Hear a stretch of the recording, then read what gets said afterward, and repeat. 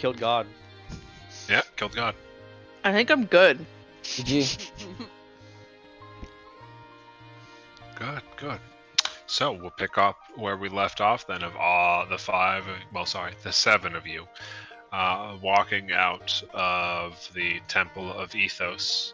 The light still piercing through the skies overhead as the storm that Phelan summoned slowly beginning to dissipate away as the rain starts going down to just a light drizzle around you, and the sun cracks through the clouds overhead.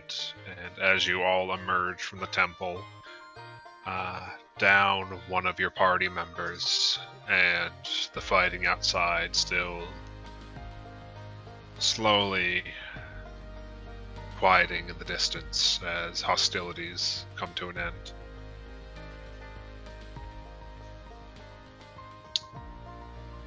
You see Nara look towards you all, her eyes glancing towards the light pillar for a moment and then down towards you.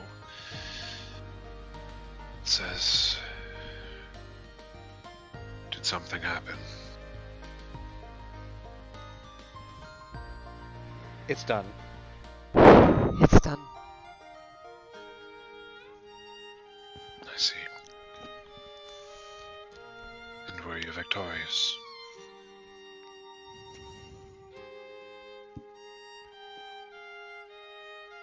Mostly.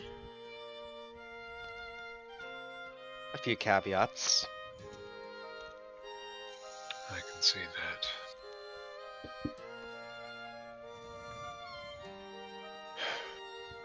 And you see her turn her head back towards the city as the last sounds of fighting seem to fade away in the distance, and all that's left is the sounds of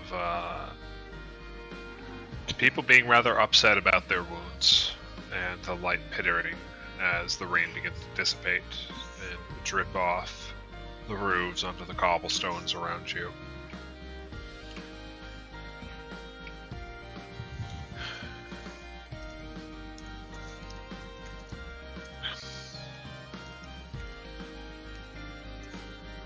I take it Brianna is handling things for now then. Did she send for us?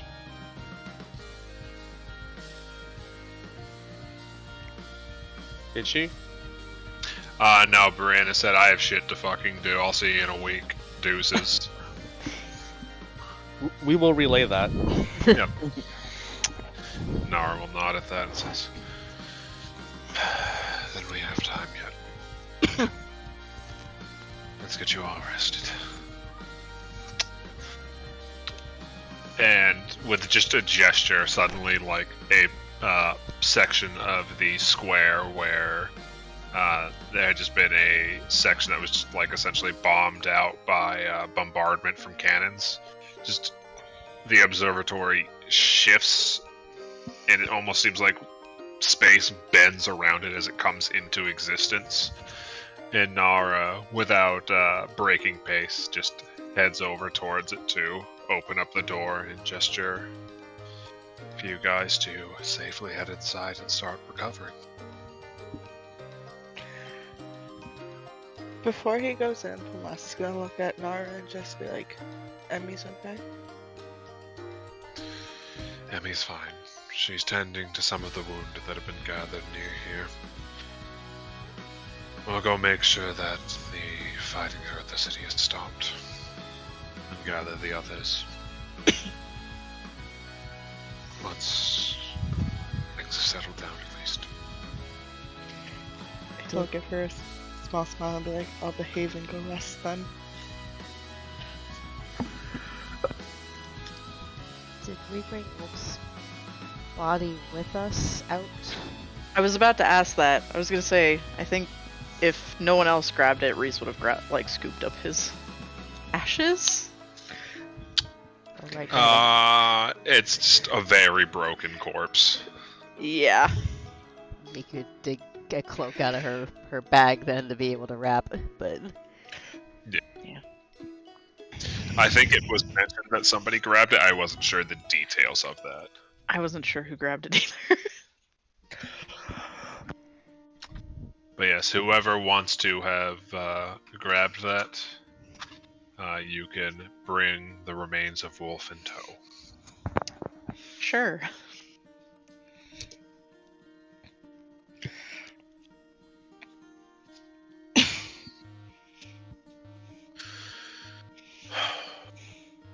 So, as you all retreat into the observatory and find your own places to hunker down and rest in the wake of all that, as the adrenaline leaves your body and you become aware of the pains and the aches and the wounds that you have all endured, and the loss.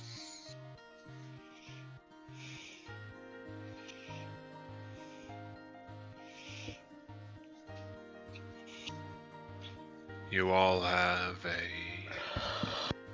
lot to think on.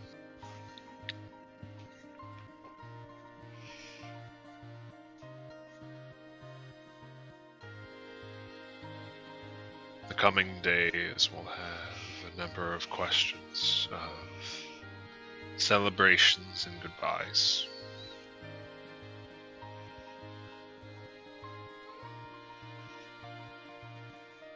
Time to mourn and time to look forward towards the future. But for now, you rest.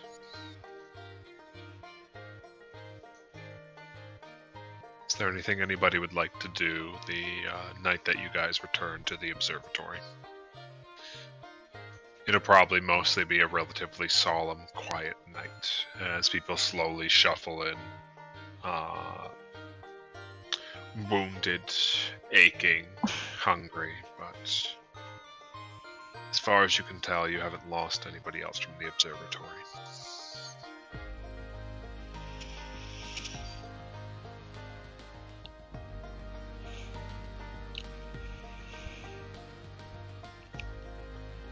We'll go to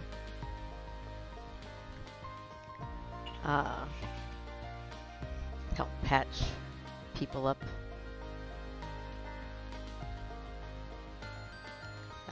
as needed, but she probably won't be able to do it for very long before she goes and retreats back. Yep. So we can say, for the sake of all of this, that eventually all of your wounds are fully treated. You are free to restore your health to maximum if you would like one final time. There will not be any more planned combat for the rest of this camp.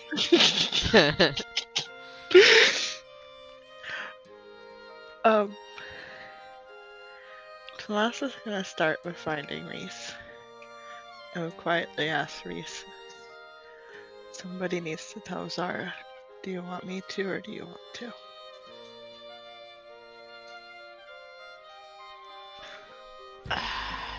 I think it'd be better if you did.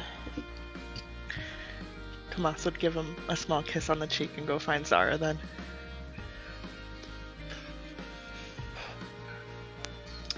Yeah, Zara would probably return to the observatory about an hour or two after you guys, and would just be busy making the rounds from everybody once she sees that you're all properly treated, and gives proper respects to Mika for being the proper mom in her absence. If she coming in that late, Mika will be halfway through one of her little barrels. Yep. When she shows up, Tomas is probably gonna go up to her and just kind of reach out and put a hand on her arm, and he'll just be like, me first, which would probably give away that something's up because he never asks for his healing first or to be fixed. And then once he gets her privately, he's gonna give her a sad look, and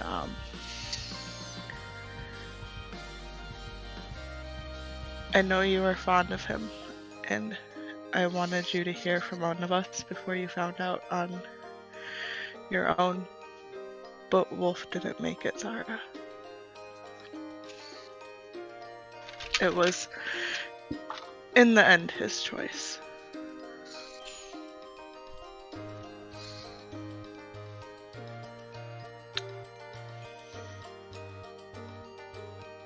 And you see Zara's face tighten, her jaw clenches for a moment as she keeps herself from responding, as she gives herself a moment to think.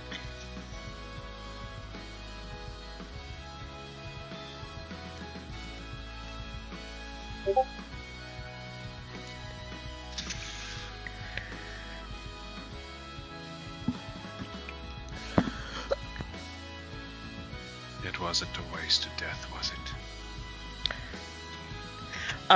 Tomas would grin at her and he'd give her like, he would channel his inner Reese and give a full story of like all the embellishments, all the crazy shit, and like how it happened and why it happened.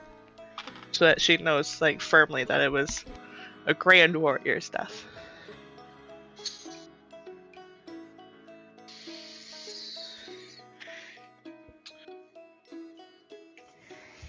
And she watches and listens intently.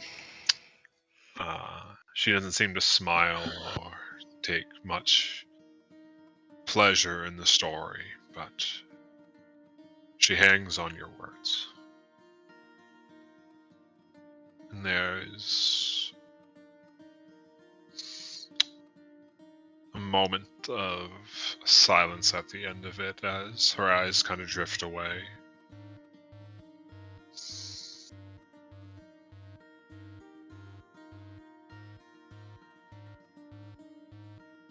I see.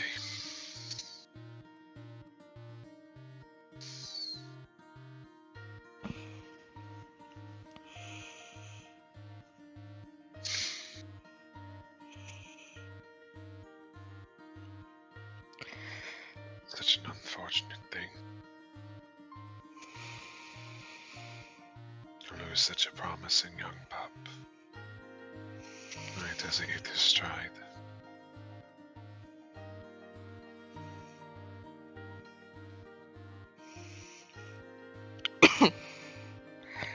Tomas will just, oh, go ahead. I suppose that is inevitable. It is astounding how many of you all are still standing here today.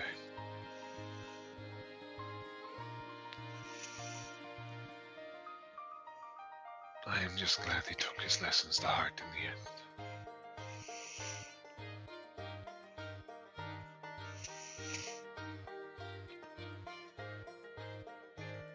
That if one must die, it is a death worth celebrating. But maybe not today.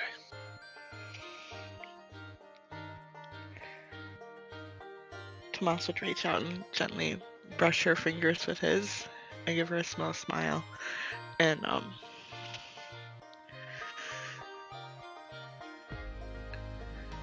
none know better than us that death is hardly the end for a soul now, is it? Hopefully, though, he takes some time to take a rest before he gets up to his usual shit. I would certainly hope so for his sake. He's gonna lean in and give her a small kiss on the cheek, like, get some rest before you do too much.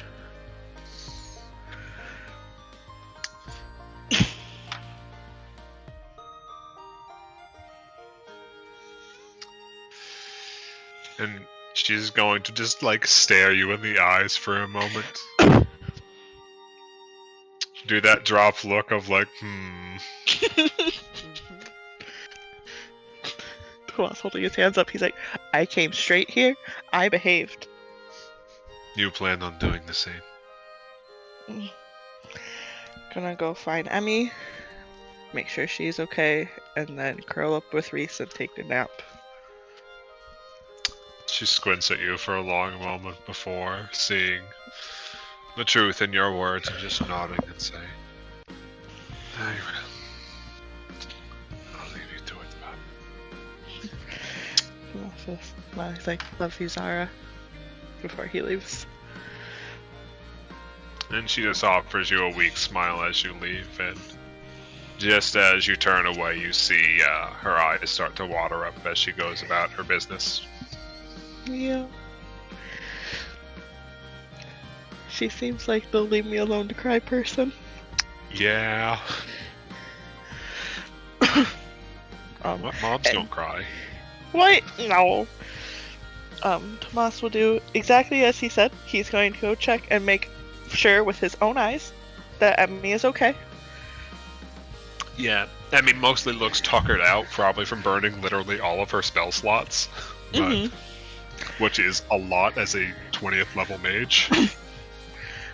And then he's going to find Reese, and if Reese lets him, he's going to spoon the shit out of that man. He's like, I could be the big spoon too. He's sad enough that he probably would, yeah. The biggest anorexic spoon. Leave him alone. Wow. Twin spoon. Just because he hasn't eaten in like 18 levels. Oh yeah. It's closer to be like a chopstick than a spoon, but we appreciate the effort. We're trying our best.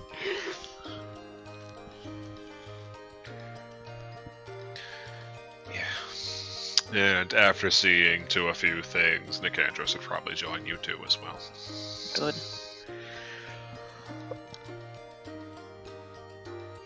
Alright, Tomas probably lets Maya on the bed for extra warmth. just a big cuddle pile. Any other plans the night you guys return to the observatory? You first. Oh, no, you go ahead. No, you first. You go ahead. I am standing down! I'm muting!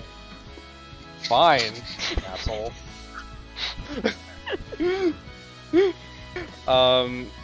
Reeves will see if he can get in contact with Lynn and Nixie. Yep. You're able to get in contact with them maybe like 20-30 minutes after you guys retire.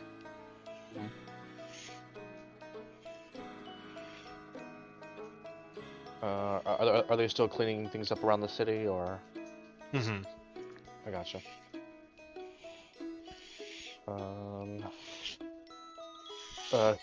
He'll just let them know that things went as well as they could. It's been done, and they'll be in his workshop when they get back. Yep. So, they'd probably arrive maybe like 10 or 15 minutes after you get those messages out. And they look a bit worn and exhausted. Lynn is a little more composed. Nixie is a dirty, bloody little feral monster. They look like they had a great time. That's all that matters. It's probably not her blood. At least like 95% of it's not her blood. She did get victored earlier.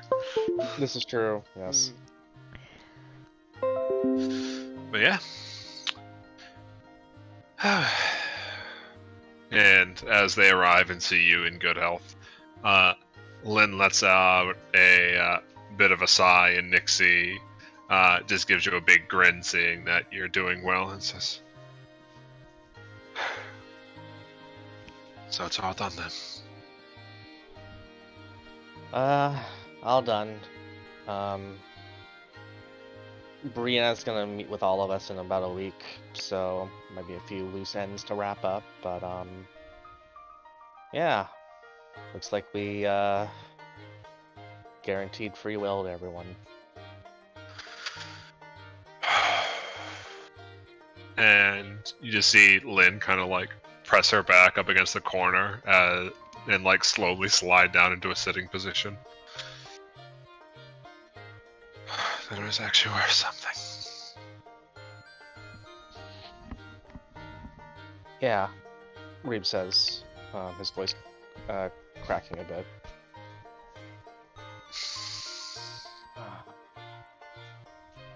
Wolf didn't make it.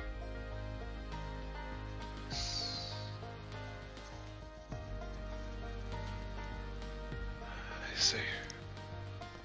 He protected all of us so that we could see the rest of it through.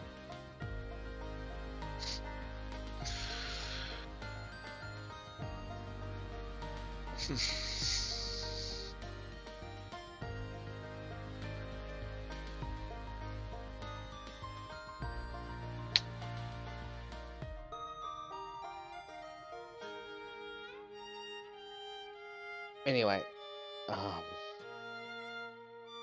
you're probably both exhausted, if a little energized, he says, looking towards Nixie. And Lynn gives a little hand wobble.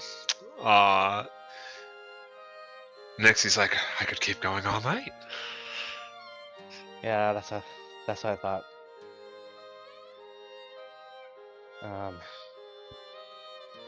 Let's I'm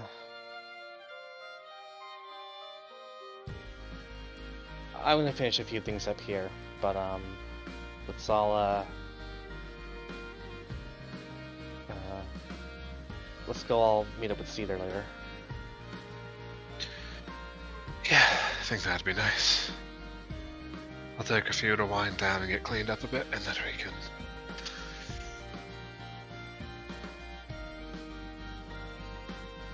just take the rest of the night to unwind after all this.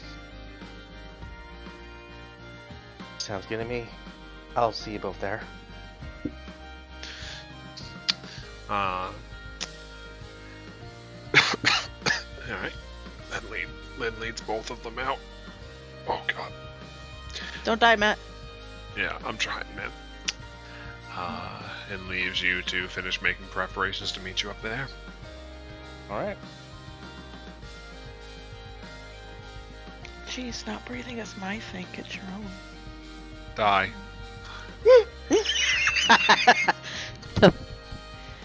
Alright, Kevin, I believe you had something as well. Hello, yes. Nothing super spectacular. It's just Lana would just kind of lurk around until Argith came back. Mm-hmm. Argith is probably one of the later ones to show up, so it's probably like an hour and a half. Mm-hmm. He's probably just like sprawled out on something, just kind of laying down, waiting. Mm-hmm.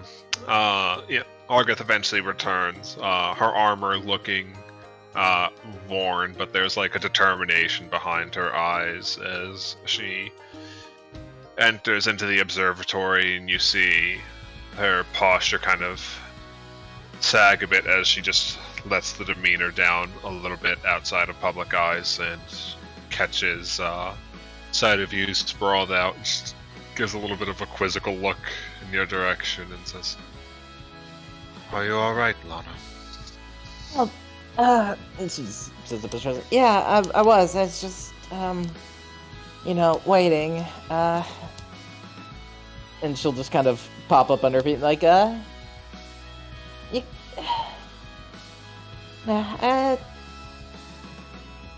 learned something you might want to know. If you want to kind of shuffle off somewhere quieter. It's kind of a private matter. Of course.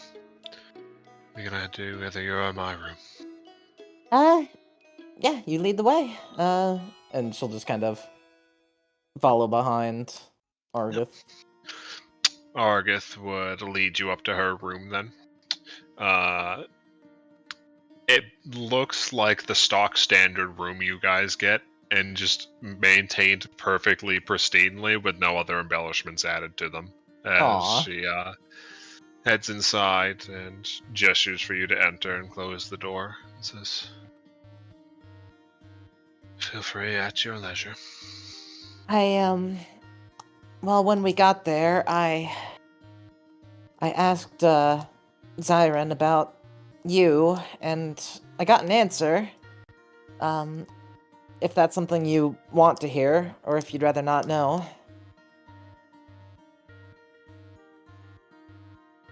It's like,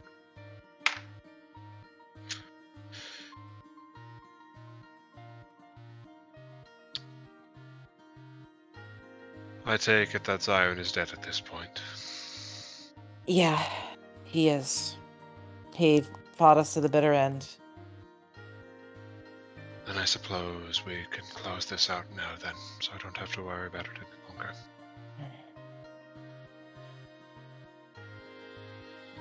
I don't know if it's a comfort or if it's just gonna suck all the more, but he believed what he was doing was right, and he, at least from what he told me, he felt like he was doing you a favor with what he did. Like he was sparing you from doing your duty.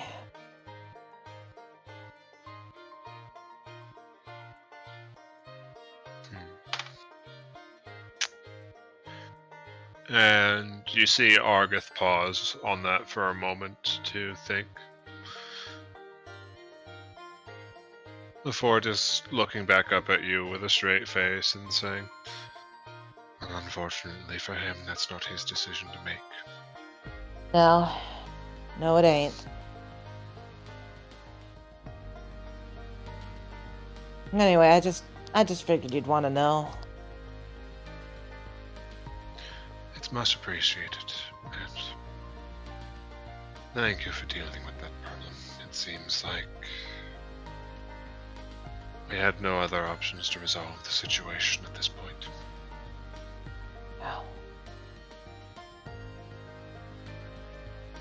It's a shame that the person I knew died a long time ago then. Well, for what it's worth, Brianna did take him back to take him back with her, so maybe the person you knew will have another shot at coming around. Perhaps. Depends on how much of him carries over into the next life.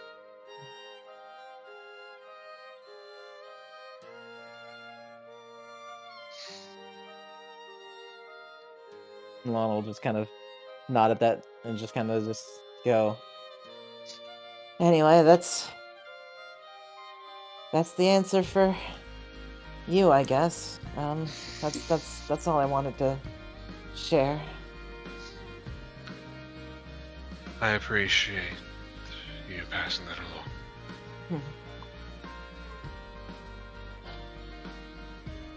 along.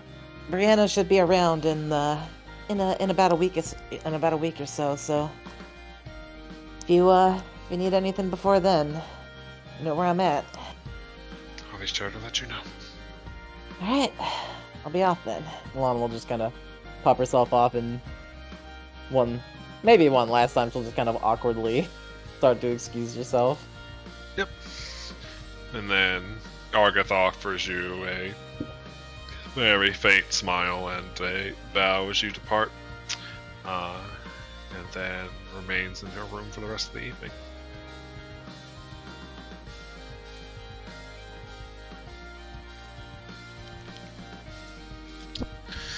Alright.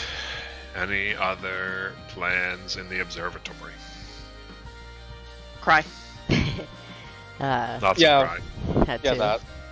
that. Mika would try to find a Mobe before she goes and off to her own, locks herself up in her own room. Yep. They come through relatively quick. They were with the squad that was holding down the pavilion. So she heads inside as Cornelius welcomes her back. She looks a bit exhausted, but is able to, at the very least, keep up appearances and stay on her feet as she gives a little warm greeting towards Cornelius and catches you waiting there as well. And just turns to you with a smile and says, I heard you all made it through with a bit of a... And you see, like, the, like, cheery face she had been putting on kind of fade away as she just looks up at you with a bit of a sorrowful expression and says, "Sorry about what happened."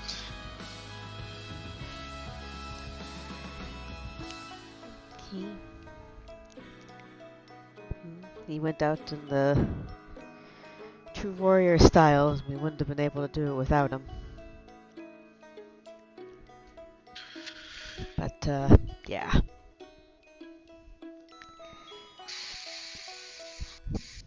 I'm glad you're still in one piece. You both of you. Looking at Cornelius. Oh, Cornelius came down from above, from upstairs in the tower. He didn't go out and fight. No, but shit could have come to him. Yeah. They didn't get stormed by angels or something terrible. No. He's like, "You need not worry about me. I adamantly held down the fort, but my efforts were ultimately unnecessary. And I'm made of tougher stuff than anything they were able to throw at us." That is good. But And Amove gives you a bit of a quick look over and says, "You plan on resting up after this?" yeah, after helping making sure everybody else is patched up, and once I'm done with that. But Sorry, go ahead. as I said, just wanted to find the both of you and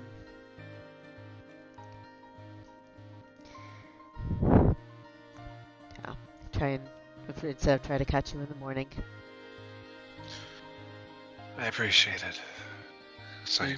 We have about Brianna gave us a week while she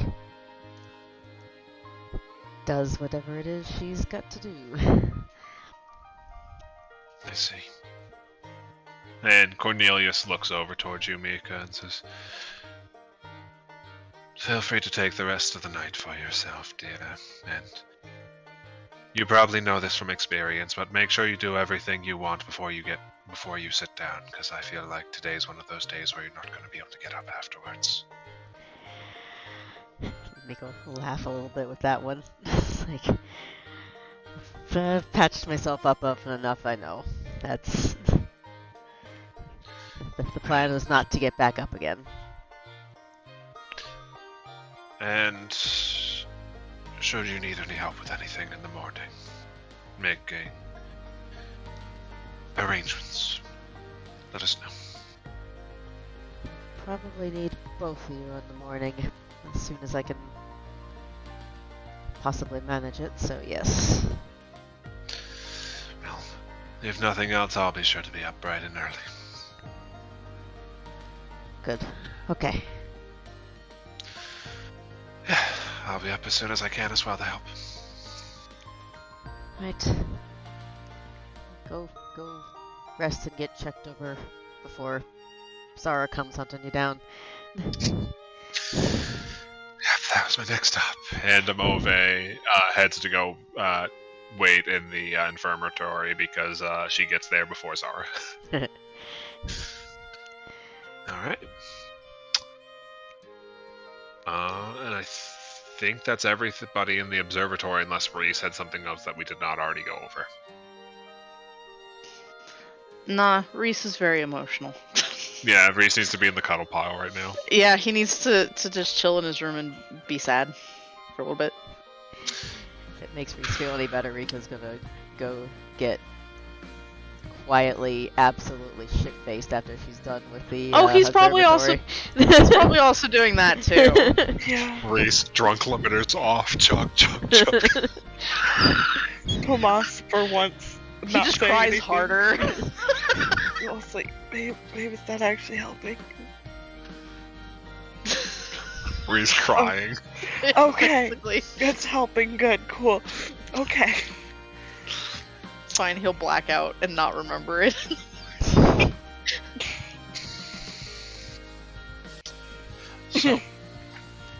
that case, we're going to step away from the observatory for a little bit. Oh. So, Wolf. As you step through the veil of light with Brianna, you no longer see Zyron with either of you. Brianna is no longer holding your hand, but she is walking a path before you as you cross a bridge of light through the void.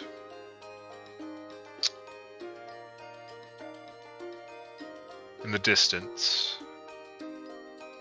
you see a doorway of sorts. The only other object here besides you two. And Brianna solemnly leads the way towards it. Step by step, keeping just far enough ahead of you that you can walk at a comfortable pace.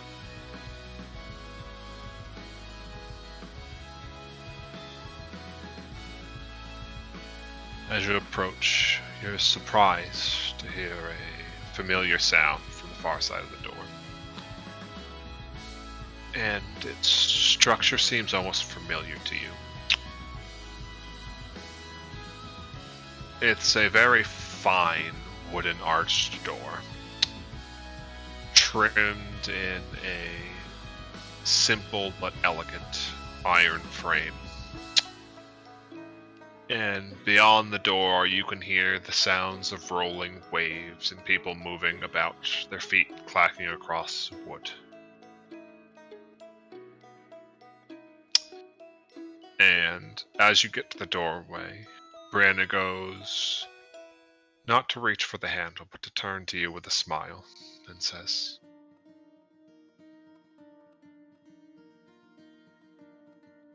I'm so proud of everything you did, Wolf.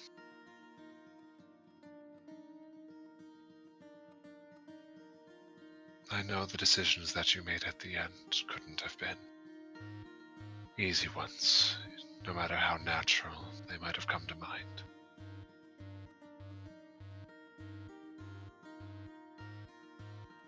But I'm certain after everything you all have gone through,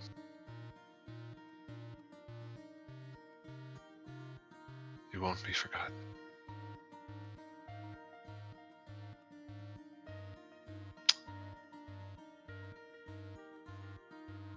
Thank you for helping us all get here.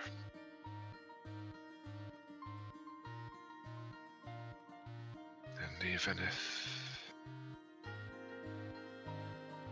the future is outside of your hands now,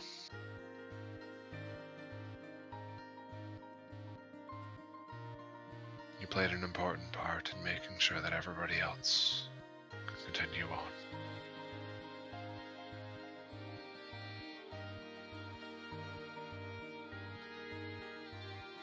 And she holds her hands outwards towards you for a hug.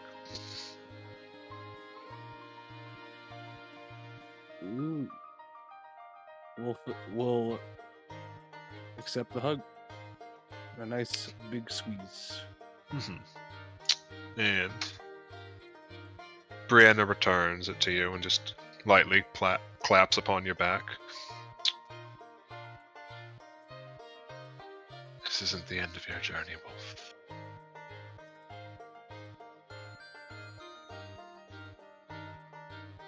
I look forward to seeing where you go from here. No matter what route you take.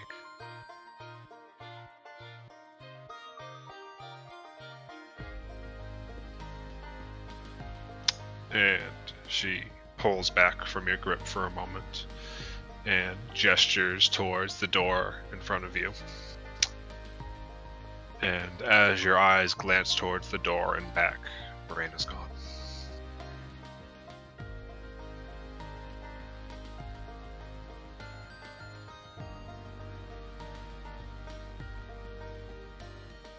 So Wolf, what would you like to do?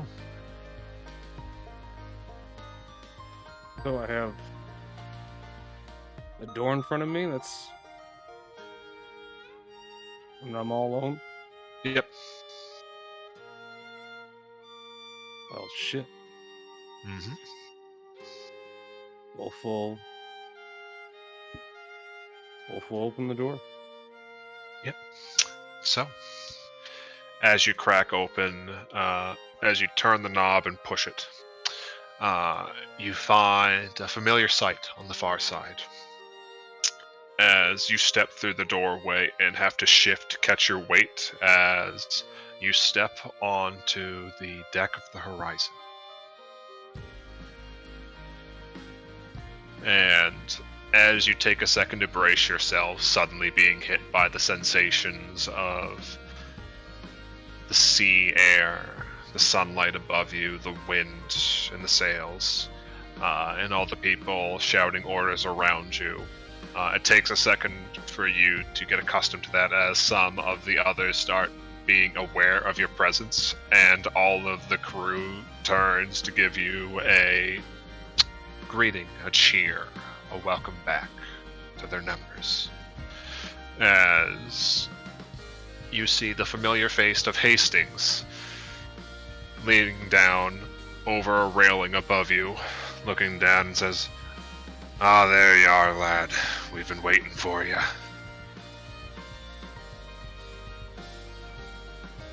And you hear the heavy clack of his boots as he pulls himself up and heads down the staircase from the overlook on the back of the deck to turn down to greet you and extends a hand outwards and says, "I hear you did good work in the end.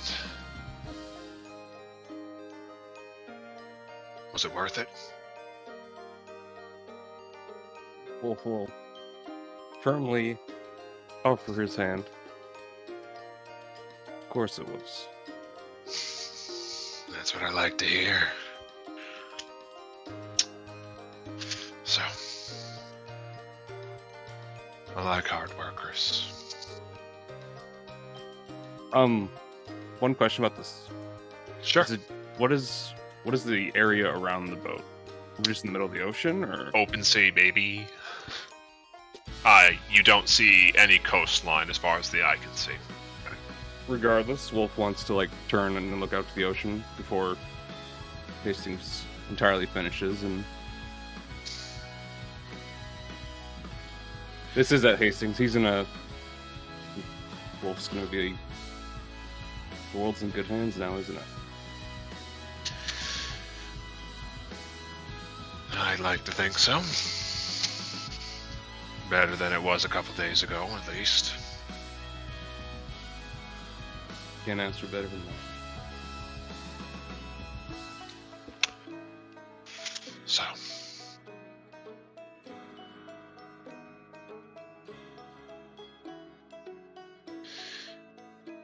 we're at a bit of a crossroads here, Wolf.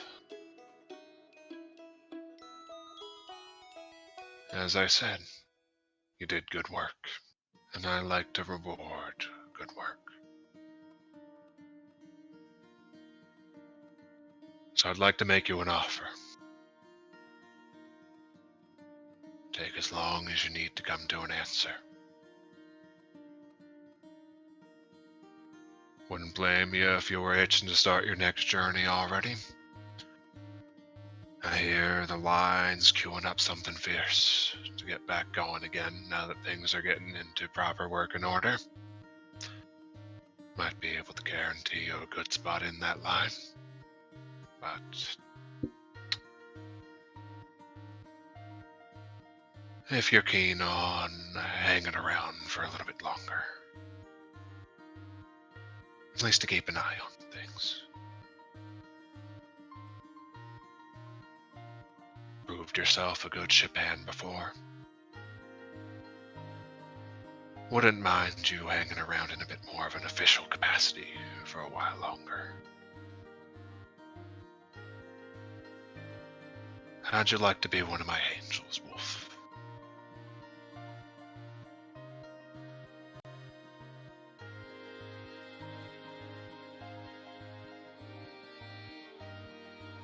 Wolf will think for a moment. Shuffling around just a tad, thinking about it. About all he can before simply saying he accepts. Sorry, what was that? Before simply saying he accepts. That's what I like to hear, lad. And the crew erupts into a cheer, and some of the closer ones head forward to clap you on the shoulders and back and says, well, you know the drill around here. Sounds like good enough reason to me to celebrate. Or at least start the celebrations. And he reaches into his coat and pulls out a very ornate letter and slaps it against your chest twice before holding it there for you to grab it.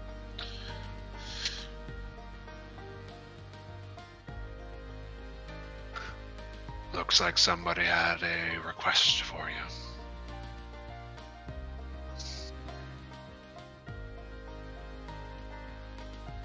Well, take the letter and open the suit.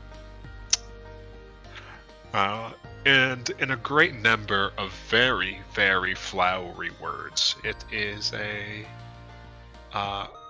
formal invitation, a request that, should you decide to start a new life, you hold off just long enough to make sure that you have a chance to properly celebrate the work that you've done. Because as tearful and impactful as battlefield goodbyes are, the Lord of Celebrations doesn't think that's a proper way to see heroes out. Oh. That my homeboy. Oh, Jesus. That's my god.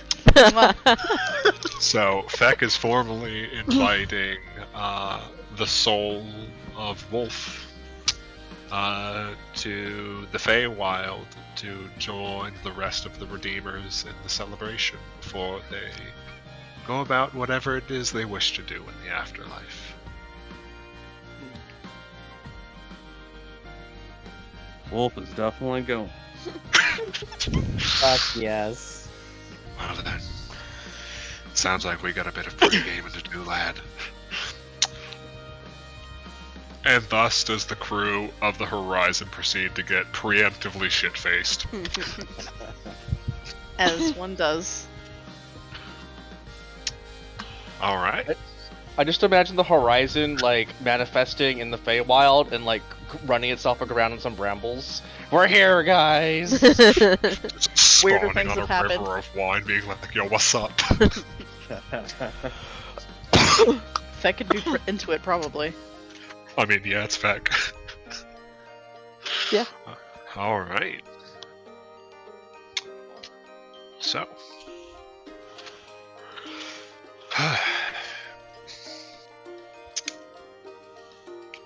We'll get to the party in a minute.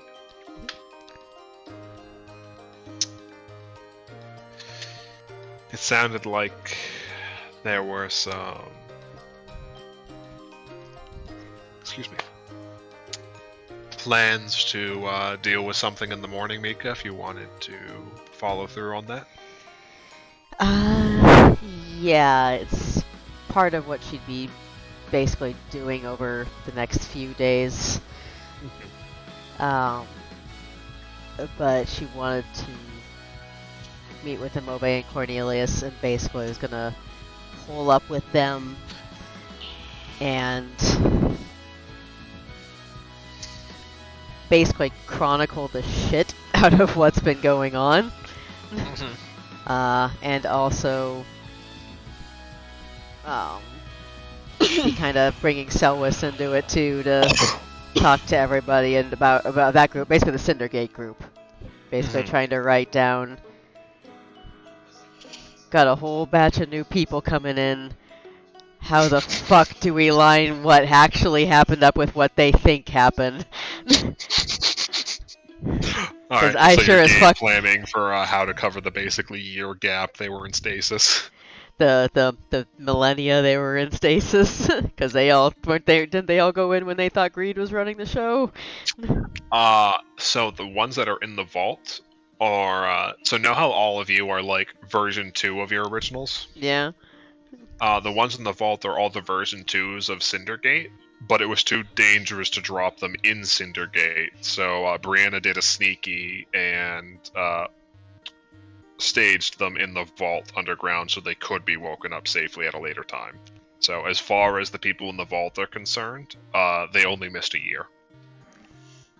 Okay, so as far as they're concerned, the disease didn't happen, or it did? Because if they basically, what history do they remember? The original, or They will remember the same that you guys did. So okay. Mika thought she was So- gonna have to explain, well, yeah, there was a disease, but it was really, yeah, and then, no, it was me, but not me, and yeah, she's like, how the fuck are we gonna line up this? nah, it's basically the incursion happened, and filling in the memory gaps of how the fuck they got into the vault is going to be a question. But Yeah. the only thing they would have to really be briefed on is incursion 2, electric boogaloo, and then the gods murdering each other. So, yeah, that's what she wanted to closet herself away with them, with slightly hungover in the morning and just basically game planning it out before tracking down Theoden at once done with that. Yep. We can So get to once that you later. have the plan prepped, Cornelius is going to start having automatons pre-generating the work to get people up and up to date. And while him and Amove are working on that, you can go track down Theoden, who is mainly checking on a few things around the tower, just kind of hanging out in the forge room, but not actually doing any work, just kind of like taking it all in. Pop up next to him. Greetings, Mika. How are you holding up? It's, hoping to make it better here soon, but it's got a bit of a project I think you might be able to help me out on. Well, Yeah. luckily you caught me at a moment when I suddenly have a lot of free time on my hands. What did you have in mind? And yeah, she'll start telling him about what I was talking to you about in chat, Right. Yep. and go on to somebody else while they start fidgeting with that. Does anybody else want to do anything the following day? Word will get around the tower this morning that Feck is planning his celebrations tonight. That was fast. The boy's been blue ball on parties for like 6 months. No, not November is over. Yeah. Reese needs to look his best then, so obviously he's getting his best clothes out. Reese is spending the entire day prepping for the party. Like, So Lana will hear about the party, and she'll realize that the only like fancy clothes she has are in male size because of that one adventure. So she'll probably spend some time getting that sorted. Mm-hmm. Yeah.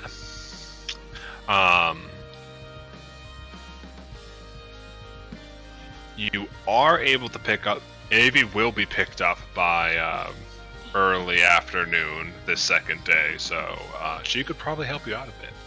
Yeah. did they pick up Tehran and Berta also? Yes, they did. So, Mika.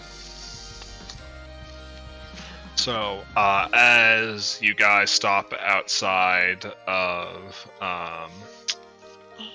cold.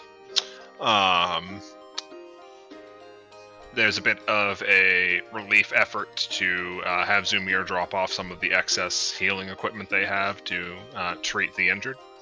And you head out to go greet the family that you had in the city. And Avi is there to greet you. She looks a bit exhausted and worn, but still greets you with a smile regardless and say, "Hey,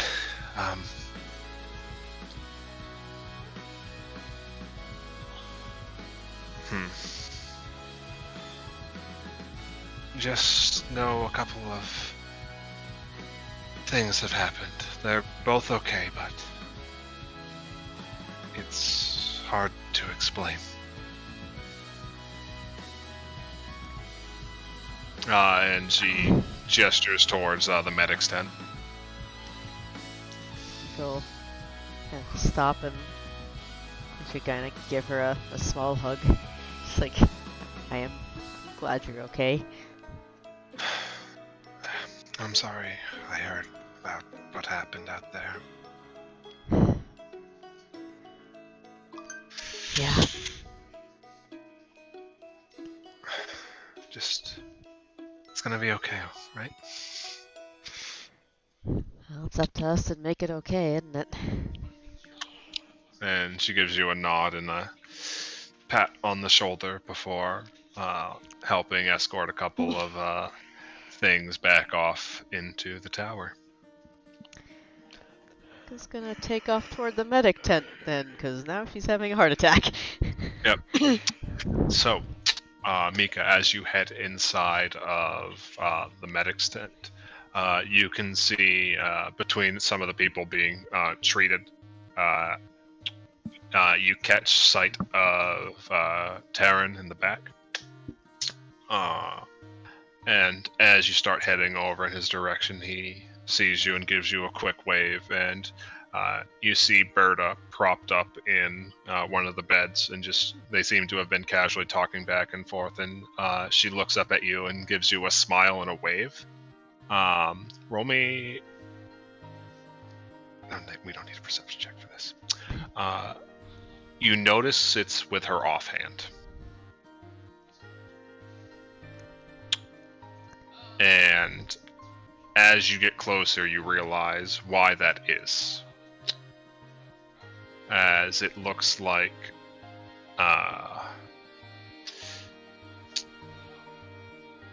as you get closer, her main hand looks like it is bandaged up at the elbow, and there is no hand from the elbow down.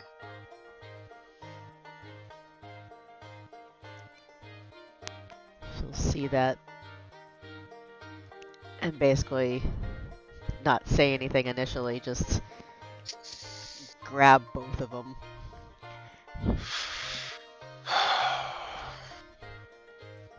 And they both just wrap a strong arm around you, and just you can feel the weight in the room just dissipate for a second when they see that you're well after after having known what you guys were going into. Thank God you made it back. You know, sis, when I said that you were gonna give him a piece of your mind, I didn't think you were gonna give him your damn hand as well. She just gives you a big hearty chuckle and says, "Well, unfortunately, they ended up being a bit pickier than I thought they might be. But," and you see her gesture with her head over towards the corner next to her tent.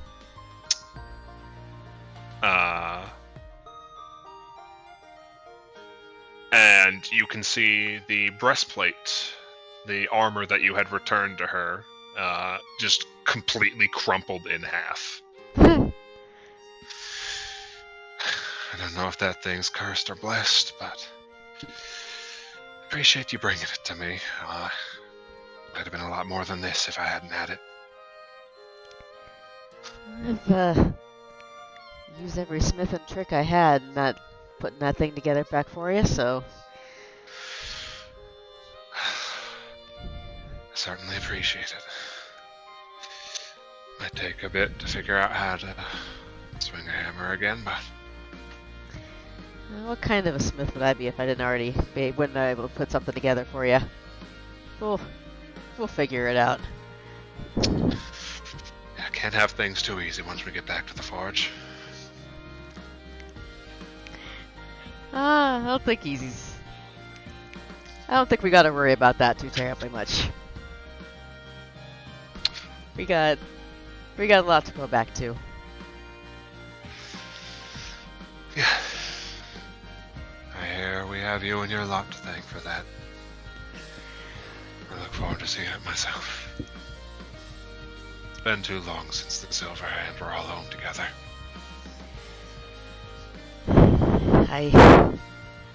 It's been a very long time.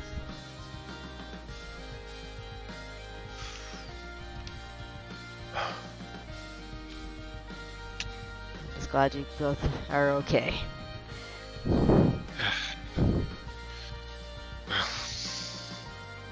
Your lot certainly did a lot to make sure that we could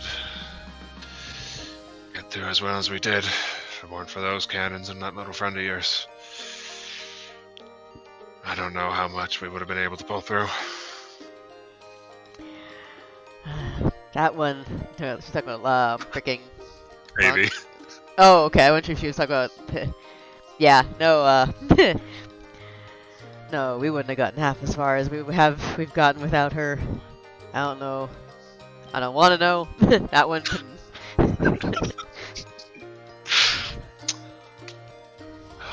But yeah, you can spend a bit of time sitting there just catching up and chatting with your family. And eventually, with you all there, your brother is fine and your sister has recovered enough that she is free to be discharged and join you guys in the observatory until you all settle back in Cindergate. Awesome. Yeah, once she hauls them back to the observatory and gets them settled in, she'll plonk them in her room if they're since there's already supplies in there and stuff. Mm-hmm. She'll once she's got them resting in her room, then she'll go closet back up with Theoden again to continue working. All right. And yes, Avi gets back and takes like the most powerful 2-hour nap of her life. And then seems perfectly fine. Of course she is. That sounds Gnomes like are psychotic. Yeah. Yeah. Avi spends the rest of the afternoon catching up with Zumir and processing any requests you guys have to get ready for the big party.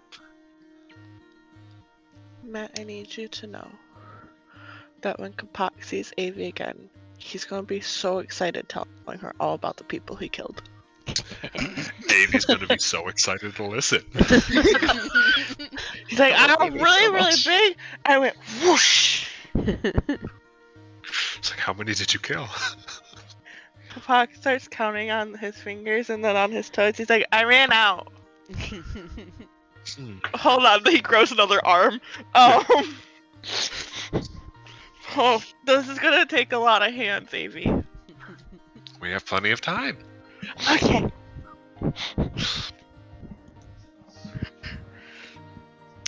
I will say, for old time's sake, Reese would offer to do Mika's hair again for the party. I'm not even sure what color Mika's hair is currently. I think she may not have changed it or changed it since we did the merchant thing. So the white and burgundy thing. Doesn't even have to be a color change. You can just style it if you like it that way.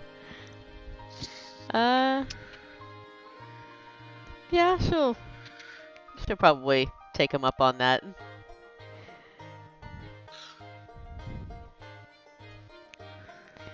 Probably end up just wearing the merchant wear again, because I'm not sure she's got anything else fancy anymore either.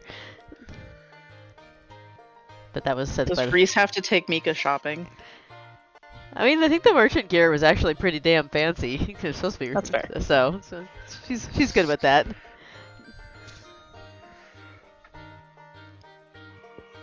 Reeves already has formal clothes, so he'll be wearing those.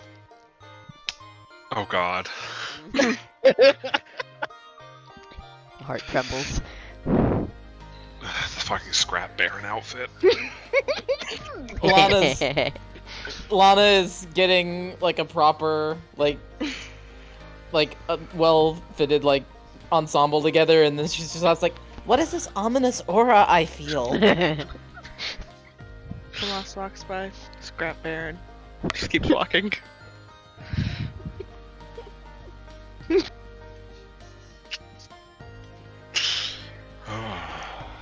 All right. Any other plans in the observatory before we head off to a fun little formal evening? Tomas is listening to what everybody's told him to do, and he's being the laziest bitch all day. He's doing absolutely nothing. Yep. He's laying in bed and being clingy on Reese, and that's it. Wow, Reese has things to do. He has to get ready He- for a party, It's okay, He'll let Reese go get ready. That's fine. and Reese Yeah, will also whenever- get him ready. Whenever Reese is up and Tomas is not being actively gotten ready, Maya just sleeps on top of Tomas. Yeah. Like a weighted blanket. Mhm. Reese Thank starts to get you, Tomas ready. He's like, "Don't worry about me. Maya's more important. She's gotta be pretty." Reese is like, as if I could improve perfection. I mean, that's fair. Maya chitters happily.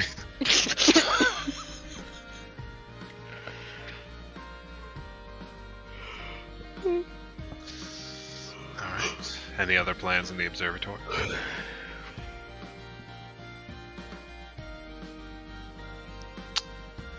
Alright. So, the evening rolls around, and Nara tells you all to brace for a bit of a heavier shift than most. As you guys feel like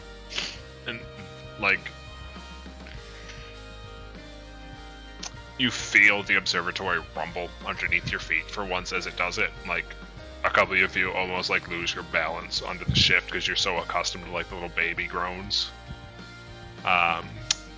As the air fares a bit different when you land.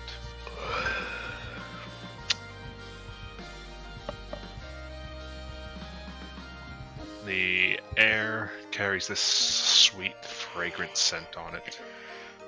And everything, even before you step outside, almost feels a bit more vibrant and colorful. There's music on the air.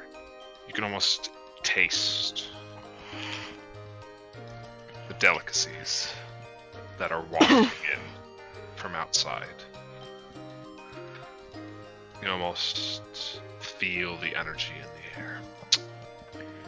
As Nara tells you all that you have arrived and opens the doors to the observatory as you are all welcomed with applause and cheering and laughter as you step out into this beautiful glade clearing. Trees surrounding you are a vibrant series of golden and orange, and brown and red. All of them feel slightly odd. Can I have people roll me a nature check? Oh god. Oh no. Reese, you can roll me any of your lore checks. Ooh, rad. Oh, Hell look at yeah. Chris Oh Foundry. wow. Okay. Huh, I am an idiot. I'm like, I don't need this. Hold on. I got Sam a I- dice tray for Christmas. Lana's still got a Thank frightened you, status. Lana, Might want to for take out some of taking the status effects. Oh, lol. There you go. Matt, what's my Here we nature go. Let's just modifier? I know let's it's just click all stupid. these off. A lot. Hold on. Yeah. Characters, redeemers. Tomas. Skills. Does Reese just get to- Nature is plus 31. Reese just gets to roll? 45. 45. Cool. Yeah. Reeves, this place is really pretty. Everybody else, you are not on the material plane. That's not surprising. From the way things are saturated from the overstimulation of your senses, it slowly dawns upon you all that you are in the Feywild.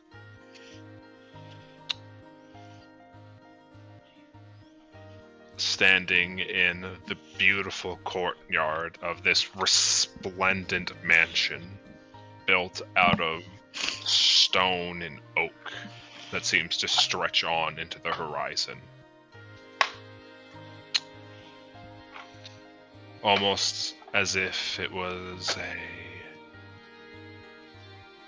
not sure if it's a castle that's been overgrown by nature, or stonework that has been carefully placed amongst the roots and the branches. But it doesn't seem to it seems to almost defy the laws of physics as you look upon the castle, the keep in which the Autumnal King resides, as stepping down from these massive double doors on the far side of the courtyard, Feck gestures in your direction, and his voice carries impossibly over the distance and says, our guests of honor have finally arrived. Come, come. Enjoy the celebration you have all so dearly earned. And you are all welcome to enjoy yourselves. There are a number of tables and chairs and other viewing, and other seating objects placed around the courtyard. Benches overlooking beautiful ponds and lakes. Excuse you. Features of stonework that depict, as you're looking upon it, feats of all of your adventures. They almost look... They're just off enough where at first you might have suspected that they were natural formations, but they're just too suspiciously in the shape of you all. The smells come to you as you realize that scattered throughout numerous buffet tables and being carried around by various waiters are delicacies, food, drink, alcohol, anything that your heart would possibly desire is here on display for you all to enjoy. And surrounding you all are numerous fae, centaurs, satyrs, pixies, and all of you except Reeves, you think you see a couple of beautifully hewn shrubberies in the shape of creatures, and you soon realize they are living beings as well, just chilling on the outskirts of the party. With that 45 and above, all of you would recognize them as Kusith. I love them. Yeah, they're funny like cats. Oh. Kusith, they are grass wolves. Yeah. Did we fight those? Maybe one or two early on. You fought sodhounds, which are a type of elemental. Oh, okay. You haven't. I think the only fae you ever really fought was that one like Mad Hatter. Oh yeah. That like rearranged Tomas's internal organs. That was fun. Mm-hmm. Yeah. You are free to join the party. That has a number of some of the other gods and their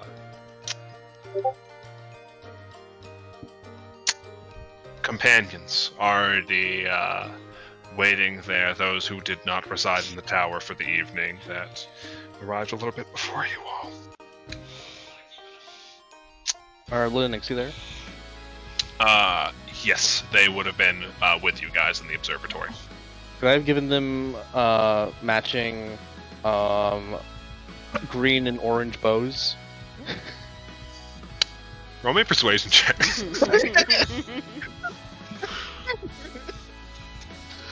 Let's see. That's diplomacy, yeah? Yep. Nope! Um, I just think it'd be kind of cute, you know, we're all the three aspects of Leard, and see a moment of hesitation on Lynn's face before Nixie grabs both of them with her hands and scurries off into the darkness. that a You yes? later catch sight of her at the party wearing both bows. Yes. Aww.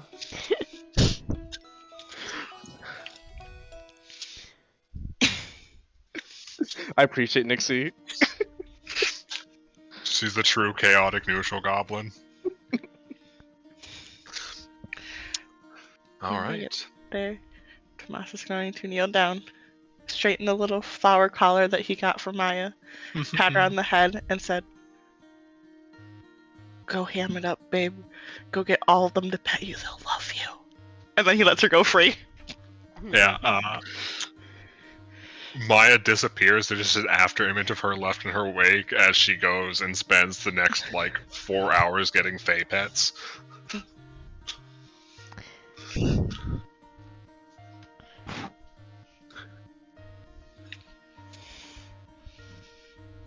But yeah, all of you and those within the tower slowly descend upon the party.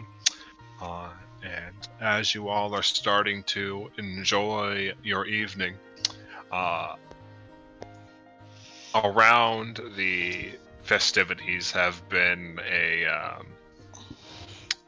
small little river of sorts amongst almost like an aqueduct, but built at ground level, so just like a flowing river through carved stone.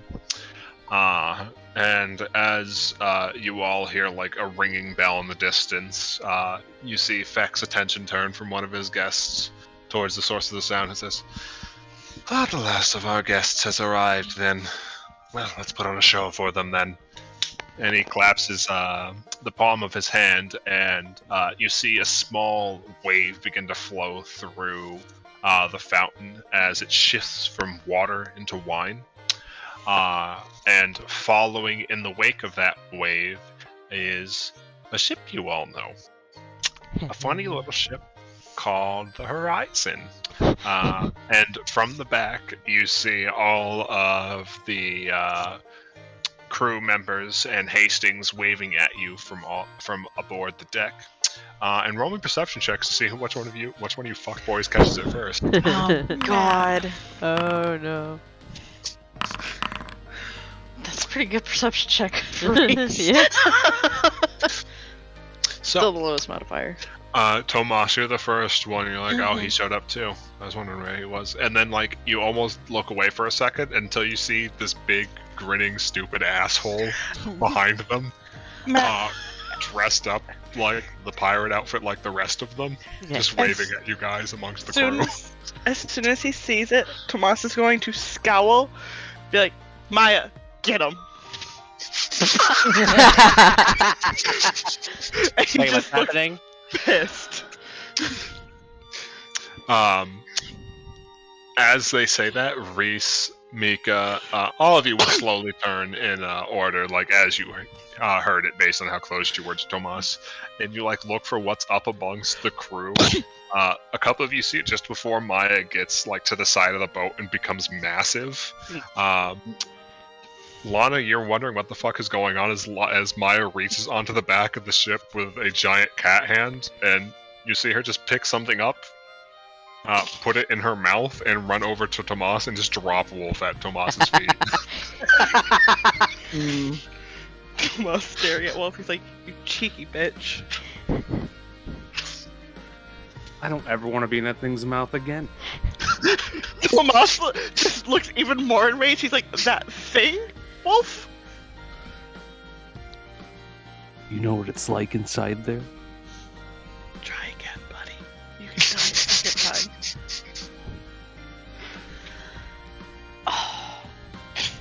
So Hold for Lana's reaction, for Lana's reaction, we kind of need to rewind a little bit. Sure. To the start of the night. And when everybody's kind of scattering and going about the party, Lana will actually kind of step forward and kind of sheepishly tug on Reese's sleeve. Hmm? And she'll just kind of do that awkward thing where she's kind of bouncing from heel to toe. She'll just go, so, I'm not much of like a party goer. But this is kind of like a once in a lifetime thing that we kind of got going on here. So, I was wondering if you could maybe help me out. Give me a little bit of advice here. Don't give anyone your real name. Uh-huh. Don't make any deals. Accept compliments graciously. I'm not asking about Feywild tips. I'm just asking about, if you could just kind of show me, like, kind of, what is fun to, like, eat and drink and just how to cut loose. It's just, I'm thinking, Feck's kind of your guy, so, Reese is going to find the wine. Oh no. Fill a goblet. Hand it to Lana and say, drink that first. The whole thing. It's called Liquid Courage for a reason. You haven't had any this entire time I've known you, and you need to start. Okay. Lana takes it and just kind of sniffs it and just goes, "Ain't no time like the present." And Don't chug it. And she sips. She begins to partake in alcohol for the first time in her life. And then So now, Hmm? sorry. Go ahead. It is. You've always heard people drink alcohol to get drunk. Mm-hmm. You think your first circumstance being at the God of Wine's party might be an exception to this rule, because what hits your tongue is the smoothest, sweetest drink you have ever tasted in your life. Hmm. Yep. Yep. Lana will just kind of go, and she'll just kind of give a little thumbs up and just kind of go a little deeper, but just otherwise honor Reese's advice. And then Reese is going to fill a plate with like little cakes and finger sandwiches and just hand it to Lana.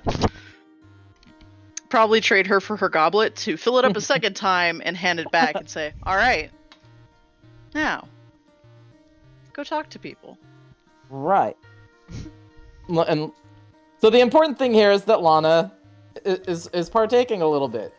Mm-hmm. So, fast forward back to present. When she sees Wolf, she pauses for a moment and blinks, and then she just starts crying. Oh. Tomas is gonna look at Wolf, point at Lana, like, look at what you did. Reese is going to have the opposite reaction. Reese is going to walk up to Wolf and he's going to try and punch him.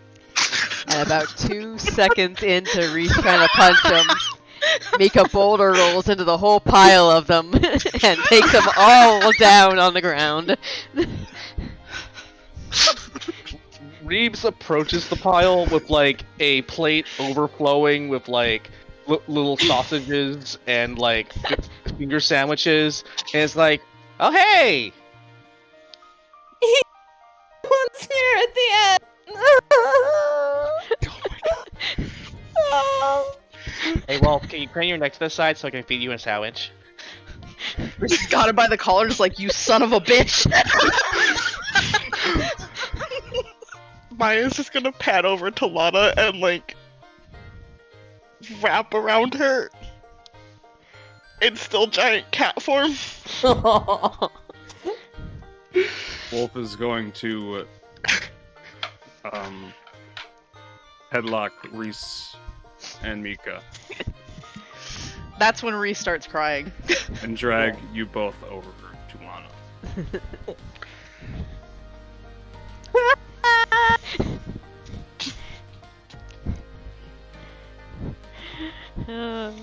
While chewing his new sandwich.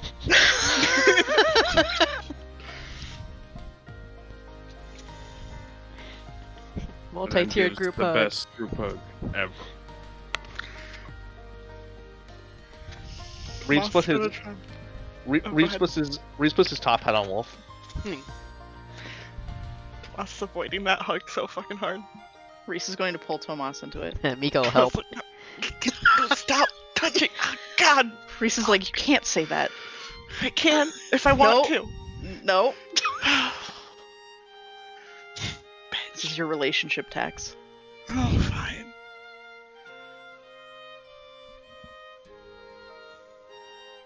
Good to see you all again.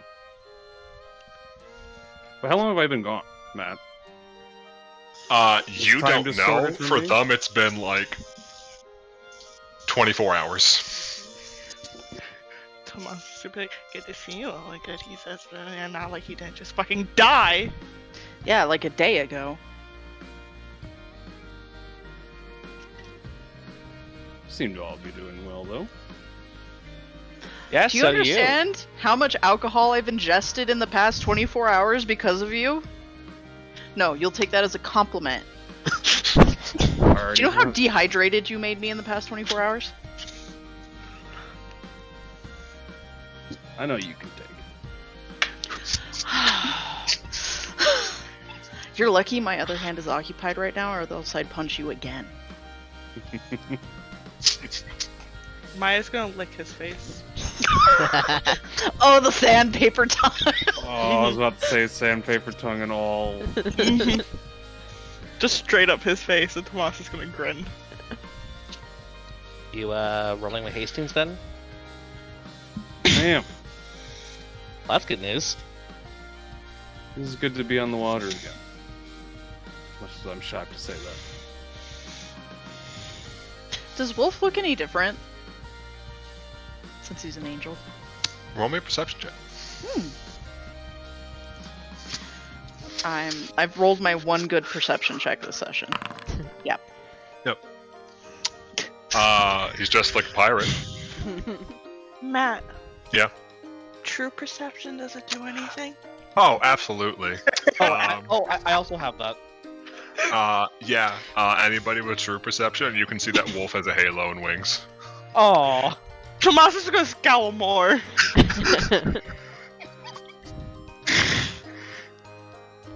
He's gonna lean over and whisper into Reese's ear, he's like, this bitch is a fucking angel now. Excuse kill him? me? Can we kill him again? Wait. Sure. What? Okay. what? Do I hear Does that- any of that? He's not quiet. Miko's like tilting her head, like you don't look any shinier. Wait, you don't see it? Reeves, I think we see things other people don't. Oh, do we? Oh. Yeah. I'm tempted to shift into my dragon form and beat the crap out of you right now, but I care too much about my outfit because I worked really hard on it. It's been a while since I've wrestled a dragon. Well, you might get an opportunity the way the night's shaping up. Bring it on. So long as I don't disturb Feck's garden, because he worked very hard to put this together, and I'm not going to ruin it. You just hear from the distance. Quite honestly, I think it'd be a good show. Never mind. Never mind. Tomas is gonna lean over Reese and point at Wolf's face. He's like, you better go find Zara. Wolf Yeah, you actually better go has find Zara. something to do first. This is a hidden spice thing that I wanted to do. I didn't actually reveal it. I should have beforehand, but Oh god. I'm gonna take a liberty here, Matt, and Wolf is going to approach each of you to give you something that he had. It was meant to be given you at the observatory, but he wants to give you each a clan trinket Oh. of your own.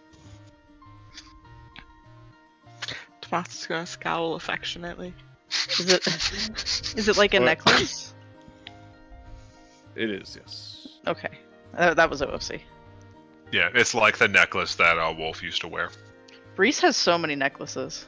Where It's like the personal identifying items that the tribe wears to differentiate members.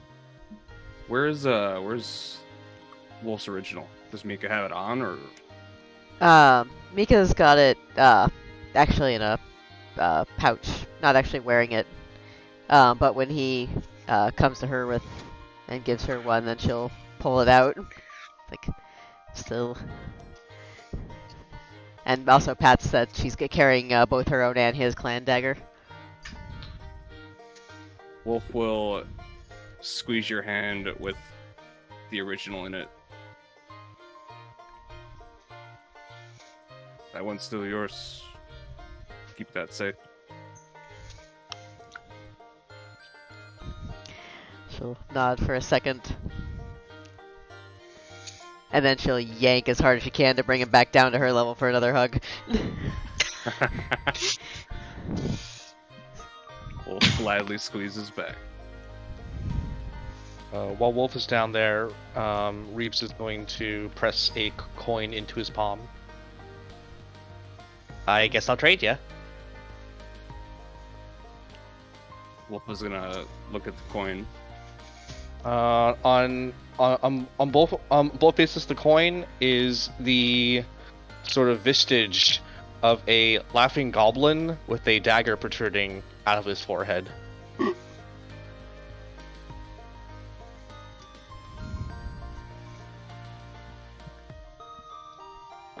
Wolf is going to give you a warm nod before gladly ruffling your head. Nah. Thank you, Roops. It means a lot. Yeah. Seeing as you're with Hastings, maybe that means I can stop by and the ship at some point to maybe visit you. I'll have to speak with Hastings. Maybe get you all on the ship sometime. That'd be great.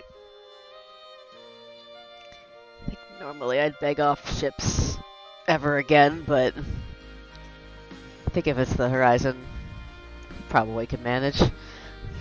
I was gonna ask for another ride anyways. Sure to put in a good word for you all.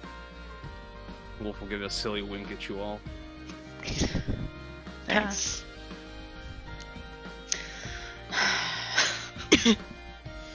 Reese is gonna walk up and like kind of lightly punch Wolf in the shoulder and says, "Where do you want your this is awkward. Where do you want your body buried?"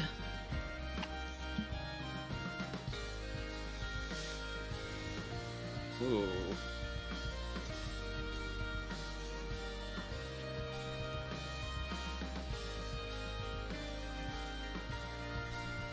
Matt, do I know where my mother's buried? Would Wolf know that? Were your mother? She was buried properly-ish, right? Yes.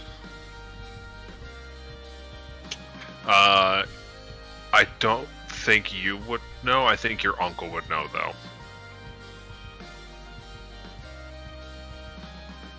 Because you were gone when she died, I believe.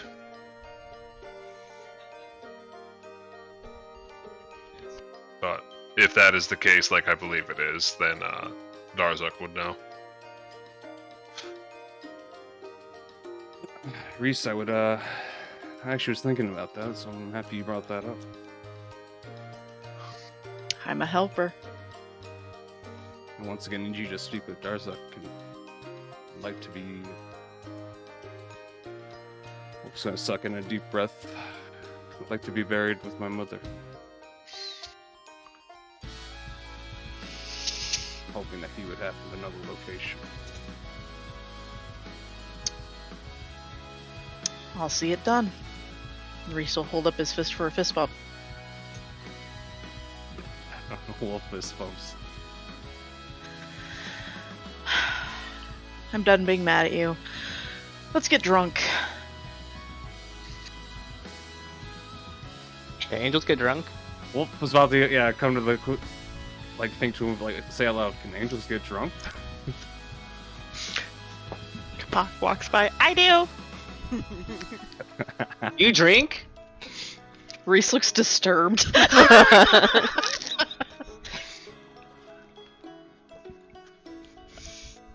I mean, Kapak would know.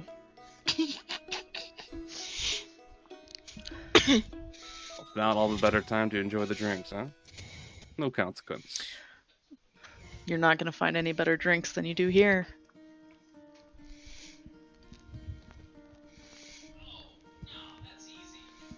Wolf is going to trudge off, pulling anyone who is willing to get some drink.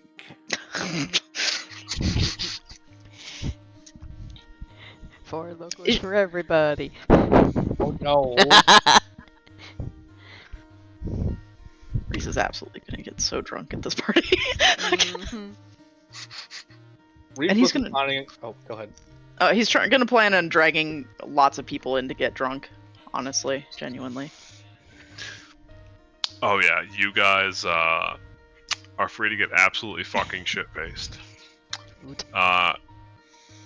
About like 2 or 3 hours in, the circus performance is gonna kick in, so that's gonna be really amusing drunk. Good.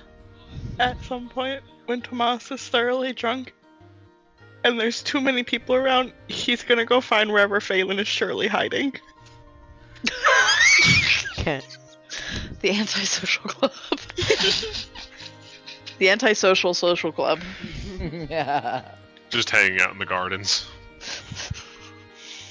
Tomas is just gonna pop up next to him and be like, "There's too many people."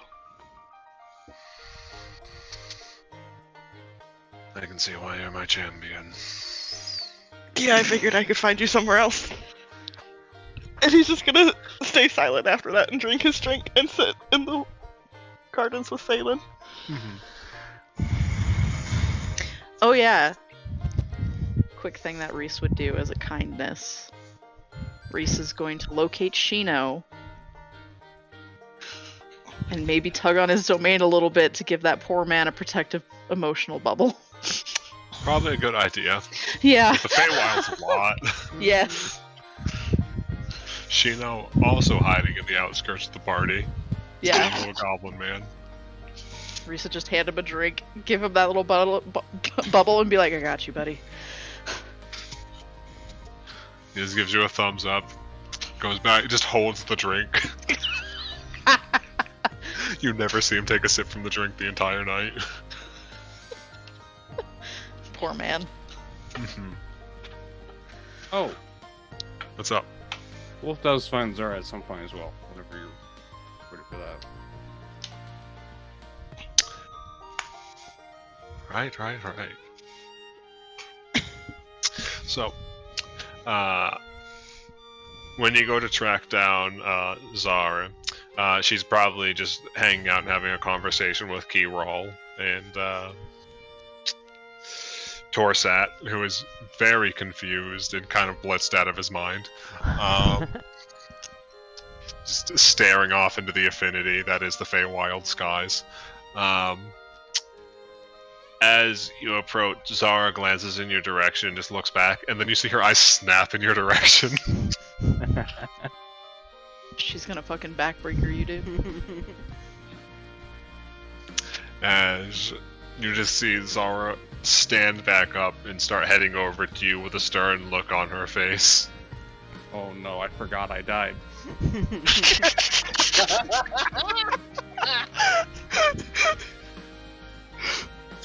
And she's just gonna poke one of her fingers, like the nail is starting to sharpen, like she's just barely holding back the transformation. And she pokes you in the chest a couple times and says, "You are lucky Tomas vouched for you." And then she just pulls you into the tightest hug of your life. Oh, I am getting back. Awesome. Just don't rat me out. Wolf will fight back with his own hug. He's all like,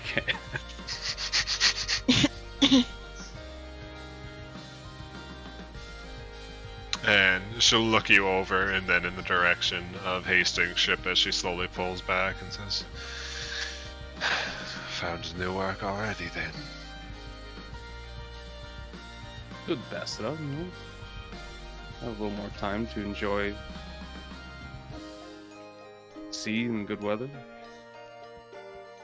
Good. You deserve the opportunity to enjoy everything that you worked for.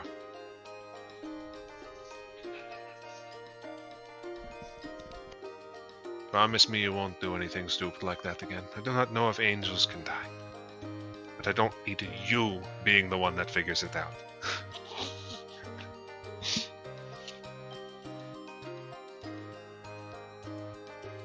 Do it just for you, Zara. Good.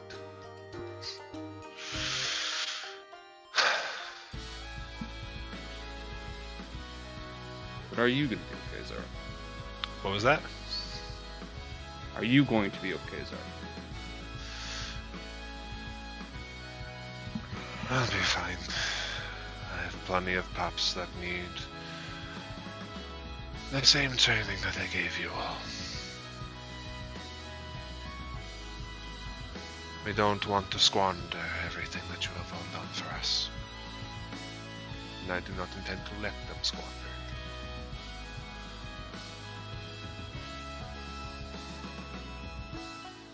it. I'm just one of a few, Zara, that helped. You can't take all the credit.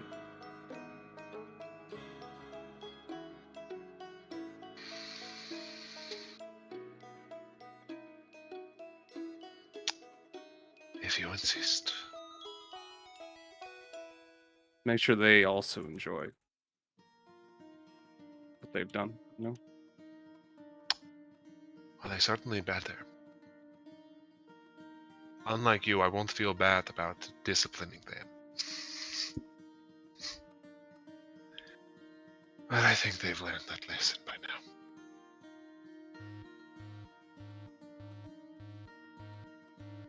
I think so too.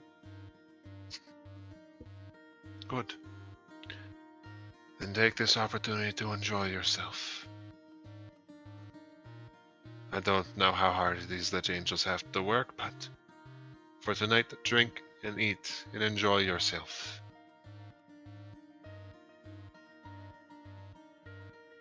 You've earned it.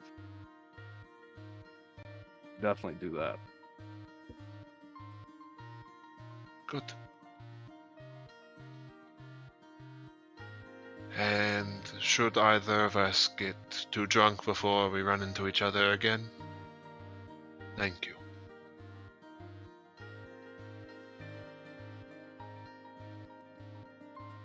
Should be the one thanking you. Kept us all alive as long as you could. It wasn't a thanks from me. And Zara claps you on the shoulder and heads off to go help Keyrol drag Torsat out of the way before his giant drugged out ass causes any problems. Oh no. My siblings are here. Is Padar here? I don't know. We'll make a perception check. Oh, fuck. I'm not good at those. Yeah. I love how I rolled the same thing twice in a row, just to prove that Reese is going to end this game the way he started it, being blind as fuck. Mm-hmm. But yeah, as I mentioned, about 2 or 3 hours into the performance, or into the celebration rather, Cedar's traveling troupe does put on a performance for all of those in attendance. Reeves, this is a bit of a new performance than one you've ever seen, taking very much advantage of the fact that they are in the land of drugs and alcohol at the moment to enhance certain aspects of the performance. So it's a bit new for all of you. I am busy. Baby. Hi, Leo. But for however long people want to remain at the party before retiring for the evening, you have food, and you have drink, and you have entertainment, and if there is anything you guys would like to do for interactions while you are here, you are free to do so. Otherwise, we'll continue into the work you guys do for the next week and all the weeks afterwards. Reese is absolutely going to fight Wolf and Torsat in dragon form for Fex Entertainment. I think if Kapak sees them fighting, he's gonna want in on it. Oh no! Mother of God. Reese, as Kapak starts getting big, I have regrets. Wait, there's a fight going on over there? Nobody invited me? What the hell? Kapak just extends the growth arm, picks up Lana, puts her in the middle. Lana I in the fixed middle of a couple of dragons, Wolf, and Kapak. Yeah, and then just like a fucking pillar of light just shoots up as Lana Divine Vessels up and just like power dunks someone. Probably as, Reese. as part of the performance, I think Reeves is going to drag in Lynn and Nixie whenever Benquin's doing, assuming Benquin is doing like some knife tricks, just to kind of be part of that act. Yep. Knife tricks and acrobatics and all of that. Awesome. But yeah, no, the three of you are more than welcome to join in on the performance as much as you see fit. Hell yeah. I do have one other thing that Tomas is gonna do right before he leaves for the night. Sure. He's gonna go find Fag. Mm-hmm. He's gonna slide up next to him. Enjoying yourself? It is a wonderful party, Fag. He So, just to be gives a really expected. humble little nod of like, I try. Almost. Well, the last one we went to was quite as good, I must say. Was what? He's gonna say the last one we went to was quite as good. The one back in Oliva Lari.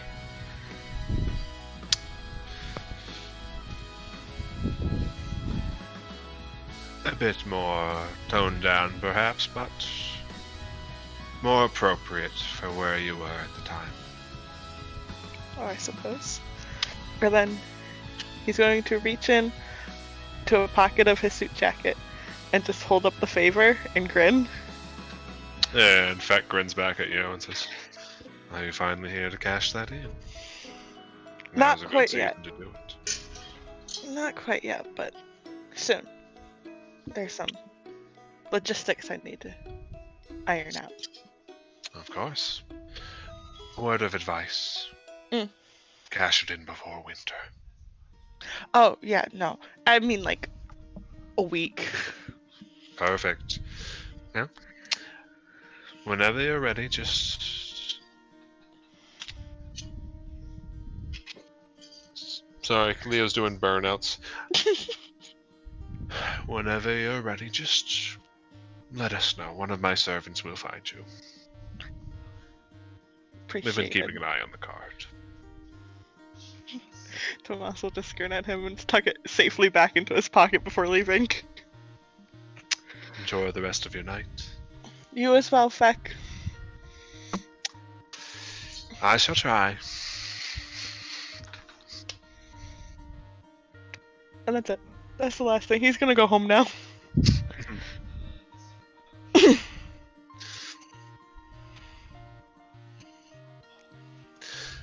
Alright. Anything else for the party, or are we good to move on to the following days? All good. Yeah. Good. Alrighty. So, the party eventually comes to a close. Well, the party doesn't. You guys leave the party, let's put it that way.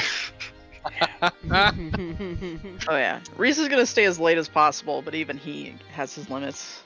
Yeah, there ain't no party like a month-long party, and you guys don't have the endurance for that. So, whenever you're all packed up, Nara does a full head count to make sure nobody gets left behind, and then yeets you all back to the material plane so she can get out of the hangover dimension. and you guys rest up. So, time from here is going to be a bit more loose. Is there anything that you guys would like to do before Brianna returns? Say that again. Is there anything you all would like to do in the remaining 5 days before Brianna returns? Well, 6 days, sorry.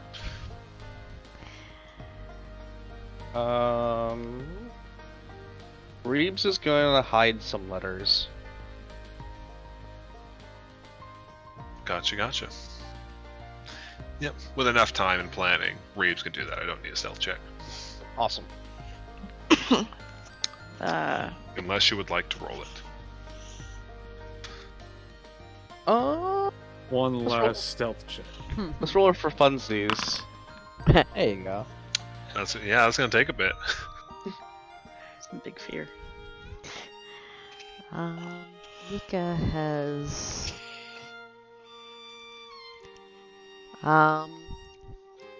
two things, but one will be like the. Let's see. I guess how long does it take her and Theoden to finish up the project? Let me check. I guess it's her focus is to finish that first.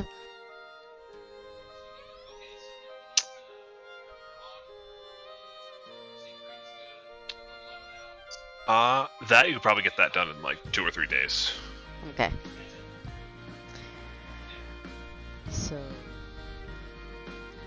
yeah, once I get that done, she is going to go track down Reese. Okay. Sidle him to wherever she finds him hanging out. He's probably wandering aimlessly. Said again that suddenly his life is weird. I can't sympathize.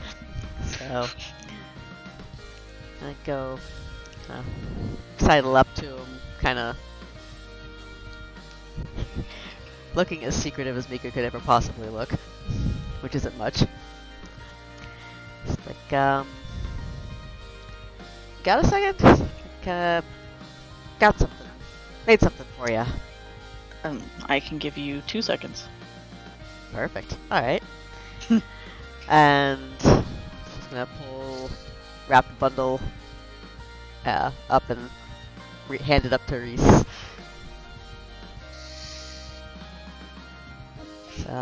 Fresh off the forges, that one. Reese will take it. For me. I'm handing it to you, aren't I? I just... making sure. And Reese will open it. And what Reese sees is... you probably could call it a cuff. It's a wide silver bracelet. And it's got some, like, the detail work on it is the match to Mika's tattoo. But embedded on the top side of it, sorry, Billy is being loud, is Wolf's Black Legion dog tags.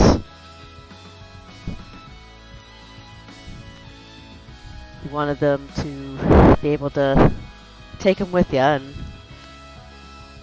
that would seem like a more fashionable way of doing it. But, God damn it, Chris. There's there's one trick to it, though. You don't have to take it off if you don't want to. It'll change shape with you.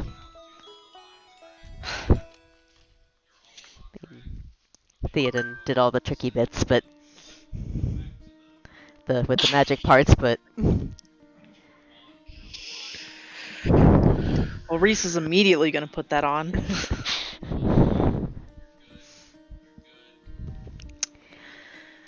He's going to say, "Thank you."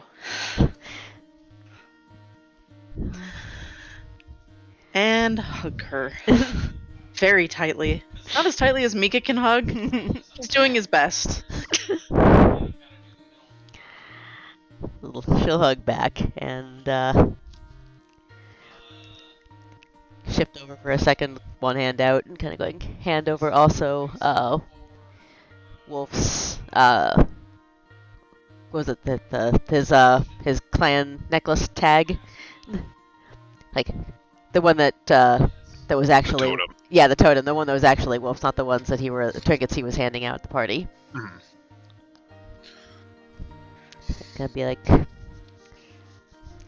figured you were the one most likely to take him where he needs to go, and this needs to go with him, or at least needs to go to his uncle. Yeah. I'll make sure it gets where it needs to go. And he'll take it and put it on for now, where it's safe.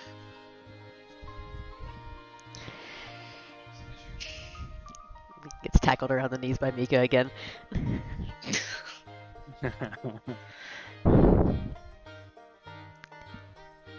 Lots of hugs. Mm-hmm.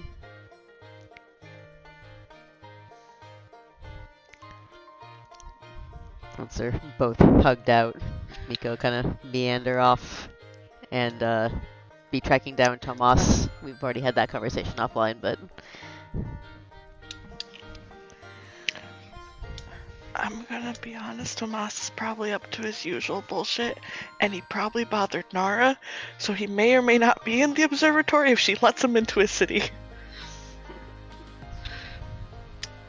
They will be there. Tomas will be there at some point in the week. Okay. Matt. Yeah. He'll show back up at night for bed. Yeah. Mika will catch him that night then. If Mika Tomas. asks, Reese will make sure that he alerts Mika when Tomas is in. He'll send her a message. That'll work. Tomas walking in, his arms full of papers. What up, Mika? He's got a manic crazed look on his face like he's up to some shit. Do you need help, Tomas? Nah, I got this.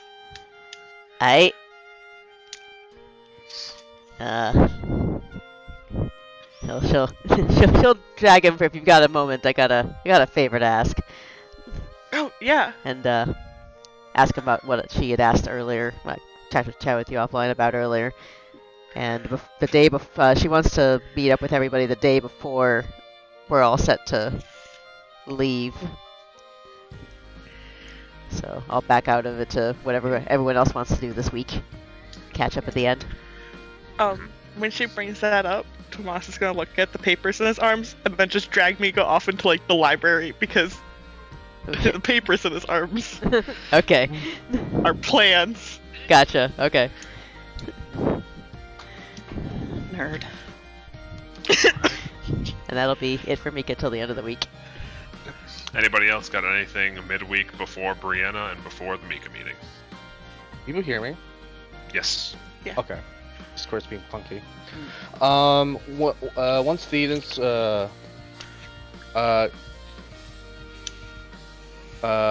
Reeves wants to make something for a particular someone. Mm-hmm. So he needs Zumir and Theoden to help him with it. Yeah, they're both around. Okay. It's like, hello. I need help making a thing. Oh, sure. So I have this bow I carved.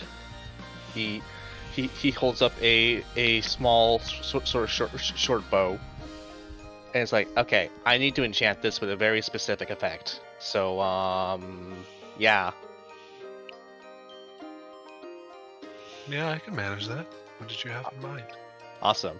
I need it on a command word for it to shoot moss. Moss? Yes, moss.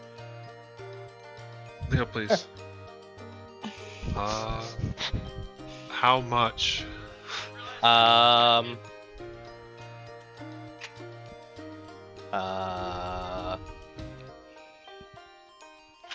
Zumir just holds his hands really close together and slowly starts expanding them. That much. Oh, sure, I can do that. Do you want it to be like put on an arrow or fired instead of an arrow? The latter. Okay, I'll see what I can do. Awesome. Thank you so much. And he nods and just takes the bow and starts getting to work.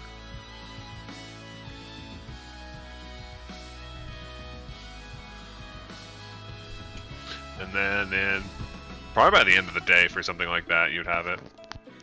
Awesome. That will be attached to one of the letters then. Okay. Yep.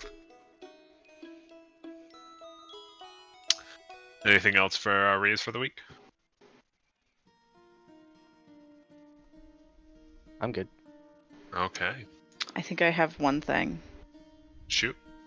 And it's that during the week, Reese is going to give everybody rings. They're rings with a little emblem of a rising sun. And the part beneath the rising sun has a vaguely iridescent inlay, which Reese made out of his scales. Well, like a scale, because it's very small. And they're all messenger rings. So he'll kind of just track everybody down as he can and hand them out and say, to keep in touch after everything. Is Reese tracking everybody down one by one? Yep. The second Tomas sees a ring, before Reese gets words out, he looks panicked. Reese is like, it's just a messenger ring in case you need to reach me. It's okay. Okay. Love you. I'm sorry. I should have thought that through. I wasn't thinking about that. It's been a rough week. Yeah, no, I know. No, we're good. We're good, babe. You're good. Love You're you. good. Are you Yeah. okay? Just pats her on the back. I'm gonna go hide in the forest again. I love you. Love you back later. Don't.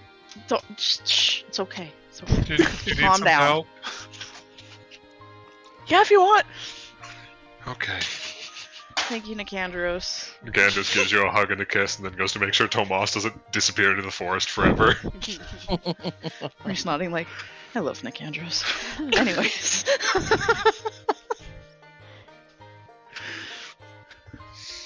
Oh, Reese. I have Lynn, so I'm not asking to marry you. This is a messenger ring. It lets you cast sending. Oh. Do you think I'm just going around and proposing to everybody in the tower? Oh no, stranger things have happened.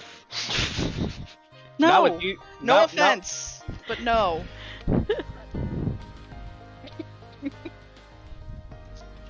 Well, yeah. Does this What's look the like range? a wedding ring? It doesn't even have a gemstone in it.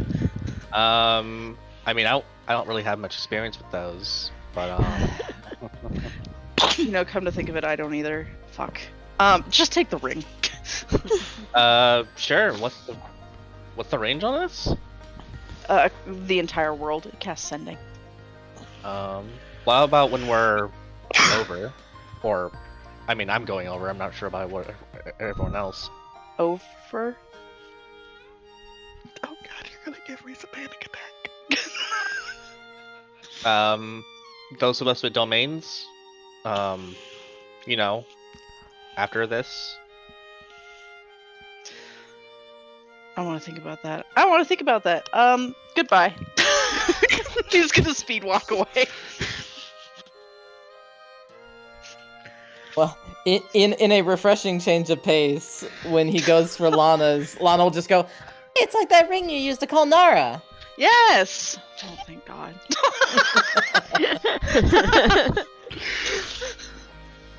I can see the jump cuts of this.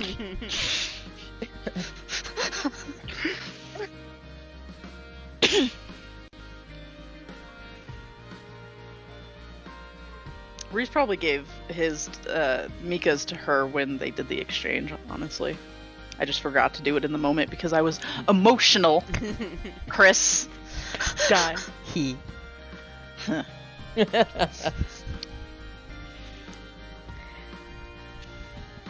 then it would be less weird.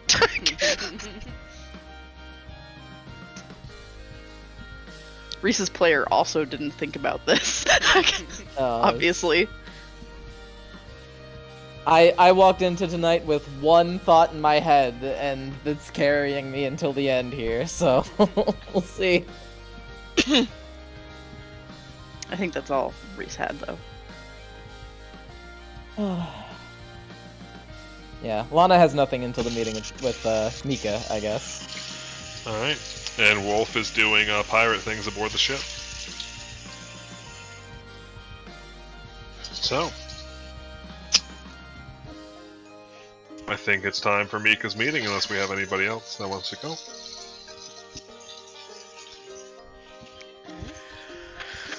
Take it away, Mika. Alright, so yeah, not gonna lie, Mika and Mika's player forgot about the domains thing affecting you guys too, so this is gonna be interesting. But, you know, she'll kind of track everyone down the last day or two of the week. I'll drag them to somewhere they can all meet up, maybe up top or somewhere, but it's kind of fidgeting with the daggers a little bit, just be kind of like, alright, I'm not giving speeches or anything, so and I wanted to, Tomas and I talked about it and planned on it, and I'm not bringing, normally the clan daggers would go back to the Silverhand clan and Cindergate, but that's not what I want to do with ours. And Tomas and I were gonna build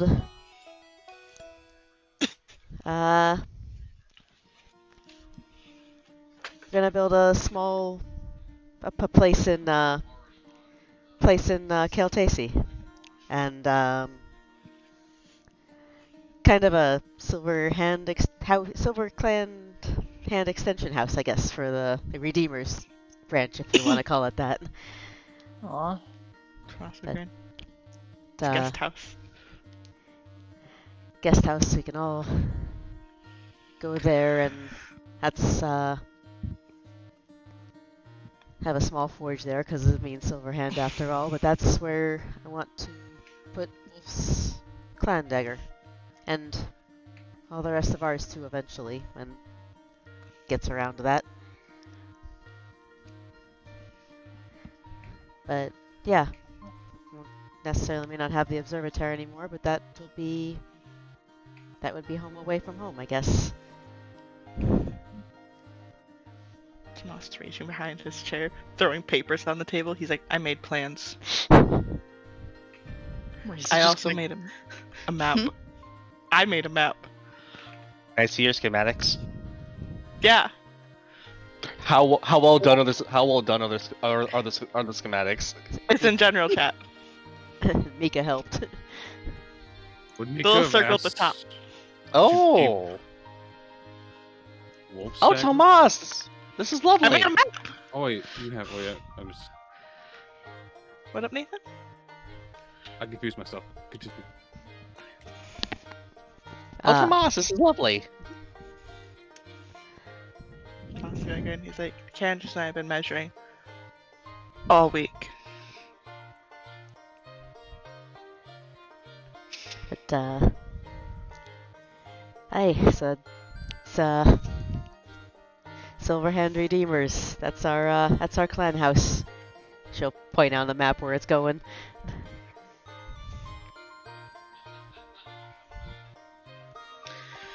I've got some stuff to sort at Cindergate, but it's a solid chance I'll be hanging out there as much as I can be, so expect to see you lot in there at some point or another. Well, considering I'm intending on making a home there, won't be too hard for me. You mostly go without speaking, I assume, but Yeah, I suppose so. Tomas is gonna lean back in the seat and grins. He's like, "You'll never see me there." I will because find you. you'll be too busy doing paperwork, Tomas. You have new responsibilities. Stop! Stop! Stop! Hmm.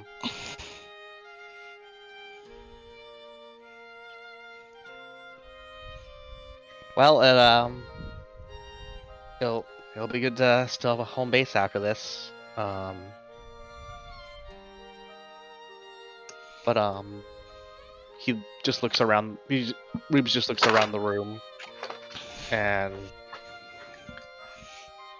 well, maybe with Brianna's new management, maybe we'll be able to visit frequently. Man, I hope so. I've been pushing for it. Tomas is gonna scowl. He's like, "I'd like to see her tell me what I can and can't do." I mean, it might not even the way it's been told. The way it's been told to me over and over again, it's not even really up to the triumvirate specifically. It's just that well, especially when we put more into our power, it's gonna put a strain on the material plane.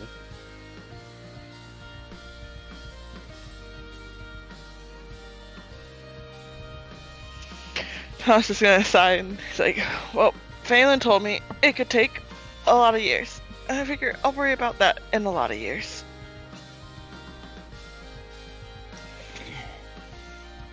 Fair enough. I can't wait to see it all finished.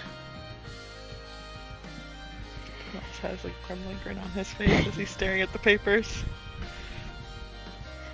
Mika's got a fairly soft smile looking at those papers too. Reese is gonna ruffle Tomas's hair.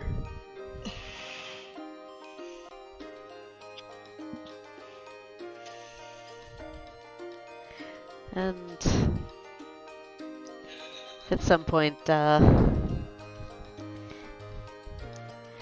I said, it'll take us a little bit of time to kind of get back up and running, but I'd like to see you all drop by Cindergate at some point too. I mean, Oh, I was planning to. you all are silver hands. You should meet the rest of the clan as well.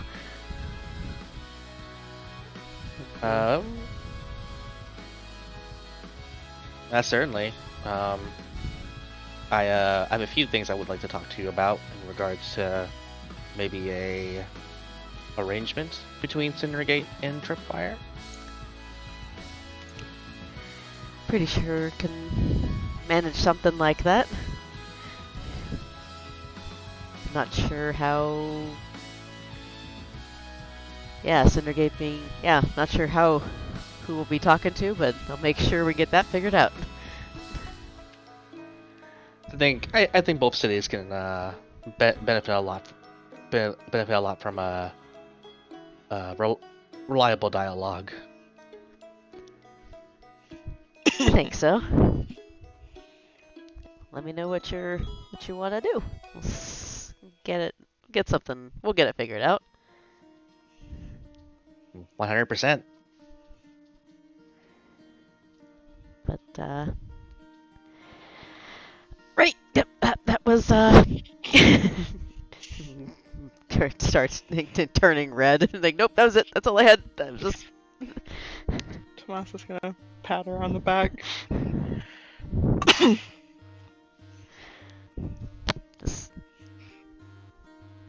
Just a new home. Speaking of future plans and new homes and shit,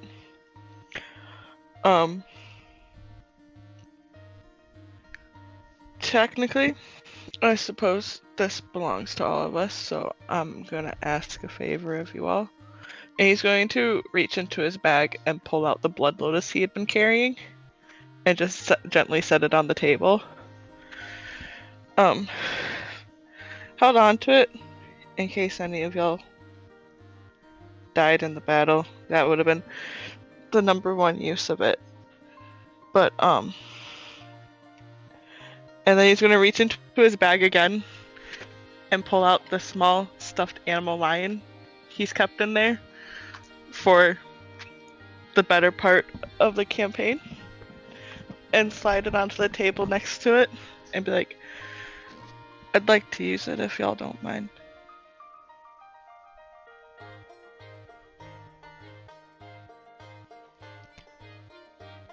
It's his daughter's stuffed animal, in case anybody forgot. Oh. Yeah. That. Yeah, greenlit. Absolutely. Objections for me. I mean, you're the one that found it in the first place. I He's give a small smile and be like, thanks. Thanks, guys. Do you need some help using it? I'm a pretty powerful cleric now. I could probably pitch in with the stuff. I appreciate. I think it might be something for Mary and I to do. All right. I'll let you know if we need a hand. And Lana just kind of nods.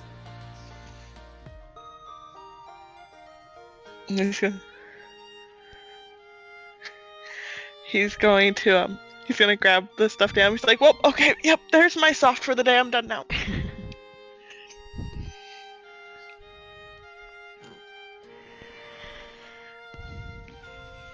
Reese is gonna kind of stage whisper and be like, he's lying. He's soft all the time. Yeah, he's never done. I mean, I could have told you all of this back in Millstone. He's one big softie. I'm going to kill all of you No, you're not. No, you're not. No, you're not. in your sleep. Throat's right here, Tomas. Go ahead. I'm waiting. Mika, you are the only one exempt. I'm sure you'll find a reason soon enough. I'll remember that tonight, Tomas. Wait, fuck. And thus was Tomas banished to the couch. Alright. Any further discussion for there? Nope. That is Mika's And- power gone. Can request 5-minute bathroom break. Yes, Yeah, I got let's pee. take 5 minutes. I'll run to the bathroom. Recharge yourselves, because when we get back, we're going to have the talk with Brianna about what the fuck we're doing with domains and all the souls in your heads. Oh, I need more tea for that. Yep. In fact, let's get back here at like 11:15. Long enough for my kettle to start heat up. Yeah, I'm gonna make myself my tea as well.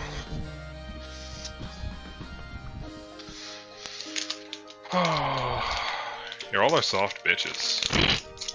Been playing this shit for 3 years. What do you expect? No, I genuinely love it. Just being able to like, alright, here's your new scene, and listening to you all cry at each other. It's appropriate. It makes me feel like I've done a good job as a GM. If there were any doubts, no, you have done. you have exceeded everything. No, I'm a stinky, smelly man. No, actual no, you're not. worst. I hate you so much. Mm-hmm. Yeah, Sam? Well, Sam, I'm gonna have to veto some of the privileges I gave you then. Yeah, shut the fuck up. Hop on. I'm bullying Sam. Sam, I'm gonna need you to make rolls for that flower now. Yeah, shut the fuck up.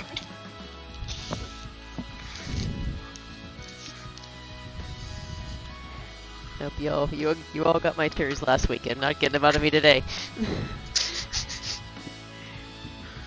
You almost got some. Hey. as melancholy as it was, I liked the I like the just sort of like I forget the literary term for it, but the whole there were 7 heroes at the start of this campaign, and it ended with 7 heroes returning. Mm-hmm. Well, there were technically 8 at the start. 8? Shino and Nicandros also. Nicandros. Oh. It ended with the same party as it started. Also, That was that back when Shino was an alchemist.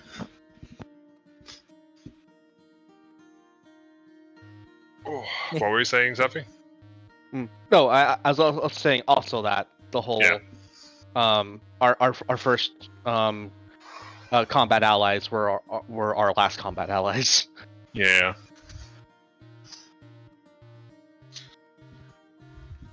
Likes that full circle bullshit. Oh, I love it. Oh, I love it. No, nothing but praise. Nothing but praise. Ooh, Lunchables. I think the only difference is that at the end, Reese wifed one of them. Yeah. Reese and Tomas wifed one of them. I was gonna say, Reese and Tomas wife 2 of them each. Oh man.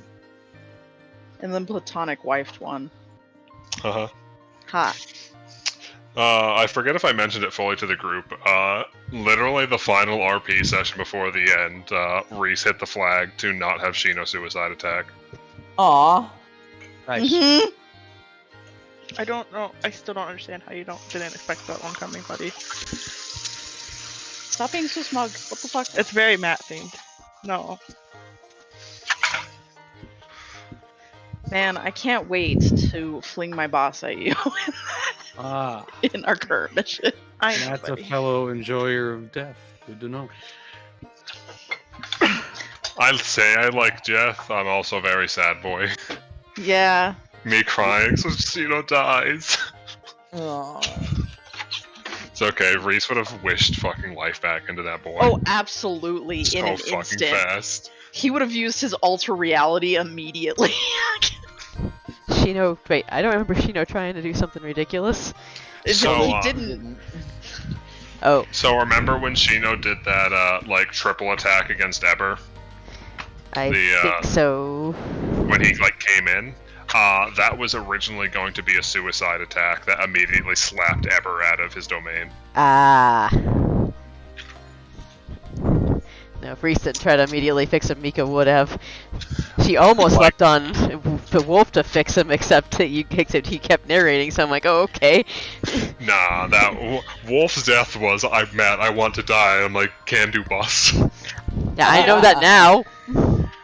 That prevented a very awkward, unfortunate conversation where Tomas would have had to like pull Nico away and be like, no, this is what he wanted because Tomas knew.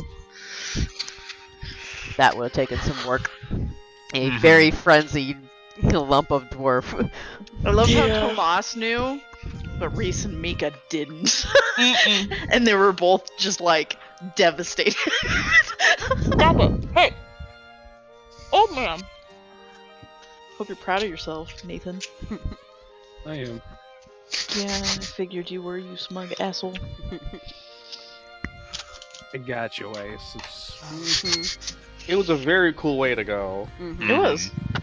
Sun Eater was a fun finisher.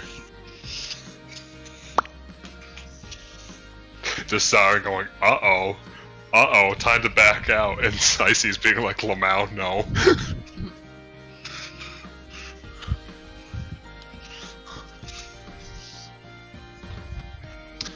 He fell into the spinner's Why? web.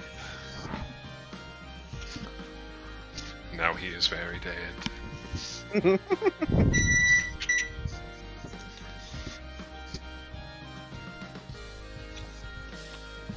Oh, Fago's mad at me. Virgo's always mad.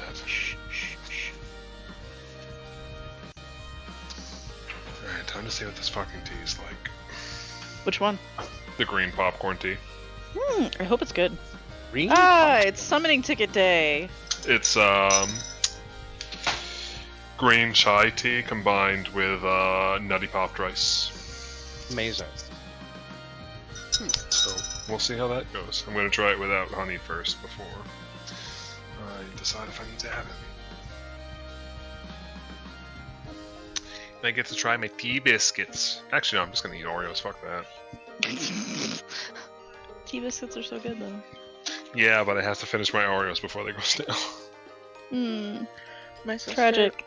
My sister made homemade mini chocolate chip cookies, and they're the best fucking most buttery chocolate chip cookies I've ever eaten in my life, and I've eaten the entire thing. Oof. It's rough, buddy.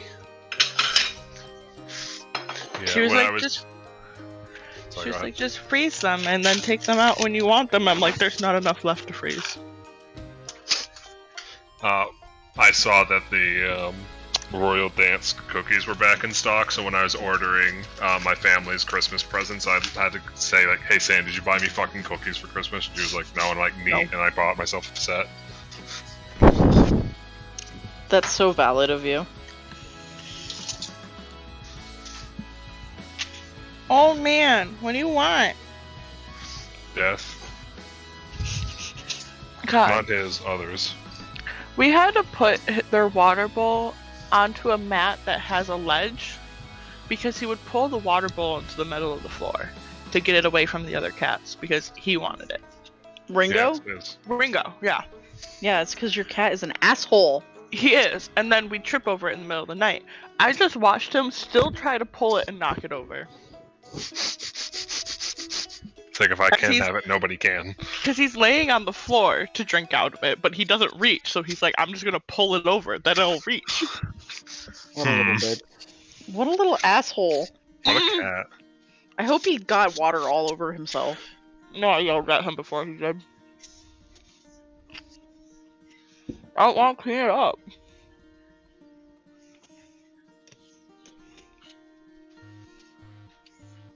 So this is a totally not emotional session, right? No. We're all having No. a great time. Nobody's upset. I don't have emotions. Shut the fuck up, Nathan. Alright. Oh, fuck, God. Does anybody need an extra minute or two? I'm good. I'm Kevin's downstairs, there. but I can keep going because I'm eating too Yeah, many I can cookies keep still. going. I just need to go retrieve my tea in a couple minutes. Alright, I'm gonna lick the cream off this Oreo and then we're good to go. Goals.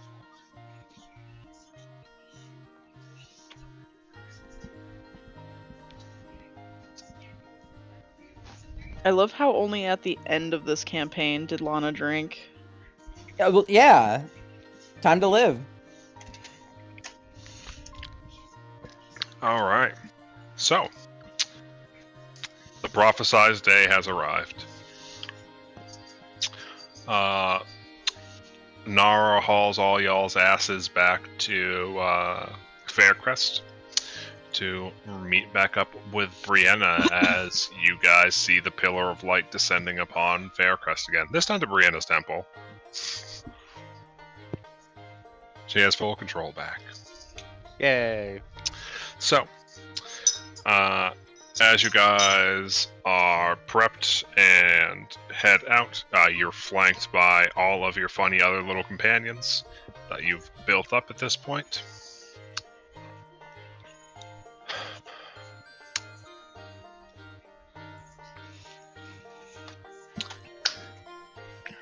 I'm moving you back to the observatory so I can remember all the fucking NPCs you guys have.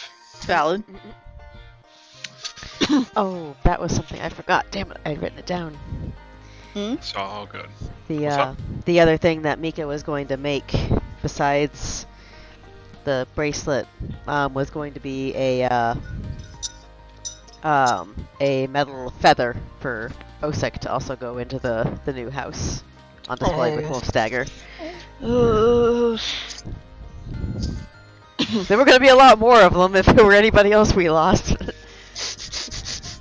All things Emotional considered, you had a pretty damage. good count. Emotional damage. Yes.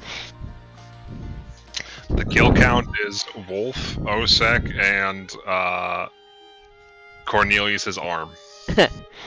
Cries? He Also- made And it Berta's more. arm. Also, number 47.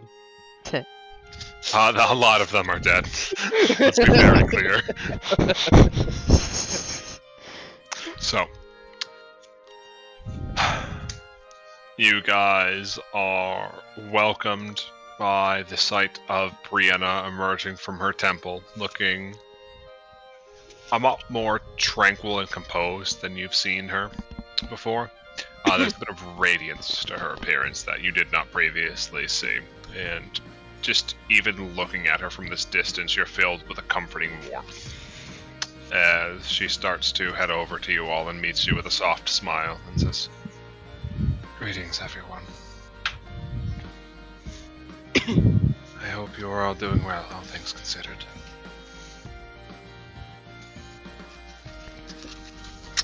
Looks like you're doing better.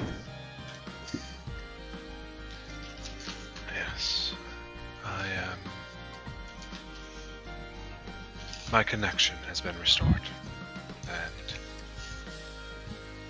And in order to make sure that things did not get out of hand in the absence of proper replacement for Ethos, I have taken some time to get accustomed to 2 of his domains as well. To make sure that our sun stays in its current state, and to make sure that we can begin the proper cycle of reincarnation once again. Wait, so are you looking for a new ethos? Or are you just holding on to that?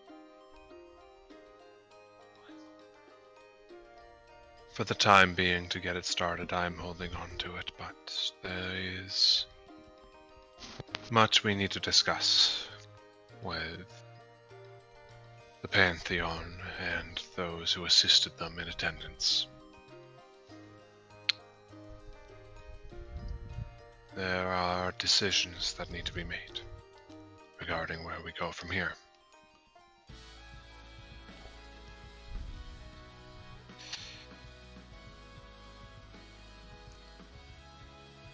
The first, and I suppose the simplest, would be all of those that you have all been carrying with you dutifully thus far.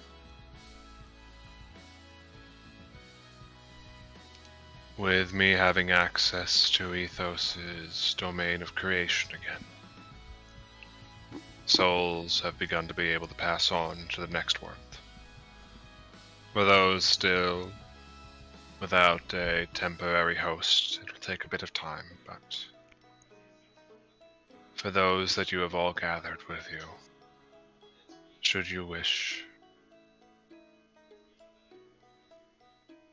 they can find their rest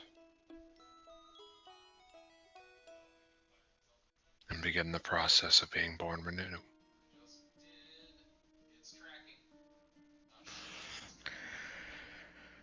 If you need time to say your goodbyes, or if you have any other plans I was unaware of, feel free to take the time to do so, but those that are ready to have the souls pass on, let me know. Do it. OOC. Yep. Do we know what happened to the souls in Wolf? You saw them passing along with him. Okay. And so that was OG Wolf, Captain Drake of the Black Legion, and a bunch of adventurers and Kirali. Mm-hmm. Because Gunnar was with Nara. Reese is kind of gonna shift awkwardly and's like, well, I have a fragment of you if you want it back real quick. That would be appreciated. And you feel a warm hug from within you as that fragment slips away.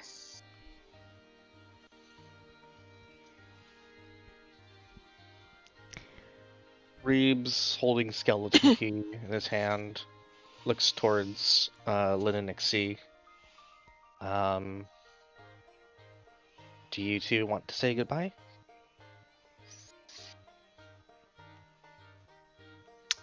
Nixie kind of looks away, like, bashfully before Lynn looks at you and says,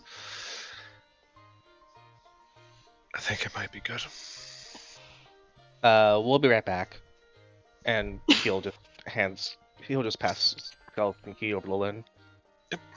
And those two disappear, and Reeves kind of goes comatose for a second.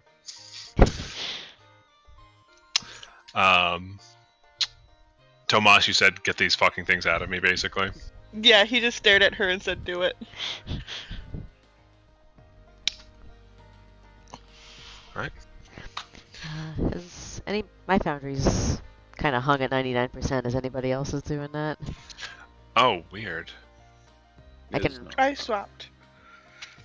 Yeah, you might want to try quitting and rejoining. All right. I wasn't sure if it was just me or not.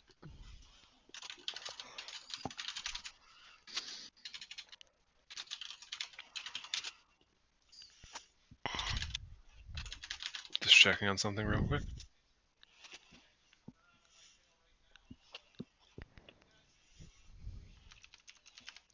All right, let's try that again.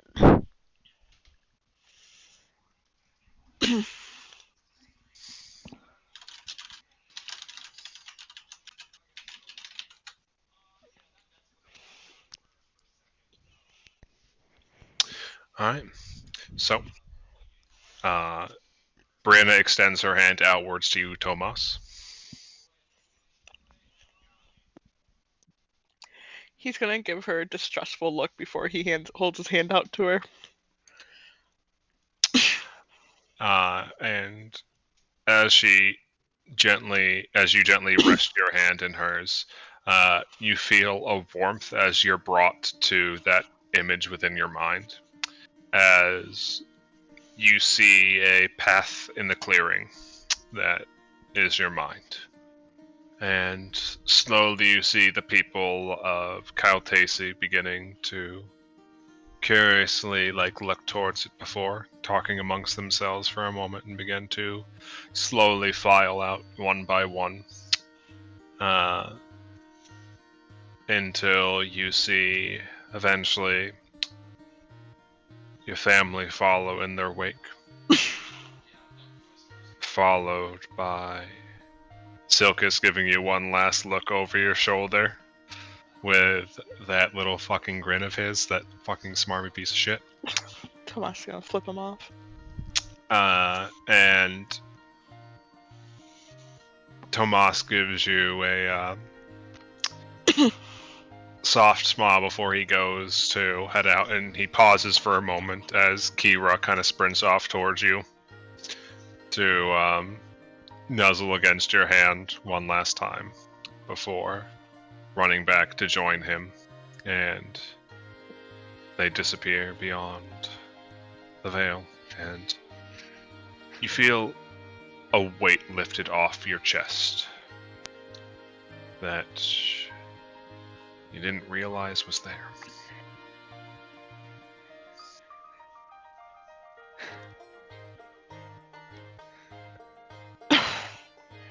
Tomas is just gonna sigh and walk away wordlessly from Brianna. Yep. And move back towards Reese. And he is definitely hiding the fact that he is crying from everybody but Reese. Mm-hmm. Reese is just gonna gently grab the back of his neck and tug his face against his shoulder. Did anybody else say get me? I think Mika would have discussed with the clan over the previous nights what was going on in Selwest as to and original Mika what they wanted to do. I'm imagining most of the clan would probably want to move on, but I don't know about Mika and Selwest, what they'd want.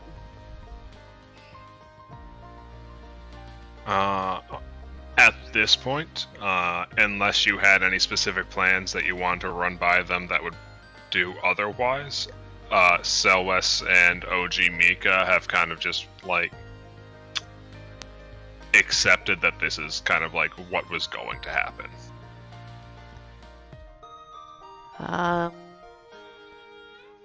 Not that I could think of, because she's gonna drag them into the planning with Amobe and Cornelius as to how to, how to get Cindergate jump started again.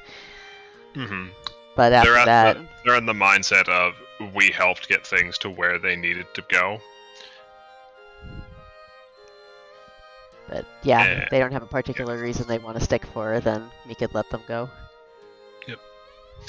So, slowly, arduously, grumbling, the Silverhand clan eventually passes beyond the veil appearing at the doorway at the leading outside of the Silverhand Hall. Until it's just Selwes and Mika left, and Mika just claps you on the shoulder and says, "You did good. Take care of the other ones for me." Same to you. See you again at some point, I'm sure. If the gods are good. Gonna look around the room. Selwes gives a hand wobble. I think they're okay. You all did great work, kid. You got us here.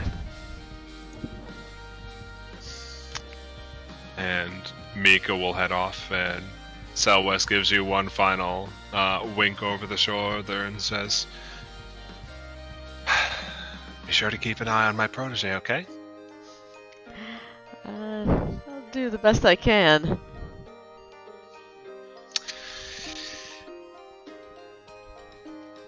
Take care. Sure you will. And Selwes will head beyond the veil. The last of the dead gods pass beyond. If they suddenly empty head, Mika will probably sit down a little hard. Mika, you feel like 3 inches taller. There were a lot in there. Mm-hmm. And I'm sure Shino's just like, please, for the love of God. Shino doesn't say jack shit. Shino's hiding in the back, crossed arms, not looking at anyone. She's gonna kind of get up and wobble her way over to Shino. Mm-hmm. All right. Who else? Lana will step up and just kind of wring her hands a little bit, and she'll just go, Before I decide anything one way or the other, I've got a question for you, Brianna. Of course.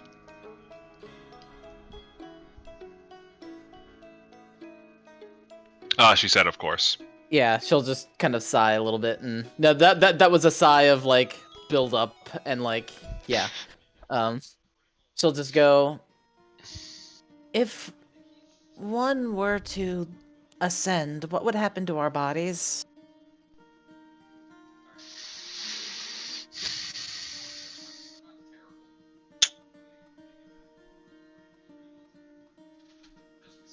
In most cases, gods take their bodies beyond the plane into their new home with them. Over time, it becomes accustomed to the new land and shifts with them into becoming something beyond its normal material form. Is it necessary for that? There have been exceptions in the past. Okay. It requires certain foresight and knowledge that I do not have. But it has been possible.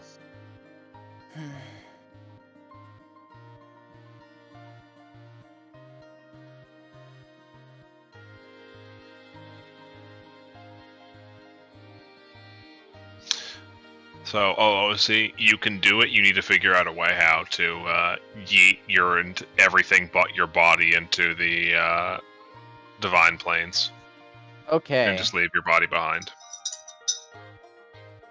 That seems hard. That's why it's not common. Yeah, true that. Lana will just kind of laugh a little and just go, well, I don't suppose you would know who to ask, even if you don't have the expertise yourself.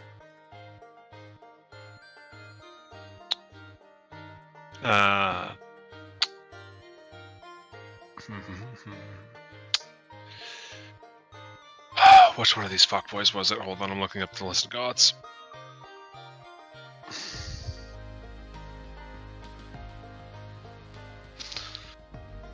Was it somebody else or was it that person? And Brianna's eyes turn to Ryan Drake. Do you still possess that knowledge? And Ryan Drake nods his head. I do.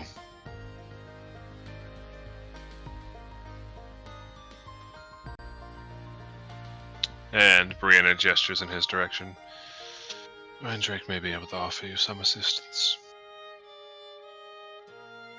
Lana will just kind of nod her head and she'll turn towards Ryan Drake and then she'll just kind of like stumble over herself and she'll just go,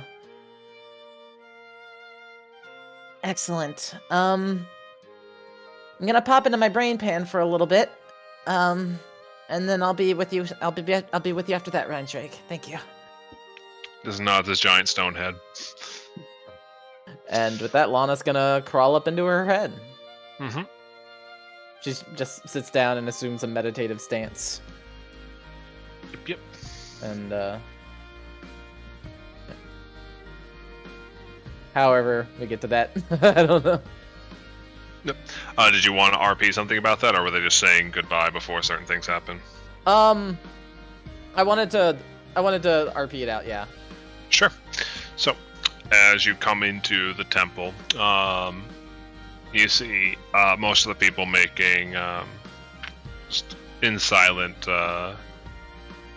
prayer, broken up by the occasional like murmur of people uncertain of what's going to happen next. As you see Lana and Sarah and Master Shen watching over the events and just nodding at you as you arrive to recognize you.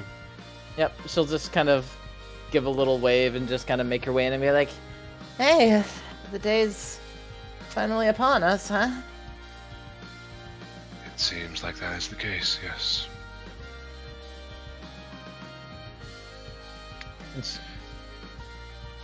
And she'll just kind of let out a little sigh and just goes, hard to believe. Actually, I have a question for Sarah here, if you don't mind.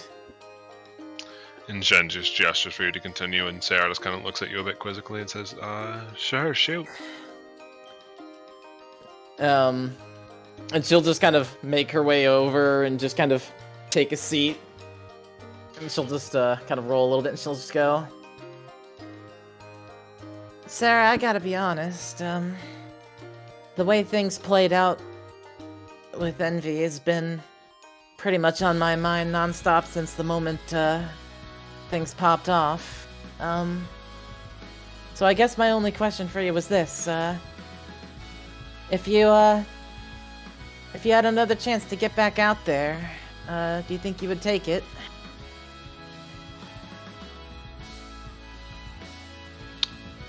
She seems a bit taken aback by the question, being like, well, I can't say I've given it much thought. I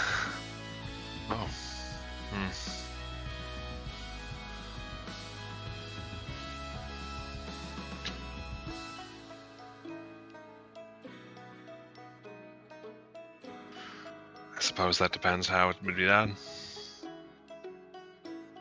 Well, put awful simple, You know, since I'm kind of part god now, that turns out I might not need this thing anymore, and she kind of flexes her own fingers. So I was thinking if it might be possible, I might choose to leave it behind for someone.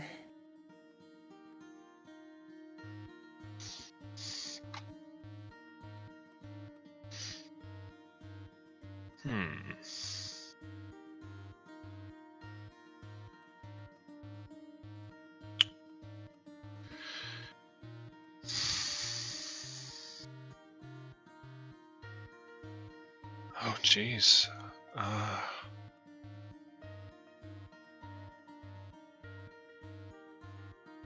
You sure about that? And Lana will kind of smile and just kind of nod her head and just go, "Ain't been sure about anything more in a long time, Lana.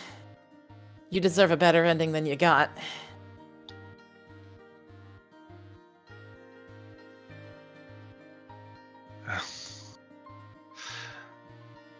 I think I know better than anybody else not to try to change my own mind about anything.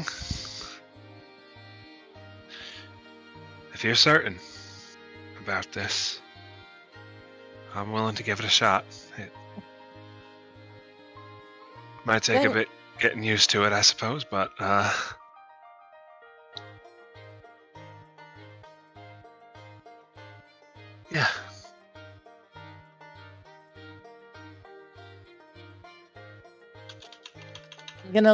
And Lana will just kind of smile broad and she'll just go, "Alright, I'm leaving everything in your hands then. Got a couple requests for you before I go doing that though. Sure. Make sure you go keeping in touch with the others, alright? And make sure you get out and around. I think the world's gonna be a better place when you go wandering about it this time, so make sure to see all of it, alright?" Yeah, I can do that. Alright. I think it's the least I can do. Dang right. Okay, well, in the event that I get solid enough to come on back, I might even see you again, but until then, everything's in your hands, Lana. And she'll just give a nod and she'll turn her attention to Master Shen and she'll just... Like, her hands are clearly kind of trembling a little bit and she just goes... I'm glad that I was your student.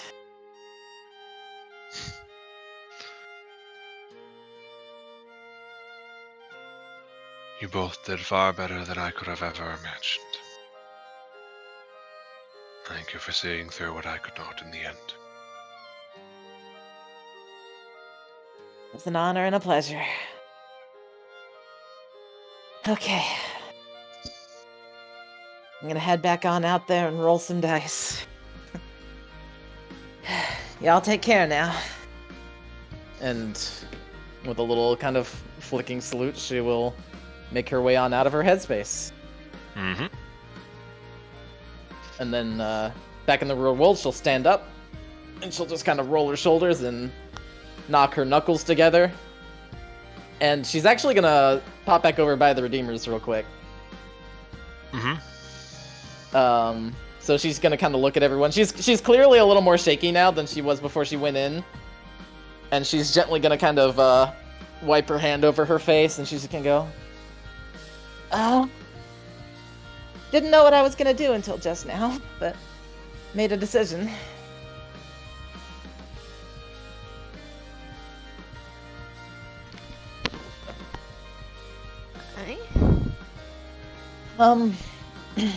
If things go according to plan,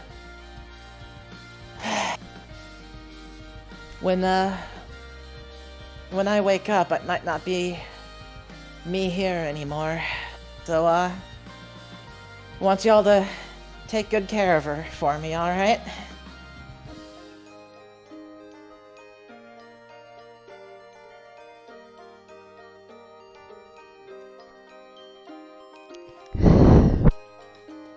Reese looks very confused and is like, wait, what's happening? Reeves will also say words along those lines.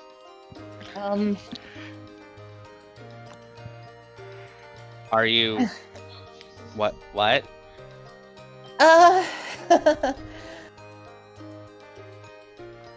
I'm ascending, but I'm trying to leave something here for Lana, you know? Wait, is the ascension happening right now? When it does. No. I don't know. I'm just getting everything out of the way now, you know? Well, when you ascend, I'm assuming we're all ascending around the same time, so... well, Maybe. Mika, I guess you have someone to take care of. Well, Mika's clearly forgotten about this. Tomas piping up from hiding in Reese's chest like, fuck that shit, I'm not going anywhere. Yeah. That is still to be discussed and is a bit more complicated. He's gonna flip her off. Right, sorry. Tomas, be nice. No. And she'll just let out a little breath. And then, yeah, she's gonna go talk to Reindrake. Yep. And Ryan Drake explains to you that what essentially you need to do is be able to project yourself into a divine plane and craft yourself a replacement body Interesting. through one means or another. He gestures to himself being a giant statue.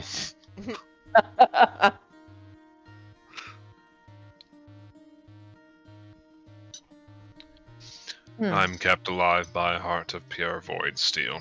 I'm not sure how you would manage it otherwise, but you are certainly welcome to try. Yeah.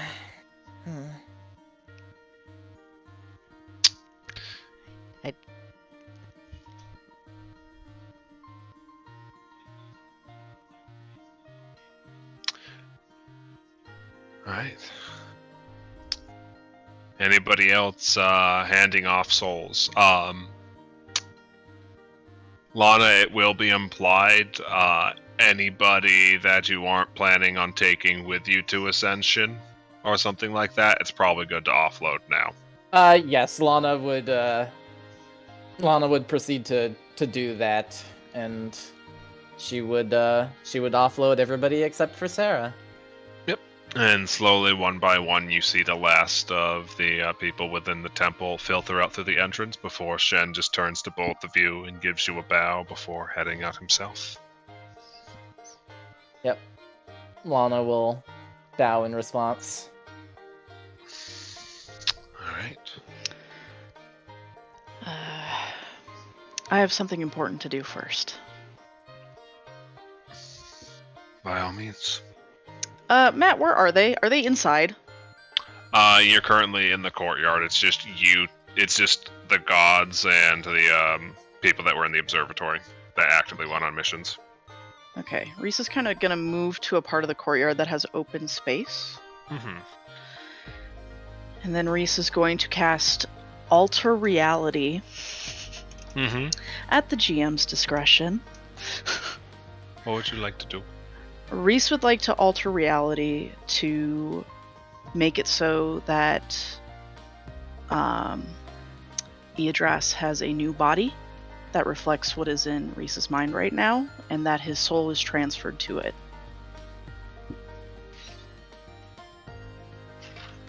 One second. Thumbs up.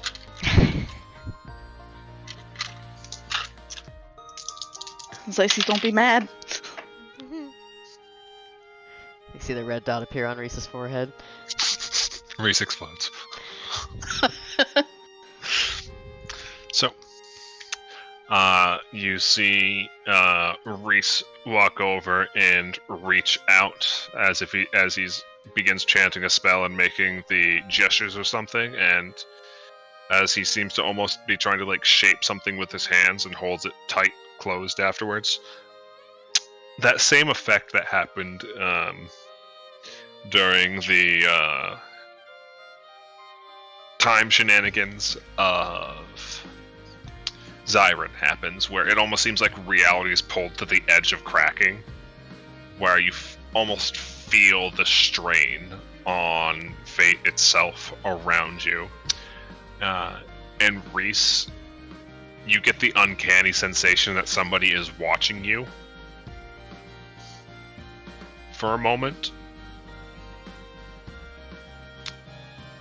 before that sensation fades away, and slowly, like almost as if generating from the fingertips up, you start to see hands and toes come into existence before it crawls up the lengths of the arms, and eventually takes the form of a full adult male sapphire dragon that is plops unconscious on the ground in front of you. Before you see the tiny little bird head poke out of your sleeve and just glare at you. Hey, buddy. Squint.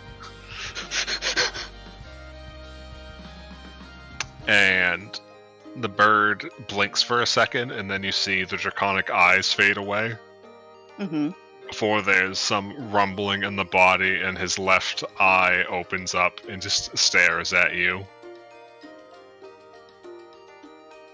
Just a hypothetical, then.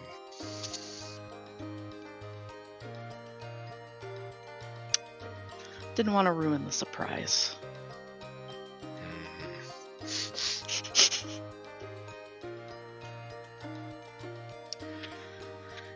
And then Reese will look at Brianna and say, and I think the other soul in me deserves rest. Very much so. And holds out her hand to you. Yeah. And you see the cabin, just the two of you in it, as he just stands up and blows out the candle by the nightstand that he was using for light and claps the book shut. And you see the other Reese walk up to you and smile and clap a hand on the shoulder and says, "Knock 'em dead, kid," and heads out through the door. Wait, you can just do that? Do what? That? Reese points at Idris. That? That! Stop calling me that. Yeah, that's Idris. Yeah, kinda seems like a whole heck of a lot of an easier solution than what the heck I was thinking of doing. It's very dangerous. Uh-huh.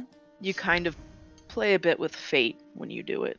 Oh, so you're basically... Okay, fair enough.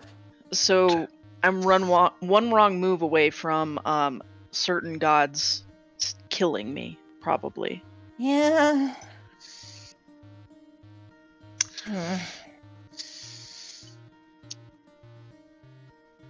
But it was worth the risk. Upon this information, fucking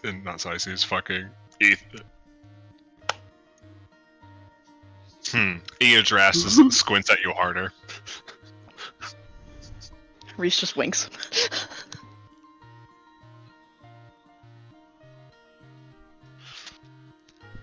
Alright. And I think the last person left is Reeves then. You handing everybody over after you've said your goodbyes? Yep. Reeves just giving space to Nixie and Lynn as they say goodbye to their circus family and the other Reeves. Yep. They just give a bunch of heartfelt goodbyes. Nixie very much cries. Aww. Before eventually they wander back, and you see Nixie hold herself upright again and just lock her face so that it doesn't give anything away. And the three of you head out.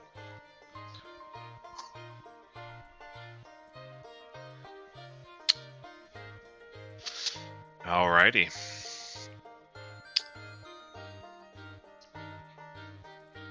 So, the two of them pop out with you, and Lynn just places her hand on your shoulder and nods.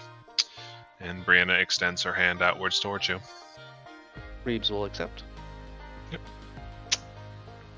And once again, you're brought within your mind as you see the tents being taken down and people beginning to head off to the edge of the camps and out of sight. Before, at last, it's just Cedar, you, and... Oh god. Rex? Cracks, thank you. Too many character names. And you see Cracks just give you a quick little nod of the head before he wanders off, before Cedar and his troop and the original Reeves all give you one final bow as if they were celebrating the end of a performance before disappearing beyond your sight. You're pulled out of your mind for the last time.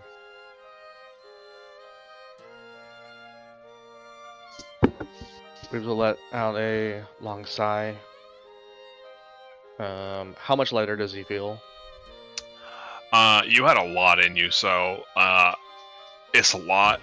It feels like for the first time you're actually able to take a full breath without somebody sitting on your chest. He'll just take a deep inhale, look toward Lynn and Nixie. Say,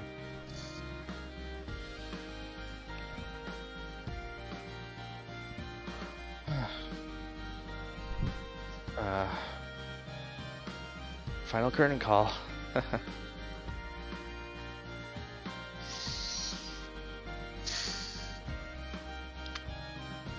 think they've earned a bit of rest. I'd say so too.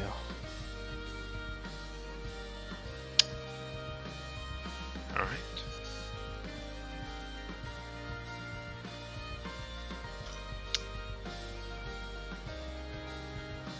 So, as the last of you hand off the souls that are ready to move beyond the afterlife, Raina nods and turns her attention to you all as a group again, sweeping her vision across you and saying, over the course of this journey, many of you have gathered domains of your own, either given or acquired from those that have fallen.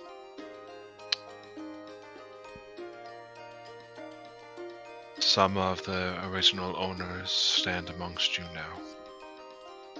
But, as I understand it, and she looks to Ryandrake and then to Argith, they have offered to relinquish these domains. Is that correct? Ryandrake nods and says,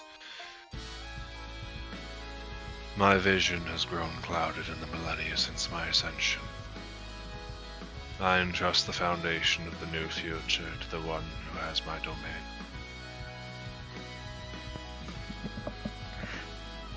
Fuck you, Sam. Fuck off! Ree's just slowly turning to look at Tomas. I'm pretty sure Tomas got passed off to the Camdros and Reese did big magic. Yes. So Tomas is gonna look up and his face is red and puffy and gross. And he's just gonna like stare at Ryandrake for a second and then shove his face back into Camdros' chest. He's not okay right now. Reese will pat him on the back. And Argith nods her head and says, my champion has shown herself to be one with strength of heart and determination. I trust that she will be putting my former domain to good use.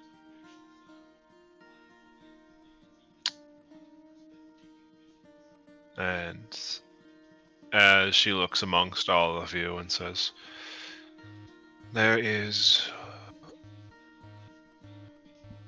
one more offer that has not been formally made that was requested that we discuss during this meeting.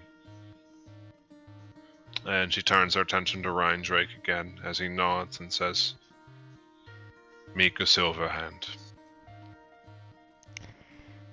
Miko, straighten up a little bit. You need not accept it, should you desire a different fate.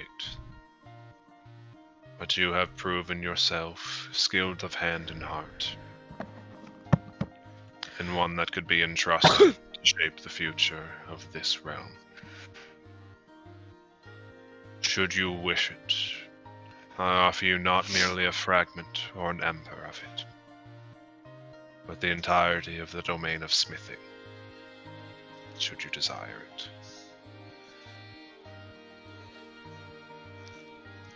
We'll blink for a moment.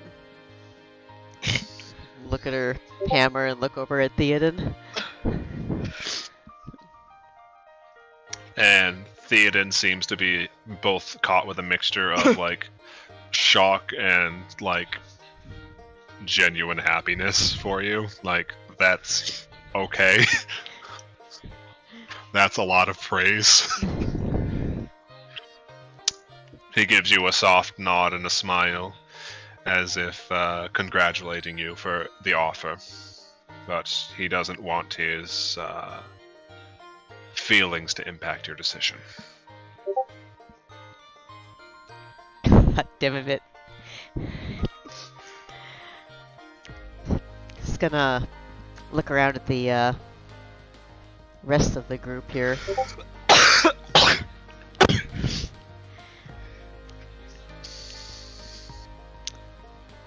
I mean, Would we all get to?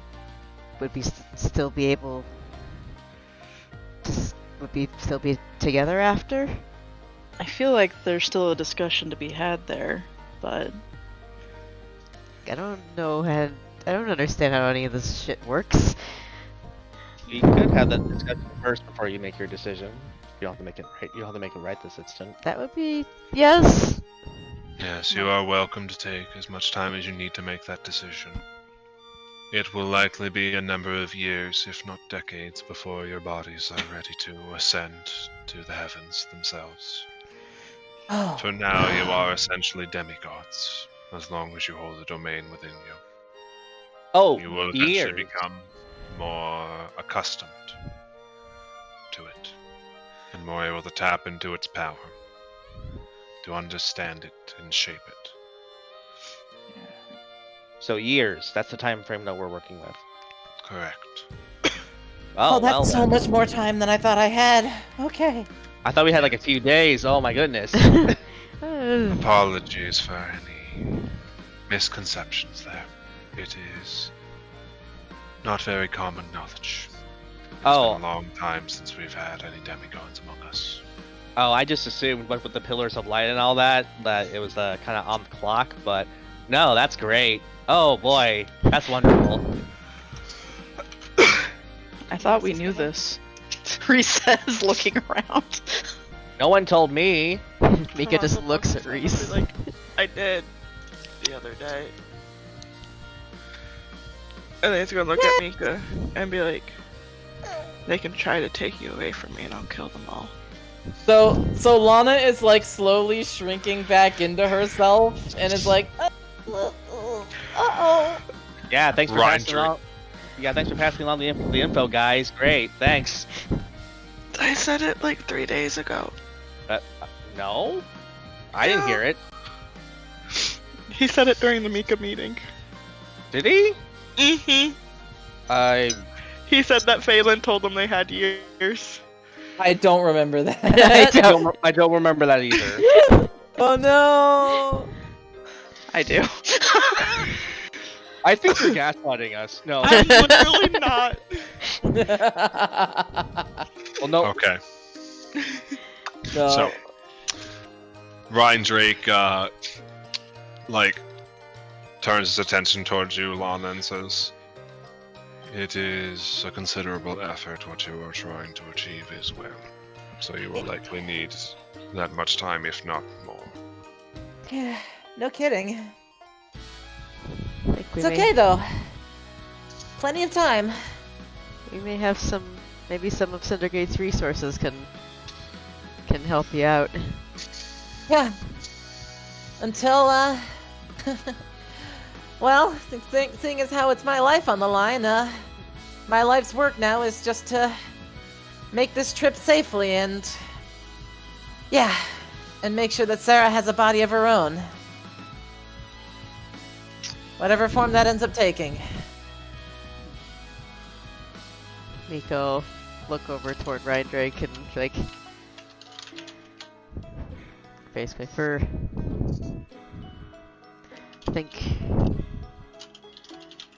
think I can accept that offer. That'll give me more power to help when we're ready. Then I will finish the transference of it once we are done with this meeting.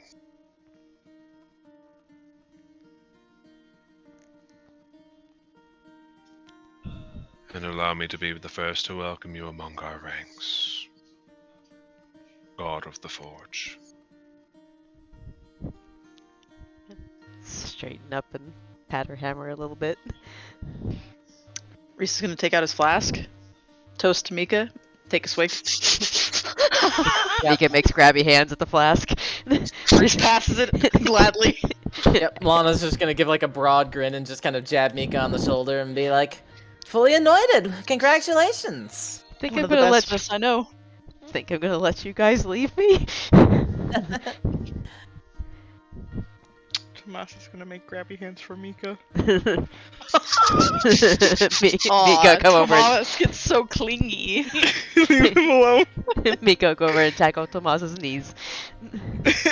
After handing the flask back.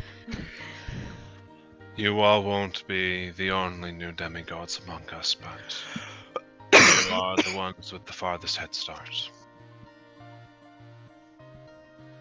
The gods from which your powers derive will be able to offer you further guidance during your time as demigods to help guide you down the path, but you have much time to work on that. We need not worry you about it too much longer for now.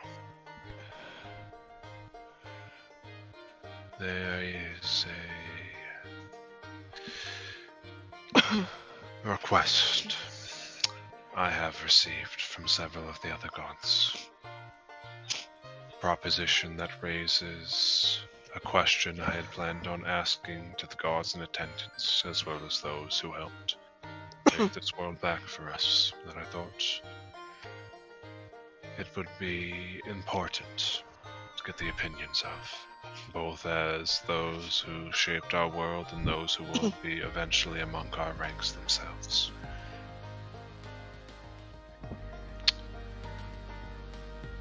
The matter of how we handle the gods from here. There is a concern about the way that things have been handled thus far. That the gods have grown distant and uncaring, unfamiliar with the world that they watch over.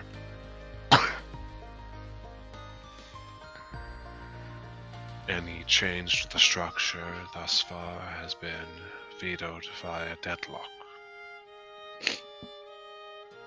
But with the change amongst the triumvirate, there is no longer a way for us to vote.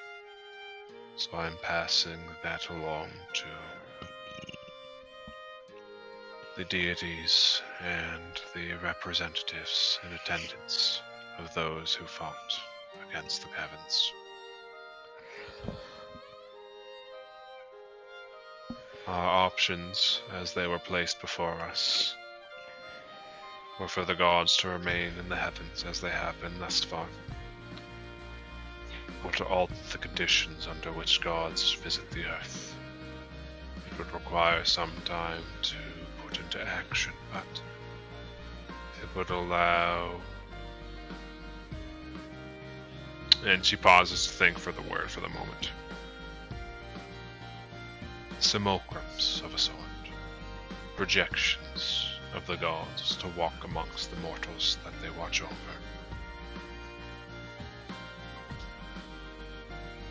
less access to their domains than they had even now, but limited risk of permanent death as a result.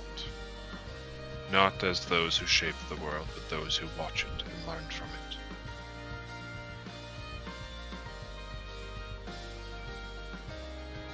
Does anybody have any other options they wish to bring to the table before we take a vote? I mean, that sounds perfect to me. Yeah, I'm totally okay with this. I'm gonna say Reese looks so happy right now. And besides, learning how to create these things will probably further my own little agenda too. Going once on rejections, going once on extra options, going twice on extra options. Ideas. Alright. Just for the gods to be able to have, like, come down in bodies with less powers. Yeah, essentially Yeah. like physical projections. Gotcha. But they can't just be locked in a basement and then have their domains ripped from them. You'd essentially kill the body and they just respawn a new fucking, like, puppet. Gotcha. Okay. That way they can at least keep an eye on things without being like, that's a problem, and deleting it. So.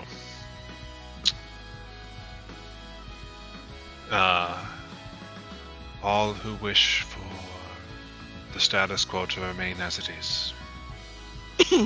And she gestures for those people who wish to hold that to the same to raise their hands. Alright, is anybody a cunt?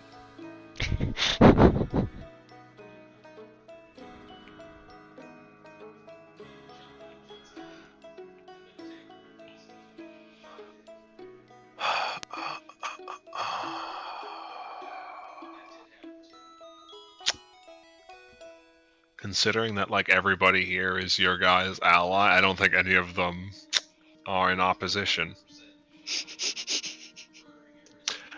You get a few, like, random people from Kos that you've, like, never seen before, but, like...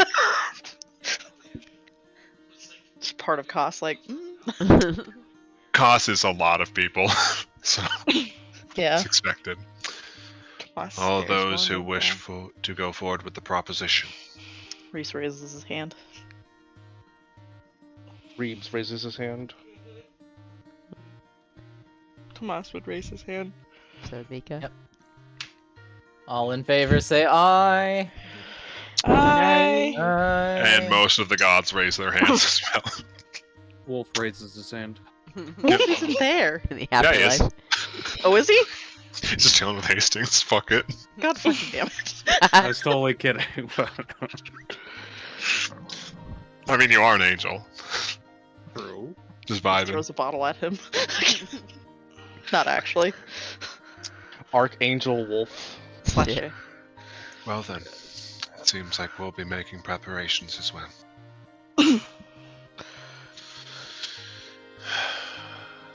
Alright.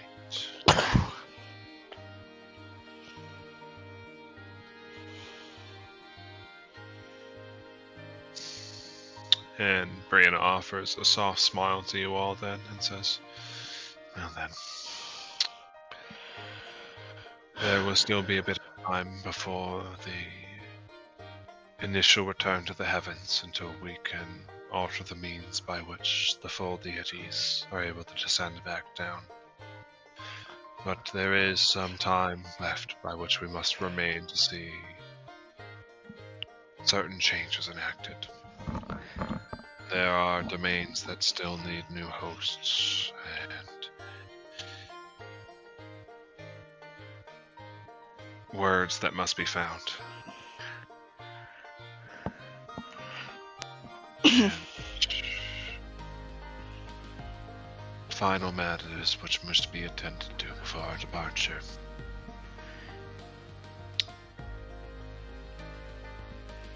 So, take this last month. See to it that the affairs you have with those you've worked alongside are in order. In time, you will see them again, but it might be years before we are ready to descend down again.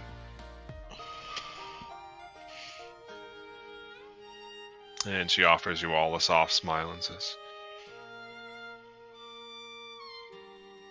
perhaps it's best to make sure that you have some good memories to hold you over until then. I'm sure you Wait. all have much work to do. Wait, OOC. So we are ascending in a month?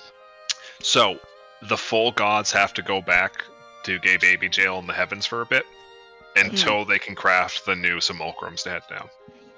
So Okay. not us yet. So, We're not ready to you ascend. guys are all staying on Earth until you become gods. So, it's going to be like a couple of years where you guys are trapped down there without any real way to get back up, unfortunately. Okay. I wasn't sure who she was talking to, but okay. Yep, sorry.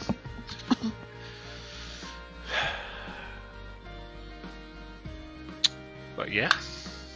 So, this is the last month with which you guys will have free reign to interact with all the NPCs for a bit.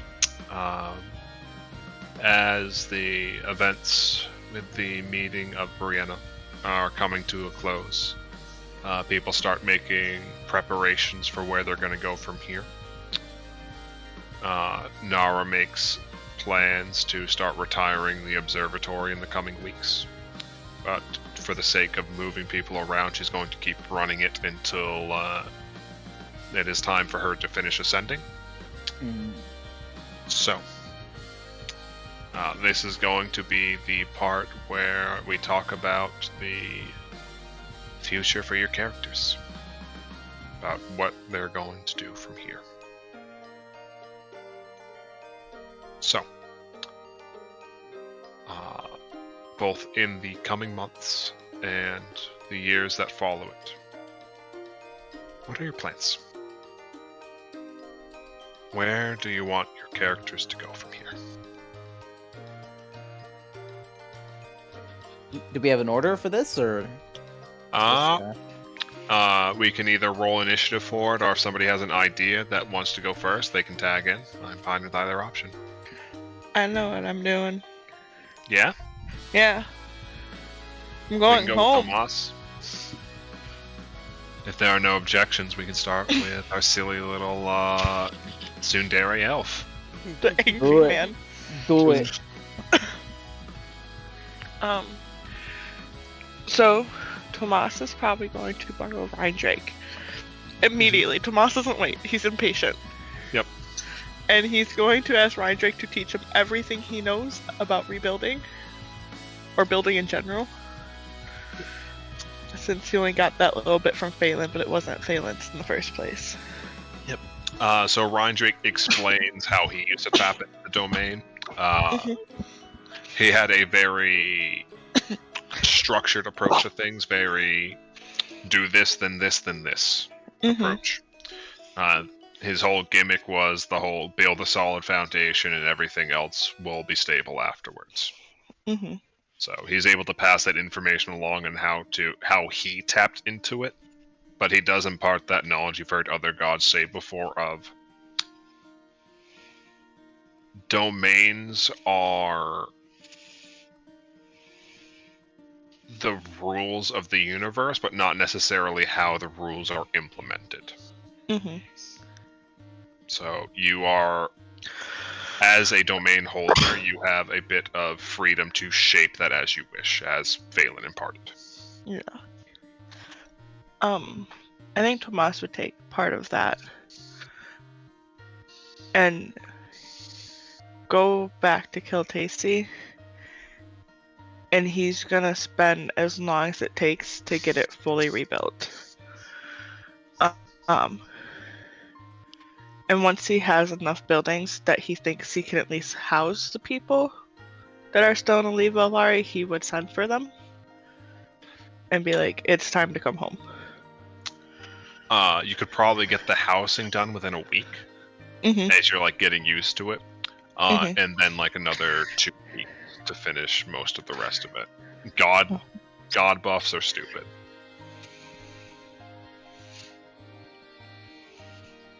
So yeah, he'd get everybody there. And I think he would honestly just spend the rest of his life in his city. He'd go and visit and like travel once in a while when like Reese really wants him to go with him. But he's taken on that I'm a responsible adult thing finally. And wants to make sure that everybody and everything is how it's supposed to be. Alrighty.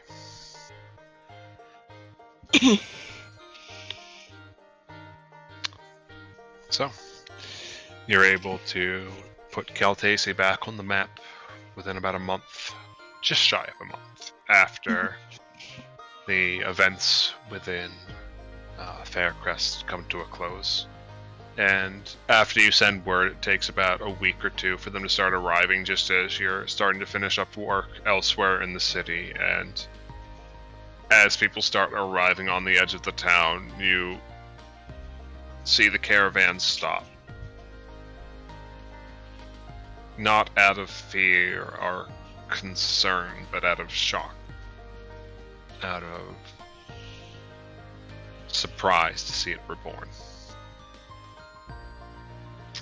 To see how much one person could have done in all of this time for them.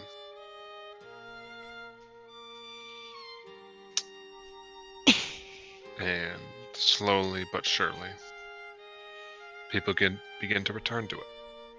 Not just those who lived there before, but those drawn by the promise of what's there. The hope for a new future.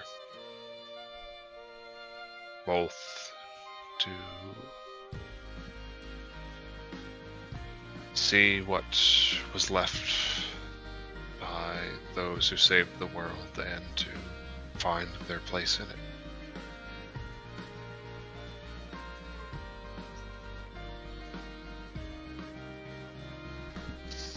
And maybe it's hard for them to find that place, but hey, it's probably hard for Tomas too. At least he has help this time. Just a little bit. When everybody's back, he's gonna go find Marilith. And wordlessly, he's just gonna take her hands and put the lotus in it and give her like that knowing look. And she would probably agree, I think. Because I imagine at some point in your crazed ramblings you would have mentioned looking for that flower in the past. Oh, most definitely. She probably helped with the crazed ramblings. She's as psychopathic as he is. Yeah, and she just kind of looks up at you in shock before just staring at it for a long moment and nodding at you. And then he'd drag her off to wherever Lena had been buried. And he doesn't know how to use the lotus in any way, shape, or form, but he's just going to place it on top of her grave and hope that that is what works.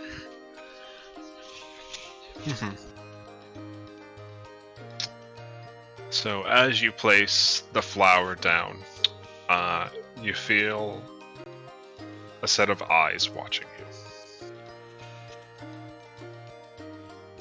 Somewhere far, far away.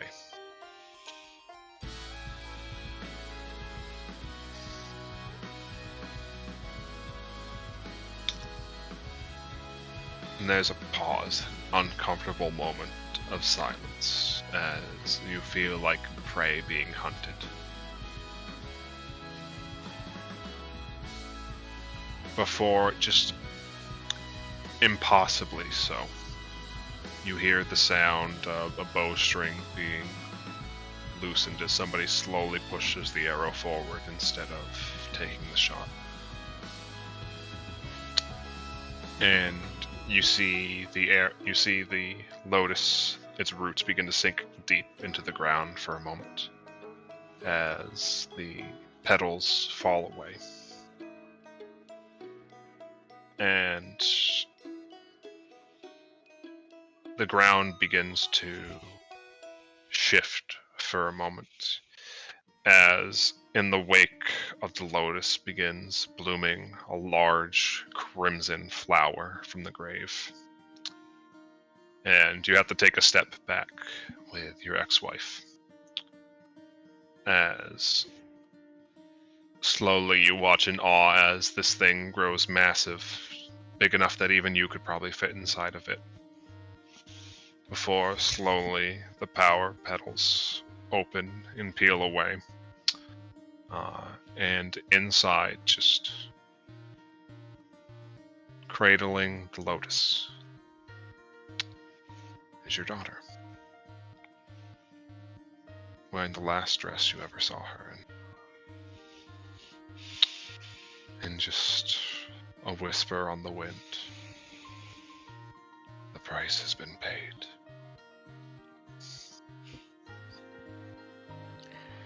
And life begins anew.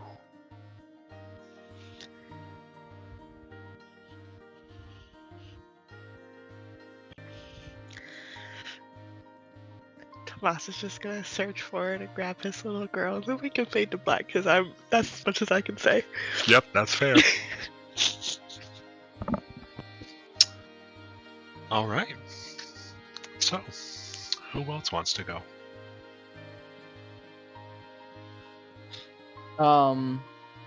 Well, Lana's plan is pretty straightforward. She is she's going to clutch to one of Mika's legs and start sobbing and just be like, "Please help!" And she is going to dedicate however much time it takes to learning all kinds of whether it be like forgery or like crazy spiritual pseudoscience, just whatever she's got to do to basically get Sarah out of her and into a body, or give her something that she can take on Ascension or something.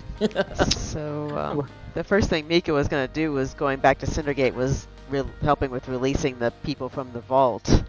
And they would be the ones to start pumping for information about, because they helped create the bodies there with all stasis and stuff. Yes, the Stormforged. Yeah. Yes.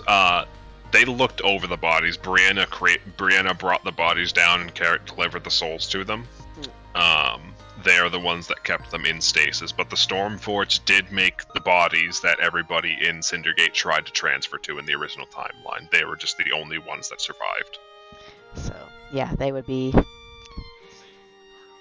the ones, because I'm like automatons and such are not my specialty in the slightest, but this lot, these guys will be the one. I'll build it, but they'd be the ones that can do all the designing.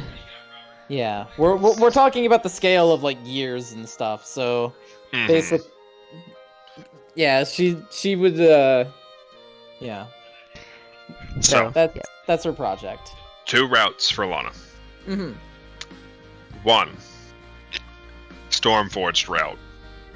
Build a robot body for OG Lana or new Lana.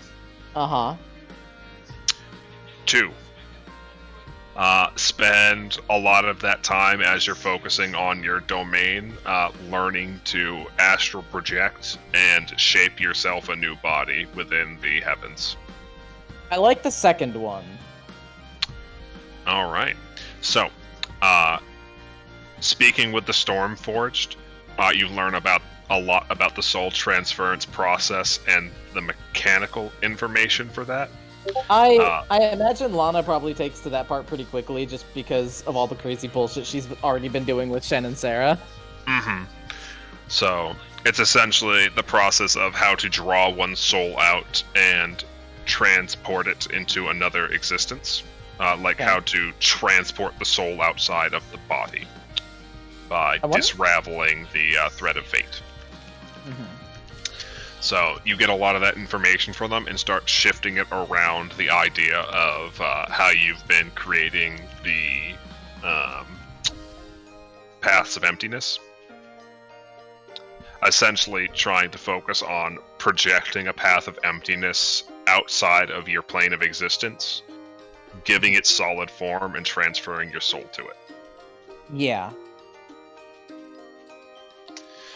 And Lana spends a lot of time working on that in the future. Many. Many years. And eventually, one day, when Lana wakes up, it isn't Lana. Aww. Sarah. As a new existence is born into the heavens, not of one who ascended, but one who projected themselves beyond their former existence into a new form. One they shaped themselves so that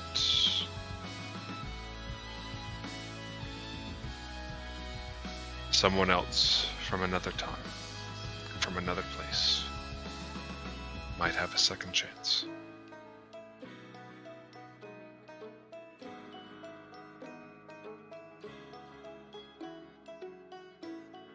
And whether your projection body looks like your original one, or if you shape it into a new form, that is entirely up to you.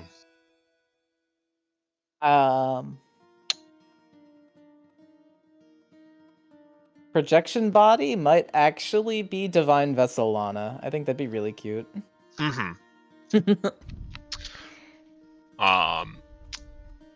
Note for very, very far future, Lana. Duty domain is one of the special cases. Divine Lana will, once they become fully constituted in the heavens, be sent down in full material form to the material plane. Sounds perfect. Because they have a job to do.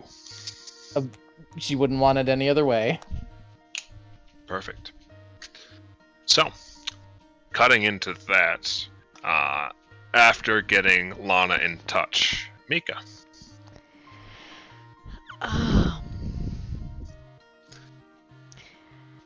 Mika is basically gonna spend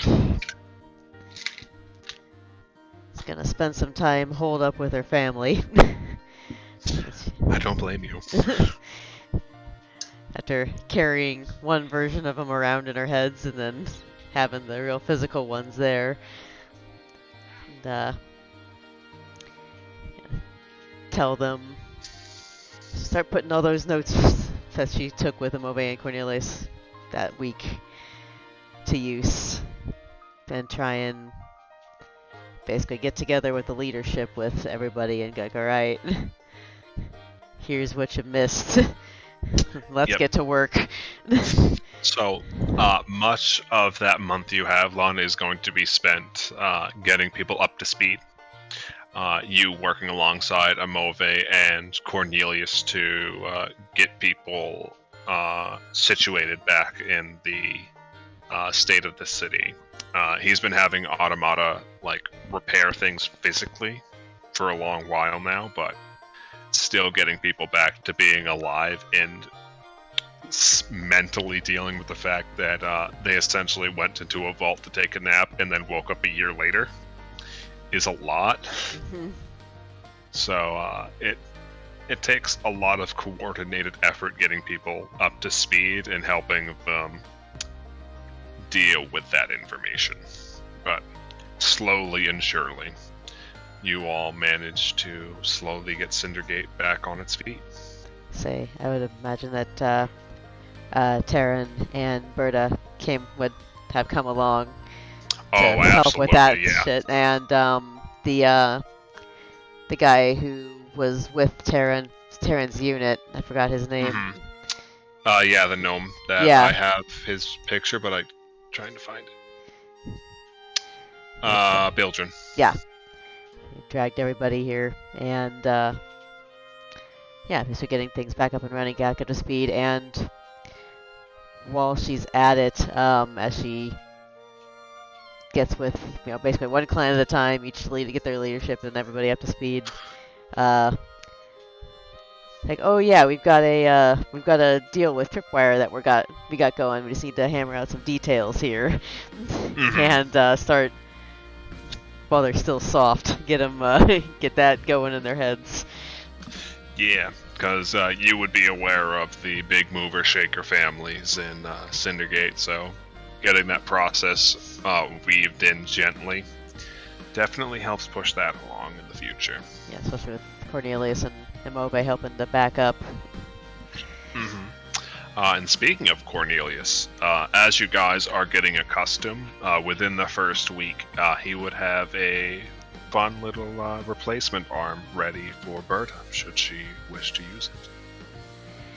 She'd probably take that. And Mika also, I forgot to mention, the Mithril Golem is coming along helping haul shit around too, so that thing's... Hey, put that shit to use. Yep, that thing's heaving around doing its job. So... Hell yeah. So yeah, she'll keep in contact with Reeves over the sending rings to basically keep working out the deal for whatever it is he wanted to get done for Tripwire, so she can keep working with the leadership there for a while. But as soon as, like, I don't know, however long it takes to get that situated out, like the first month or so, she's going back to Kale Tacey as quickly as possible to finish building and essentially dedicating the Redeemer's house. Because as soon as it's there, they've got to get she wants to put the dagger up and. Yep. So when you finally arrive towards like the last week and a half of the trip, you see like the last you saw it when they were dropping Tomas off, it was like a couple of buildings him and Nicandrus and Wolf had manually built. When you get back, it's just the entire city's there. Are you doing the same thing that you were imagining when you first used your domain, where it's like homes grown from the ground? So it looked less like a city in the traditional sense that you're used to, but more like a series of intertangled groves. These large houses shaped from the earth. Almost looks like the city grew from the earth itself. It has it's a very homey feel to it. It feels very peaceful here. And it's very much unlike anything that you've ever seen. As you see people milling about, going through the city streets under the hanging arms of the trees, giving them a canopy overhead, as trees rain down on either side of the roadway. And just up in the distance, on the edge of the town at the highest point in the city, you see a building that looks very familiar to the observatory. Just watching over the town below. One that very much resembles the designs you and Tomas had been working on. And you know that's the building you're going to be spending a little bit of time working on to make sure that all of it is in order. So that your clansman can finally have his proper rest here. So yeah, she will spend her time doing that. You can travel basically between Kale Tacey and Cindergate for however many years they've got. And at the end of all of that, whenever they do have to go,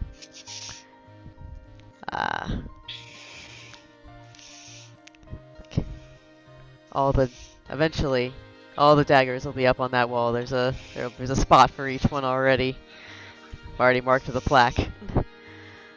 And her hammer will be left there on the forge. It's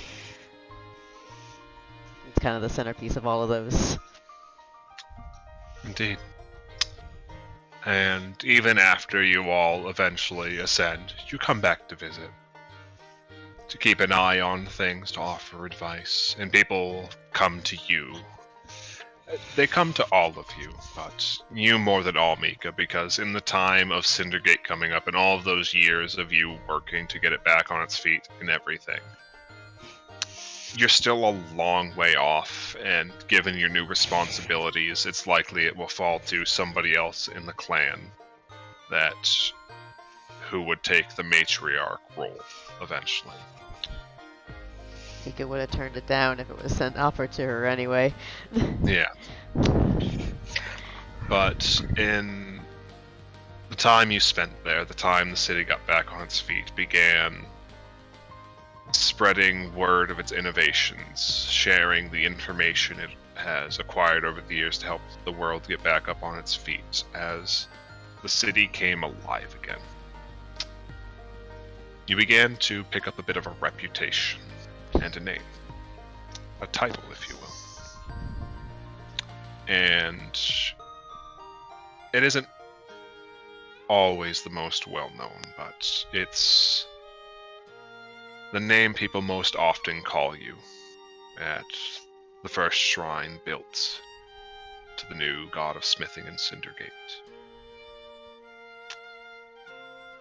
Because Mika would become known as the first and the only matriarch of Cindergate.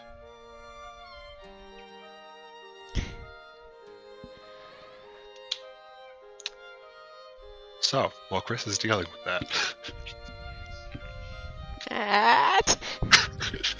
Well, I'm dealing with that. What the fuck? Big oofies, my dude. Correct. So, who else would like to go? Do you want to go, Sephi, or should I? You can go ahead. Okay. So Reese is gonna do a lot, Yeah. most of which has come up today. I think the first thing he's gonna do is he's gonna take a little trip with Cornelius and Amove to Livalari for partying, tours, music. Mm-hmm.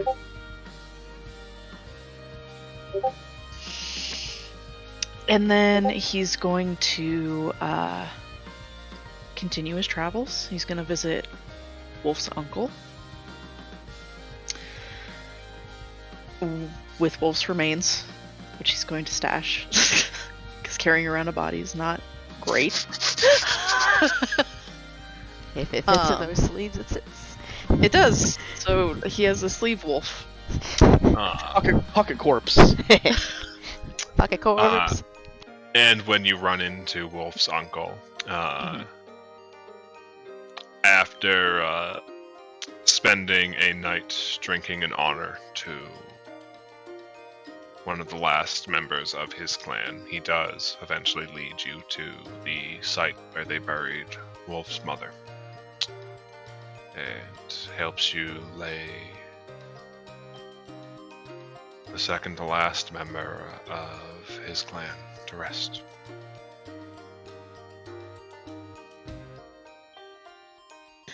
I don't know why I'm so emo about Wolf. Curse. You did walk in with him the millstone. Yeah. Not sober, if I recall correctly. Oh man, thus- the way Reese started this campaign, who would have thought? Boy howdy. He'll help make a marker and put Wolf's necklace on it.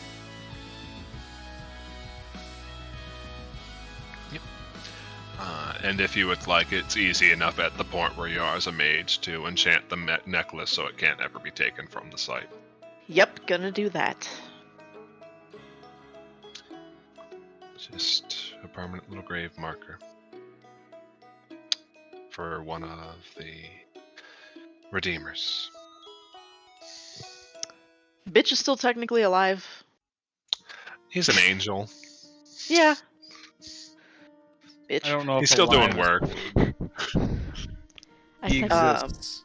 We'll get to Wolf, don't you fucking worry. what's that? I could still hear Wolf? his voice sometimes. It's almost like I can still hear his voice. Reese will probably take trips on Hastings' ship occasionally because he misses those guys. Yeah. Wolf is there sometimes. You learn from visiting Hastings ships a few times. The crew cycles. Oh, neat. Well, obviously he needs to make sure all of them become familiar with his music. But I think Reese is going to spend his years traveling and seeing the world.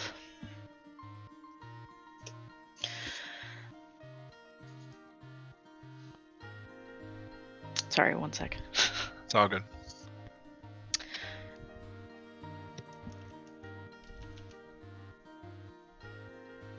I have a tree in my eye. That's what happens when you live in Kiltasty. Just trees sprout something. So many trees fucking, man. So many trees fucking.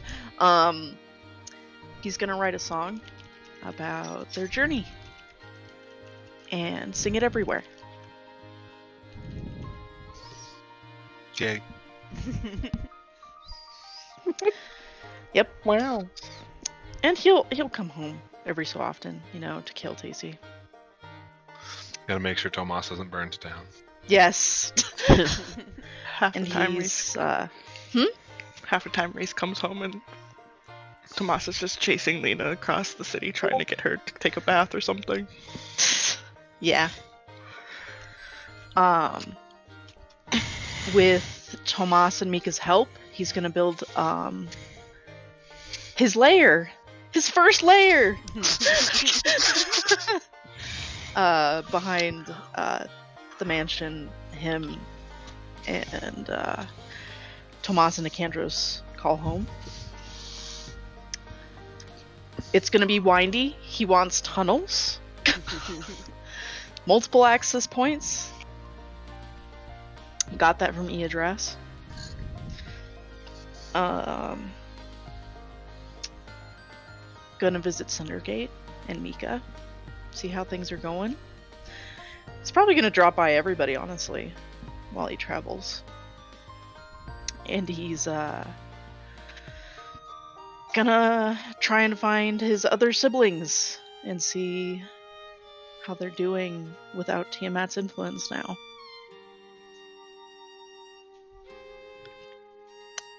Indeed. So,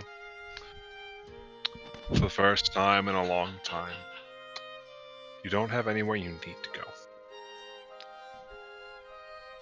And as much as you thought that might panic you or overwhelm you, there's a bit of ease, a bit of weight off your shoulders as just decide to take a first step. Just see where the road takes you. Then where it takes you after that. So as you said, you wander for a few years, stopping back in, visiting people as you realize you're in the area. But you've been to so many places over the past year, but you realize how big the world is, how strange and wild it can be.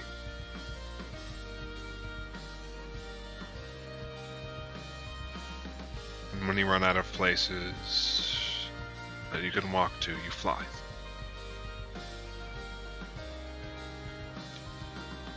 If not to go anywhere, just to see how far your wings can take you. Just what lies beyond the horizon, and so often you're surprised at what you find.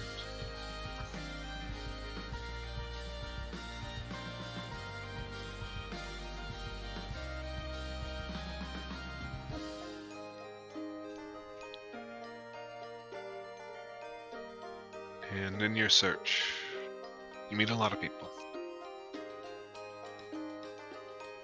A lot of kind and simple and strange and mean people.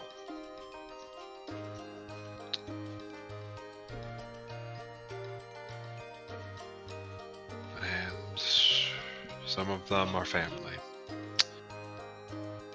Some of them you welcome with open arms, and some of them you realize are going to forever be beyond your reach, and that's okay. Because maybe you can't fix all the problems, but maybe that's not your responsibility. But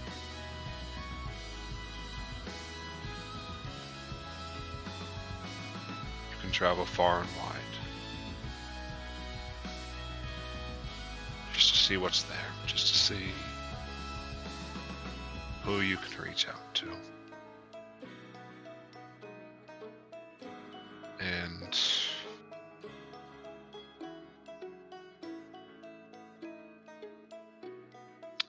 you're surprised how quickly it goes. How many people you meet that you'll never forget.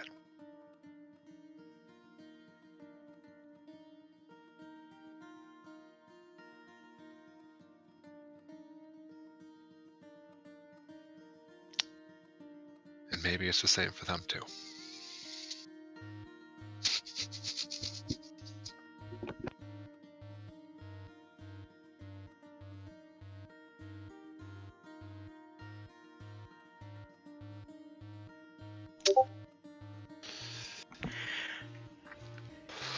Hi. You may, yeah. I was gonna say, I think you broke fit. I don't know what they're saying, but I'm hearing Discord pings. You did. Hi. I'm doing my best. Same, buddy. And Reese quickly learns that the journeys don't ever have to stop once he ascends. They just get a little different.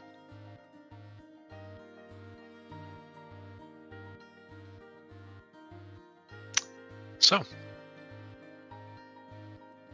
Steffi, Hi. how do you want me to hurt you?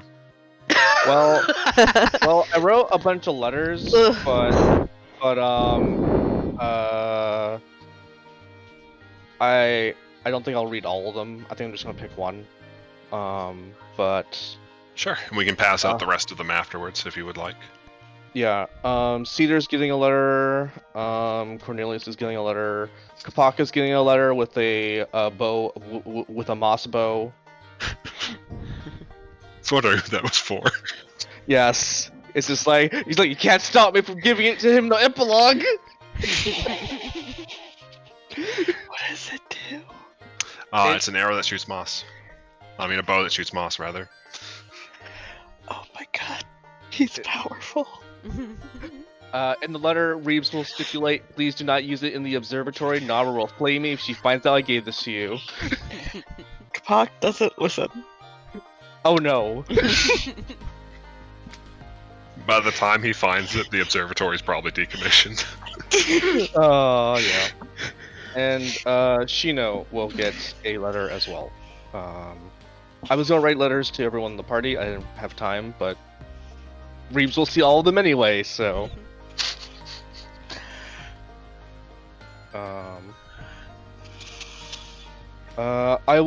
I think Reeves is gonna drop the letter off to his dad, which is the one I'm going to read later. So, in that first month, I think Reeves is just going to spend as much time as he can with Lynn and Nixie, because it'll be a few years before they can see each other again. Yeah. So lots of quality time with following the Cedar Super Round, and then breaking off to see how things are going on in Tripwire, and just seeing Brescia together. And then after that first month, after seeing them off, he is going to be spending his time between Tripwire and Cindergate, because he's spoken with Mika and Cornelius. Well, Cornelius is probably gone by then, but we're working with some folks to try to bridge a gap between between the sort of chaotic engineering of Tripwire and the more sort of like established, but also sort of like more intricately minded engineering of a Cindergate, just so that both cities can kind of grow together.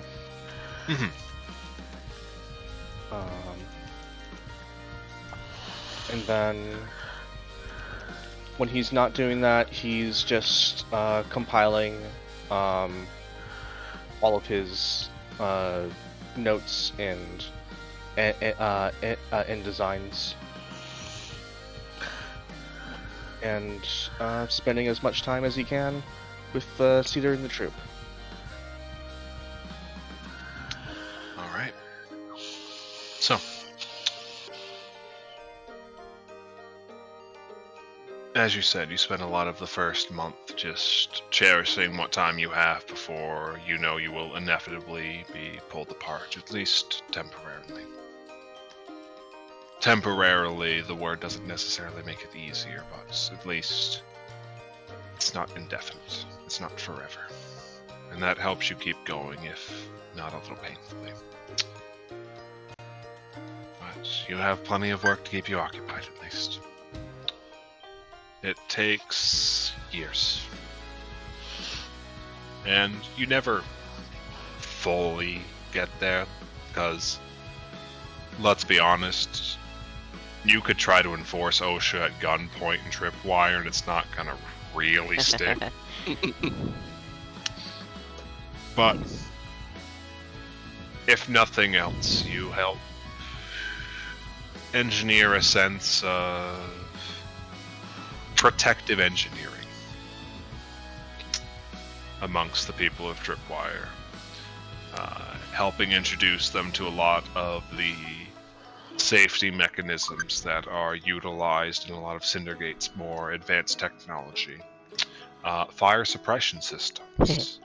That was the first one. Let me teach you about foam. Pressure sensors. Oh no. Lock keys for machinery. Lock. Lock out, tag out. And while it doesn't entirely negate it, there is a notable decrease in injuries that come out of Tripwire in the immediate future, and in the coming years afterwards. And in the process of setting up this relationship, slowly goblins begin to become more common around the site of Cindergate, and even within some of the ruined parts of Tripwire, you start seeing foreign districts popping up, giving the sense of the city of a chaotic mess just barely held together by the rule of the outside. And it's chaos. It's strange and it's weird, and a lot of the time it doesn't necessarily go anywhere, but every so often the strangest minds of all of the people that live there come together, and they come up with something beautiful and strange and powerful. And in time, Tripwire becomes this place of weird wonder in the world. This strange little city that, no matter how far ahead anyone else gets, just every so often they trip or stumble or explode their way back into relevancy. And in time, maybe not a few years, maybe not a decades, but eventually there will come a time where there isn't a single household in the world that doesn't somehow have something that originated from the nonsense of that city.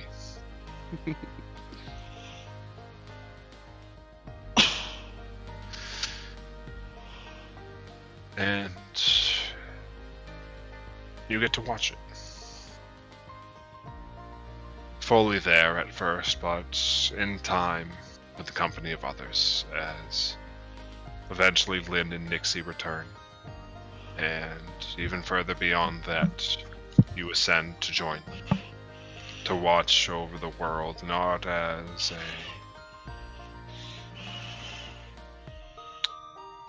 god that can shape it with every whim of yours, but as a keenly interested party. Someone who wishes for the best, but knows better than to meddle. Most of the time, at least. Because in the wake of what was once the entity known as Leard would come a cabal of sorts. One of the new collectives of gods, nameless, faceless, known and unknown.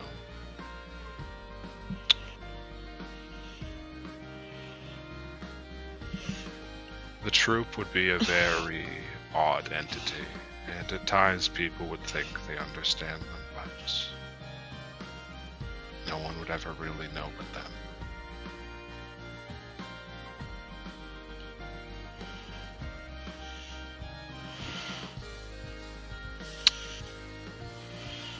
And my boy Wolf, do you think you were getting out of this, buddy? Oh, Sorry, did you have something else? Oh, yes, sorry, go ahead. Probably after Reeves has ascended, his dad will probably find this letter with a journal attached somewhere in Reeves' old childhood home, and it'll just be. It will read, Dad, please pass along this journal to the Chainbreakers. I hope that the fruits of my curiosity can serve as a springboard for all future Chainbreakers to come. We guaranteed the right to free will to every living being on this plane, but that means the tendency toward tyranny and arrogant hearts is also preserved, which is why the Chainbreakers are now needed more than ever. I first left home to experience the world. I fell in with a group of upstanding performers, and then a company of well-meaning mercenaries. And at journey's end, a company of true heroes who redeemed us a better future. With them, I saw more of Brescia and the greater continent than I ever thought possible. You, Mom, and Tripwire were ever my thoughts as the war heated up. As I embraced a life I thought at first undeserved, but ultimately mine. You will all be in my thoughts as I leave home again.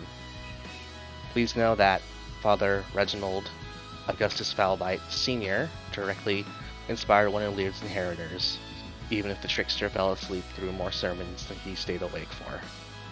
Yours in unfettered freedom, Reeves. And the journal included with the letter features a symbol of a laughing goblin with a dagger protruding from his forehead on the inside cover. The pages within contain a collection of gadget designs and tactics. The last few pages are the intricately designed schematics of the holdout crossbow's final design. And scrawled in goblin on the cover is the title, The Scrap Baron's Cookbook. And thus did a generation of little anarchist goblins. Some would go on to become proper chain breakers. Some just like making explosives in the name of their god. But many would follow in the wake of the designs left behind by perhaps the entirety of the troop, perhaps only a single member. Very seldom few ever got the chance to ask. And those that did were, we'll say, inclined not to give an answer.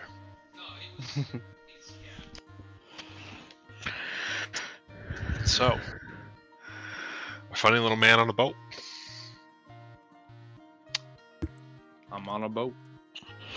Do you have any final plans for Wolf, or do you want me to give a monologue of where he goes from there as an angel? Yeah, I can't really think of any angel activities. Cool. So, after giving one final proper send-off to his friends, Wolf would be fully initiated within the crew as one of Avdar's angels.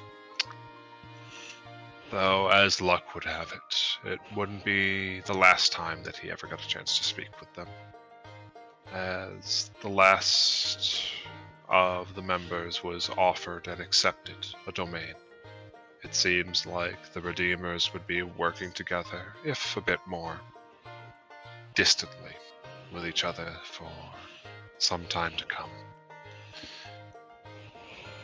But Wolf's work started early.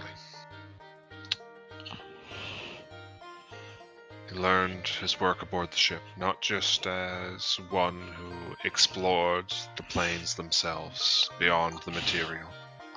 Wolf seeing far more of landscapes beyond the imagination of anyone else.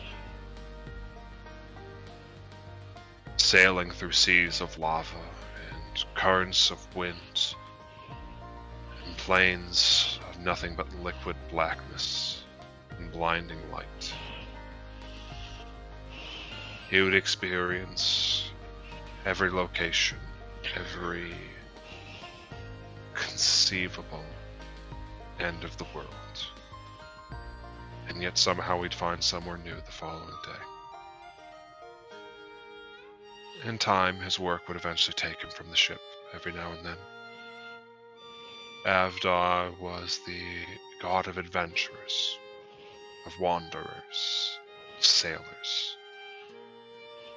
And from time to time, they needed a guiding hand. A traveler on the road, a friendly face in a tavern, a castaway that drew the ship just out of the way of a storm.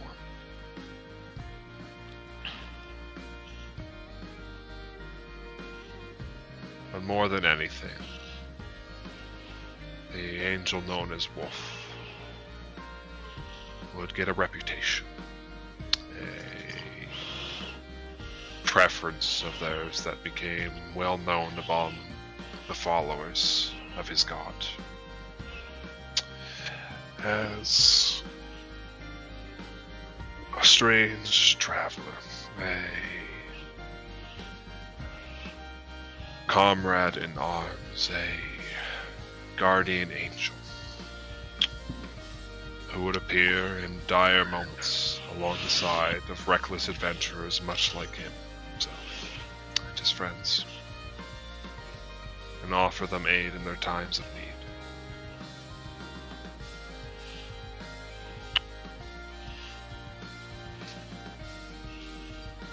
But he could never stick around.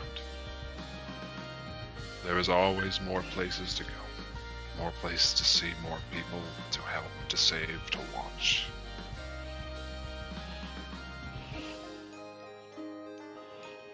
And despite it all, it never got done.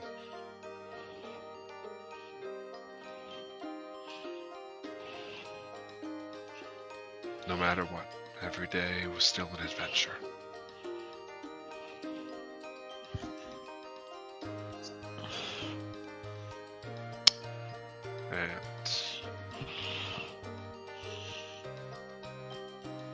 Despite all the work that Wolf does, that Lana and Mika and Reeves and Tomas and Reese, there's so much that they have left to do. But I think our part in the story is at an end. Because I don't know about all of you, but I feel like at this point, the world is in good hands.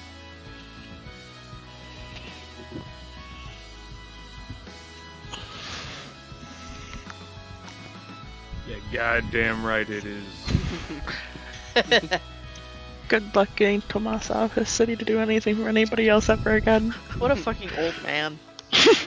He'll do it. Amasa for- says, and then the next day is down back in the city as a projection, I swear to God. Probably. Yes. Tomas is like, who do you think I am? Thank you all so much for going on this stupid fucking journey with me. Thank you for taking us Yeah. on it. Yeah, Yes. this was. Yeah. I only cried like 5 or 6 or 7 times at the end. It's fine. I heard you. I think I only Oh heard yeah, I the once. broke up hard at the end of yours. I know. I was like, same, man. But I hope that you all enjoyed the funny little ending of my funny little story. It was great. Thank you very much. Mhm. That's perfect. So, I will not force anybody to stick around. I'm going to be riding this adrenaline high for like the next hour. If anybody wants to ask any questions about Oh, the Q&A. what happened in the campaign, where NPCs are going at the end of things, and anything like that. But if anybody wants to hop out, you are free to do so. Thank you so much for taking part in this funny little adventure with me. And I hope you enjoy the rest of your weekend. Thanks for having me. No problem. It's been your pleasure, everyone. Yeah. Mhm. I'm definitely struggling for words, but it's. I'm just fucking honored that I got to be a part of this. It was so fucking cool. I'm just so glad that it ended. I'm so happy with how everything came together at the end. It was a good shit. Oh, It was good. Very good shit. It was a lot. yeah. Telling me. Now, I leave you fine souls forever. Bye, Nathan. Bye. Bye. Congrats on You being guys. dead. I can't believe Nathan died. Bye. My god. Draft me into the next campaign, you sons of bitches. Hi. We'll have to see, won't we? I need a fucking break. I'm gonna kill you. Leo, not now. Leo, please. Alright. Goodbye, friends. Bye. Bye.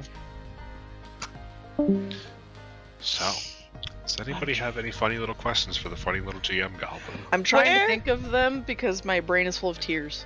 Where's Theodorus? Oh, Yeah. Yeah. so What happened to them? this is an extended question. So, after are in the process of decommissioning the tower, Nara has made a decision based on conversations and choices and actions where Nara has decided she will no longer be the only god of magic. I really She- did have an impact. Has decided to extend much in the way of Koss or Reeves' troop into what will become known as the Council of Archmagi amongst the Pantheon. The first one she would approach about this is Flore, who, in agreement to calming some of his more problematic choices, Oh, that's a word for it. Leave my little meow meow alone. he will be pulled in as the Archmagi of Conjuration. And Valore, being the pragmatist that he is, decides that's probably a good idea, especially considering the last time he went purely with his ideals, he almost got murdered and he was working for a bunch of fucking psychopaths. So with the two of them, they went to go check in on Theodorus. It's like, hey, you want to be a god? Also, cut the shit. Theodorus was like, I don't know if I want to cut the shit. And Valori looked him in the eyes and said, just cut the shit. And Theodorus was like, fine. They're best friends. Yeah. So, in return for curbing back some of his more insane experimentation boners, he was given the rest of transmutation. So, you guys are also aware of 2 of the other people that got domains. Avi was eventually ascended to the Archmagi of Abjuration. Good. And Zek became the Archmagi of Evocation. Eh. Because yeah. Nala really liked that he cocked block Drogoslav. Oh my god! He became the Destructo Mage! Yeah, he's been a Destructo Mage. Oh my He's gosh. been very angry. Man, he was just some dude we met in a, like, traumatized by demons, and now he's a whole ass god. Good for So him. proud Love of that him. for him. Love that for him, yeah. So yeah, the other 3 domains that she's handing out aren't named people that you guys are aware of, but eventually there would be 8 gods of magic. She is holding on to necromancy out of spite. I love her.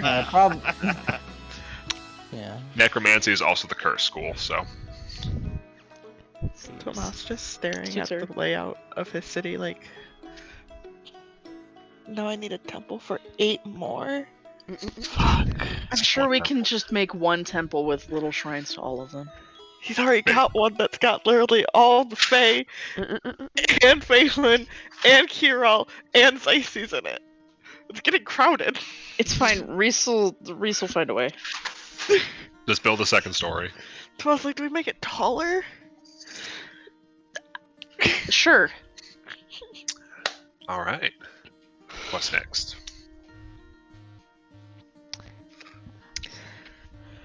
Not a question, but I just talking about character things. I thought it was like part of me just realized that like seeing as how they're all still kind of like hanging out and crossing paths, there's eventually gonna be a point where they just bump into Lana, and Lana's just gonna be like, "Oh hey, nice to see you for the first time."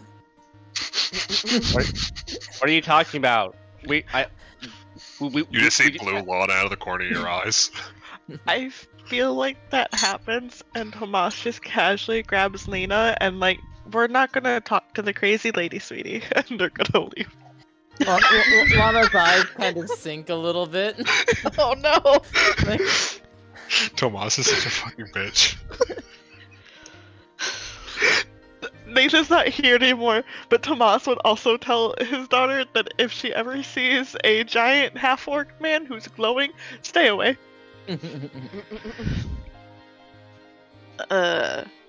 Maybe I don't know. Maybe people would recognize Reese on his travels, but he tends to keep a low profile and change his appearance all the time. Because he doesn't want OG Reese's biological parents to accidentally see him. That would be awkward. Who knows? Maybe Reese will get a different name eventually too. Yeah.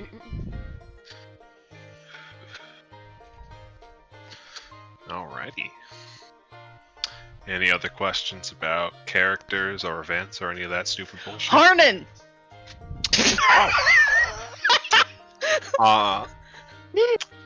Arnon retires to the village he is in with his sister as it rebuilds.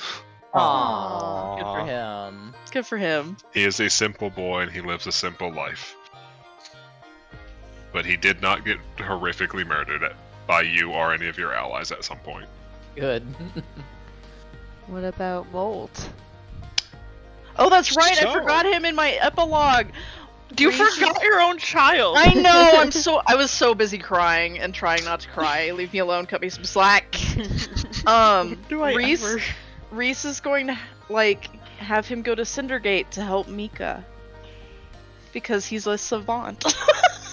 He's like, I think he's mostly And- attached to Cornelius at the end, wasn't he? Yeah, if Cornelius is there, then yeah, he can go with Cornelius, but he's ascending, so Yeah. But Mika is also ascending afterwards too, as well. But you could definitely find Cornelius would definitely offer to help Molt get work with the Greenwoods, which is his family. Yeah, that's probably what he'd do because Molt is scared of the sun. Yeah. Yeah, It's probably. the big angry fire orb. He's afraid it'll fall on him. And Reese is traveling, and he's like, "Yeah, I think it would be real cruel for me to take Molt with me." So he's just gonna find someone to take care of Molt in Cindergate, where he can be, make things to his heart's content and be happy. And Reese will visit him sometimes. His little strange son. Yeah. Molt he's happy, he's fed, he's nourished, he's in his element. His crops are watered. Yeah. Thriving. Yeah. Molt lives the ideal neat life of just living in the basement and doing what he loves every day. Awesome. It's what kobolds want. They pay him, he doesn't know what you do with money, but he does live on the pile of gold, and that makes him happy. Yay. He becomes a little dragon. It's like, I'm the coolest dragon. How long do kobolds live, Matt? No. It's not very long. Probably about the same amount of time as goblins. Probably. Oh, Jesus. For What? 50 years at most. Oh, that's 3.58. Pathfinder Wiki.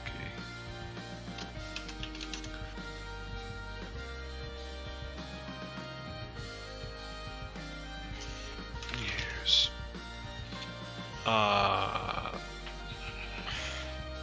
Oh, they can actually live for a long time. Okay.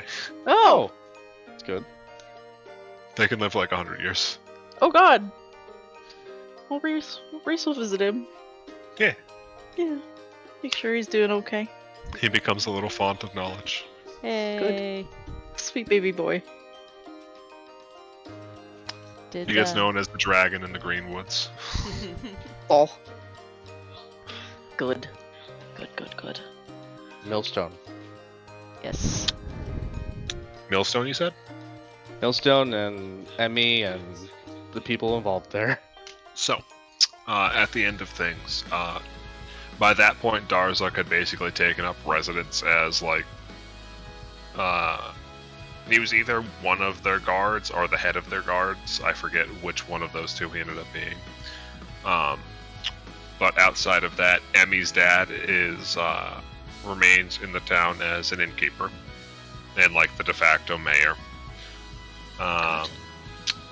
Emmy, because she is a fucking juiced-ass cleric, is able to fully heal his leg.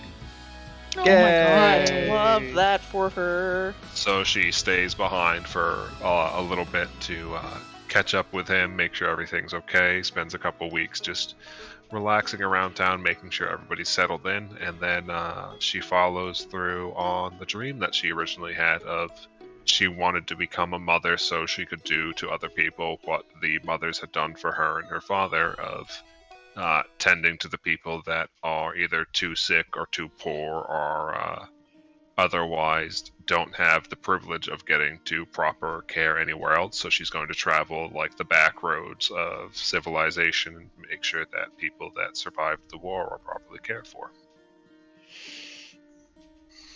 Tomas is so proud. Reese is also proud. And along the way, any trouble that might befall her is sniped 2 miles before they can even get to her. Yep. Yeah.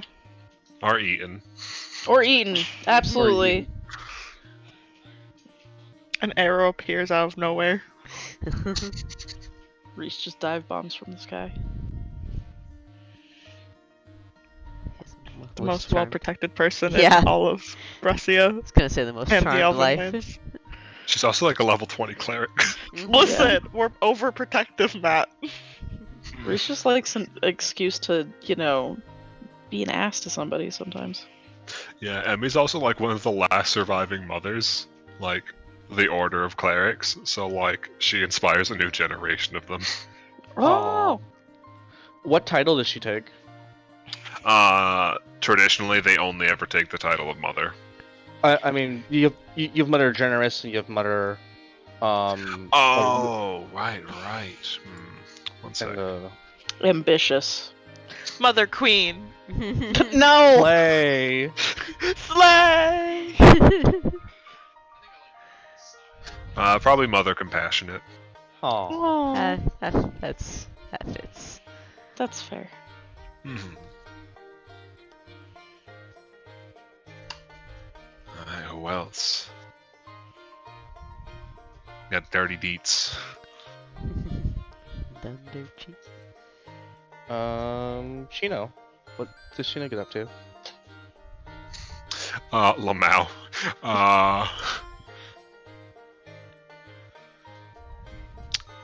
Shino just kind of disappears from the observatory one day. And as far as you guys are aware, he kind of just wanders around, just staying away from major civilizations, just doing his own thing. He is not a very flashy boy, at least in that people don't keep track of him. He just tries to stay away from a lot of civilizations afterwards because of the whole looking like a demon thing. Fair. And he's such a fucking prideful bitch that he won't cover it up. Good. Which, fair. We stan a king.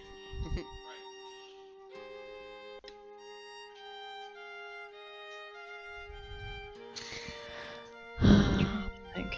Avi ascended. What about Zumir? So,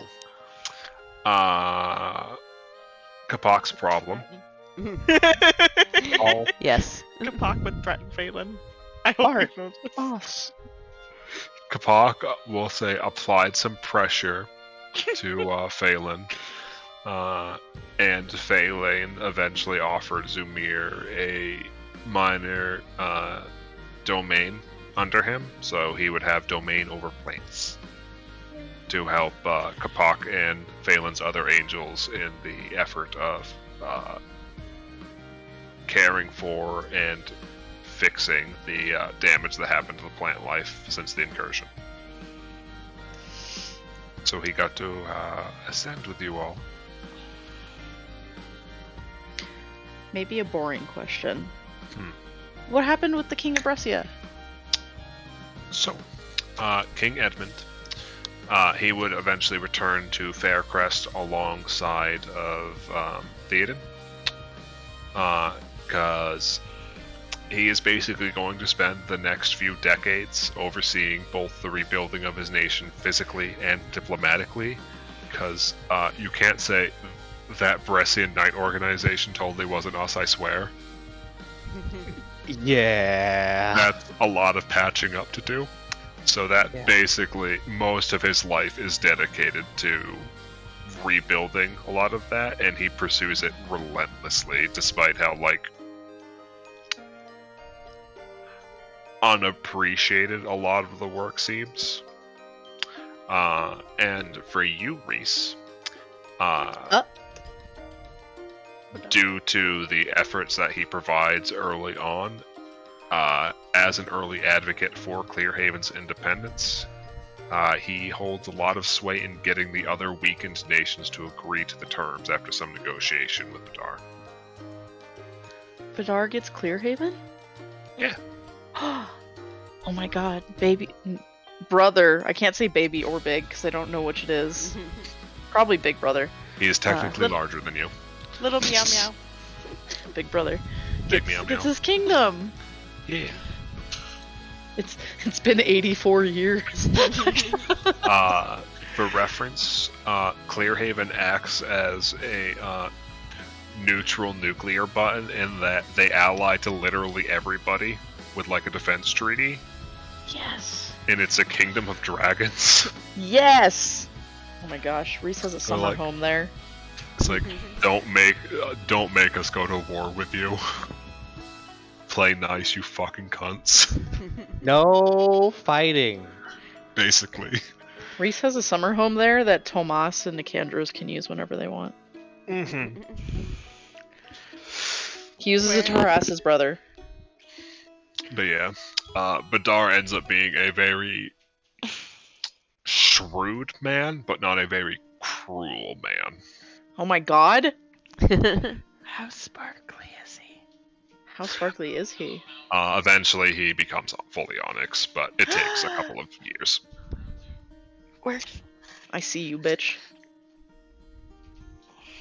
Where it matters, Matt, Tomas would leave his city if people asked for help with like physical rebuilding. He'd go and help around with that. Yeah. He would complain about it, but definitely do it willingly. Sam. Yeah. This is important Sam information I forgot. Yeah.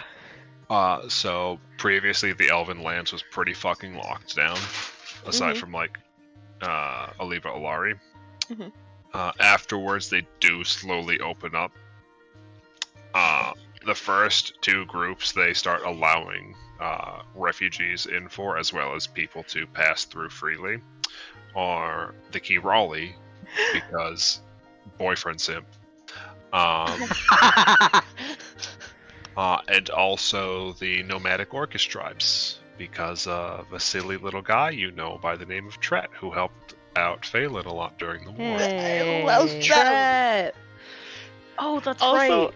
I fully imagine Tomas was definitely smuggling people in anyways.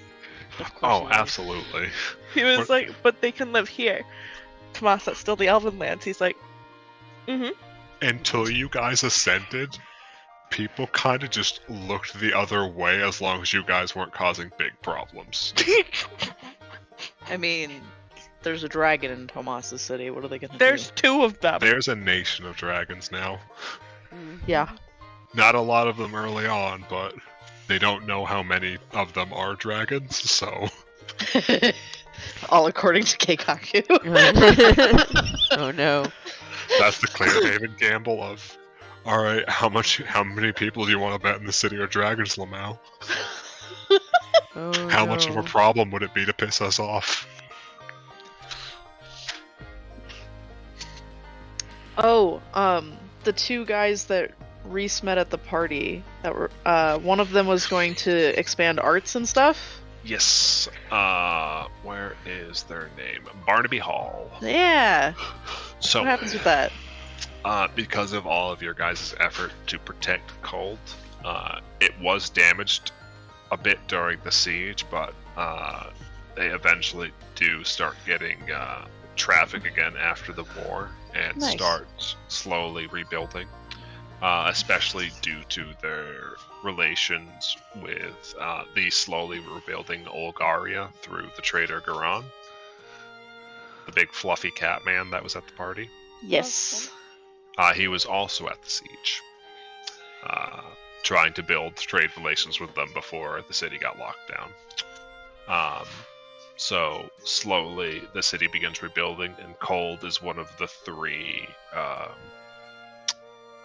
Hearthland cities that is open to foreign trade and traffic early on before the city of the nation eventually opens up more to the other states. Fuck yeah. The other cities being Cindergate and oh god, hold on, what's the name of this fucking place? Phasgaroth, Fuck yeah. the city that you guys saved from being fucking oopsied out of existence. Good. Oh, I bet this is something we should probably have thought of to ask. Whatever happened to Varu? So, Oh Varu no. was the problem for a while. When the Silver Order presence dissipated, the city was largely abandoned by that time, essentially. But because of the damage to a lot of the surrounding island cities, Varu ended up becoming the main trade hub, the main gathering point for a lot of the smaller city-states that were too isolated and damaged to survive on their own. So Varu in time would pick back up to be the thriving hub of New Olgaria, and slowly they would re-expand out from that. Man, Varu got it so dirty, and for Varu what? got it hard. For what? Why? So you Because could he say could. So you could say they got their heads back on straight. No! I mean, you could. That is a thing you could say.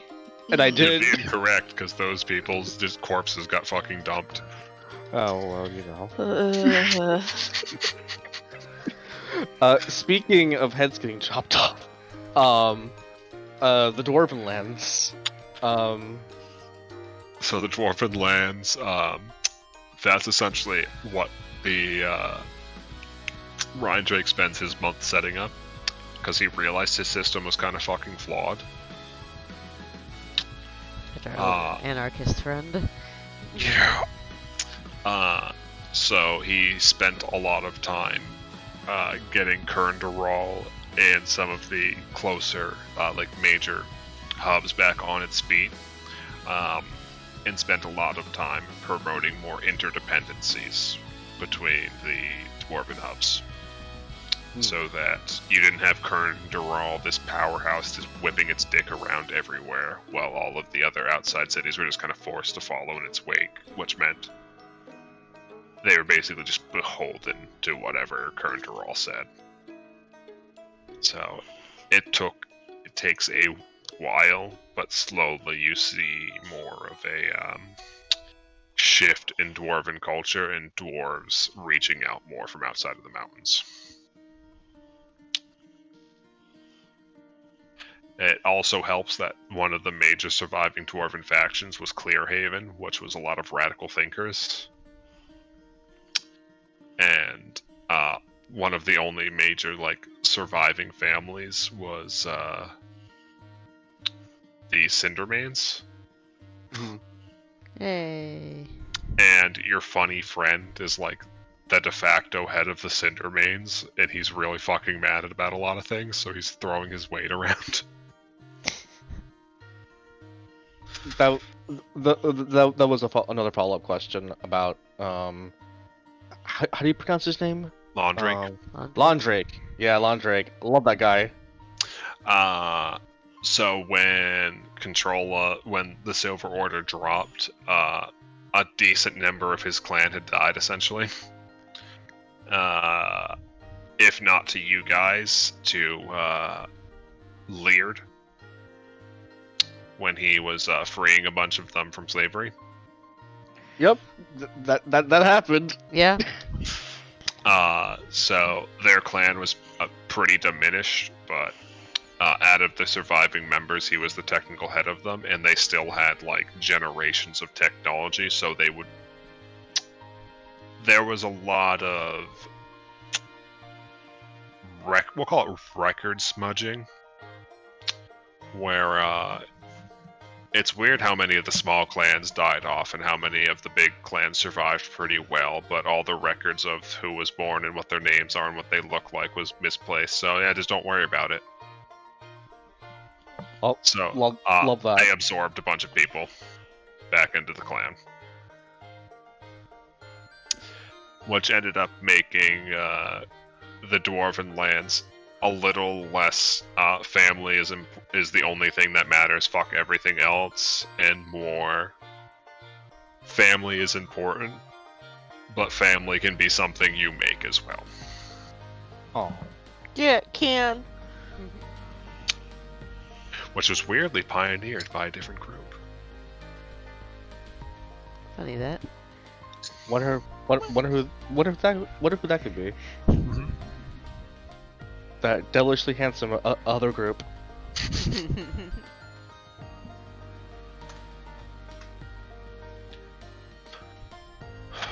Alrighty.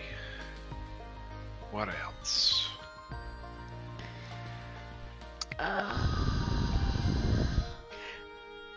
Matt, is Nim still alive?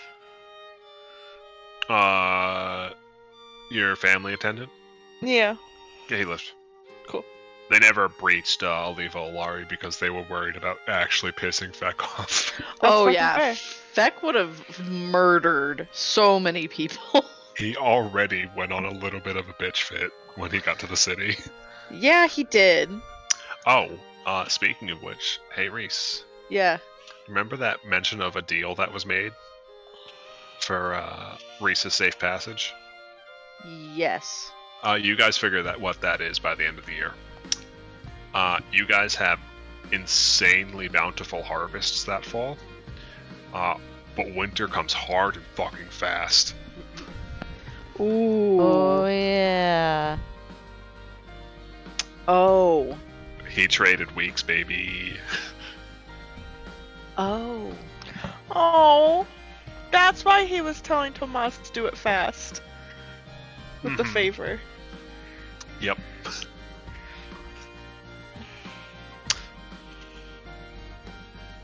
Yeah. What Reese did is Tomas? soft. What did Tomas trade that favor in for eventually, if ever? Okay. He'll do it eventually. I see. He'll get there. I have to I figure see. it out still. I guess that's epilogue stuff. You still need more time to figure it out. I still need more time to figure it out. Oh, okay. Listen, I'm dying to know what that is. listen. You've It was been originally talking about it all it campaign. was originally going to be rebuild my city, but he don't need that no more. Oh, that's fair. Haha. Haha-wee. So he's just he gonna hold on to it. Maybe next fall he'll use it. We'll see. Who haven't I mentioned yet? The Black Legionnaires. Shaw and the other Black Legionnaires. Shaw kicks Zek out of the Black Legion when he's offered the god position, and Zek's like, "Hey, I got offered this position." Shaw's like, "You're fucking disbarred from this organization. Become a god, you fuckboy." Good. I love Shaw so much. So Shaw and the few remaining members they had, they more or less started recruiting again, not as like an active demon fighting organization, but as a, hey, we're going to pass along the information we found and make it really clear why you don't want to do this again, because we don't want demon incursion to electric boogaloo. So they became a watchdog organization for that kind of stuff, and slowly rekindled the numbers. Headed up by Shaw as the new Grandmaster. Hell yeah. Casually funneling money into it as a silent benefactor. Mhm. Anonymous, that's the word I wanted. We know where Nicandros went. What? Yes, we do. Theoden retired to Brescia to act as the head of Brescian intelligence until he found a suitable replacement for himself, and then just kind of disappeared.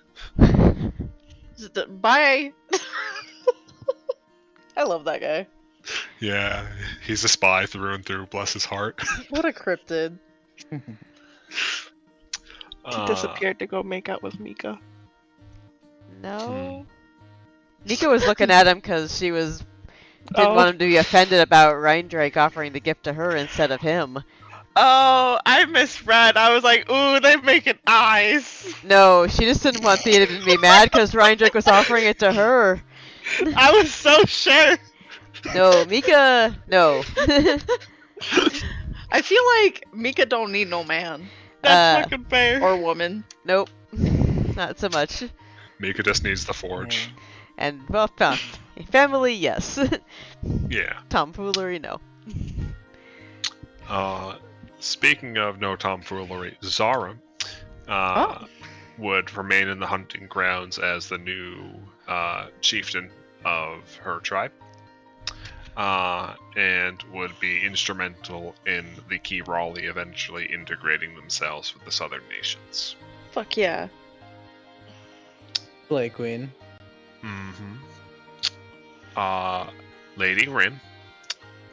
She led the shield bearers for a few more months in 2 years, until she eventually named Robert as her replacement. And retired and disappeared from the public eye. And it is said that the dragon Eldrinus that watched over Faircrest would only be seen rarely in the coming decades around Brescia, only in times of great need, but otherwise was occasionally seen disappearing to the southwest for reasons unknown. Big air quotes. Reasons Unknown. unknown. Now that this minor side quest was dealt with, Kapak returned to more important duties, Like shooting moss. Like shooting moss. like shooting moss and fixing all the forests. The minor side quest. Kapok's just like, at least that's finally done with. That was annoying. Basically. There are so many steps. I didn't get to kill as many people as I wanted. Jesus. Cedar's troop, after working at Vex Celebration, would eventually be brought on board as agents under Theoden to help monitor the Brescian countryside in the coming months and years. Yay. Yay. Who else we got?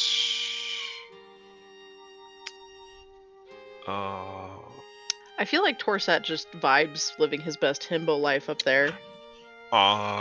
Yes. So Torsat would eventually become the head of a small enclave of people that chill in the northernmost regions of the hunting grounds and just disappear for months at a time. Beyond they just disappear into the tundra, to where the point where nobody, even other Kirali, can follow them, and then just show back up. Fair? It's mostly him, some other dragons that eventually follow in his wake, and a couple of really fucking hard-ass, Kirali and other races. Jesus Christ. That He just- diamond boy. Yeah, he just gets a flock of a bunch of fucking, survival weirdos hanging around him. Love that for him. Mm-hmm. Tala gets to chill alone forever. Tala gets to hang out in the forests outside of Reese's city, and due to careful planning, is not disturbed and eventually calms her tits. Good. City, I see how it is. Sorry, Tomasa City. I meant Tomas. It's 2 a.m. my man. He's doing his best. Get on my level. This It is takes normal. decades for Tala to become Emerald. That's fucking fair. That sounds like Tala. Tomas still visits. Mm-hmm. Tala is still a cryptid even when she's Emerald. Alright. You do find siblings, and quite a few of them that don't go crystal. Mmm. There are spicy siblings. Yeah, that was bound to happen. Yeah. Oh, what does Eadras do? That is the important question, isn't it? Do you give Eadras any directive, or do you just say, "Fly free, my son"? I provide an open invitation that if he wants to, he can travel with Reese for a little bit. Otherwise, he's free to do whatever he would like. Reese will even help him clean his house.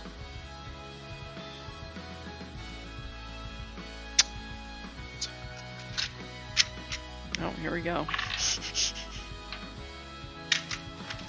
So, he does take you up on the offer to travel with you for some time to get reacquainted with the world from a different perspective.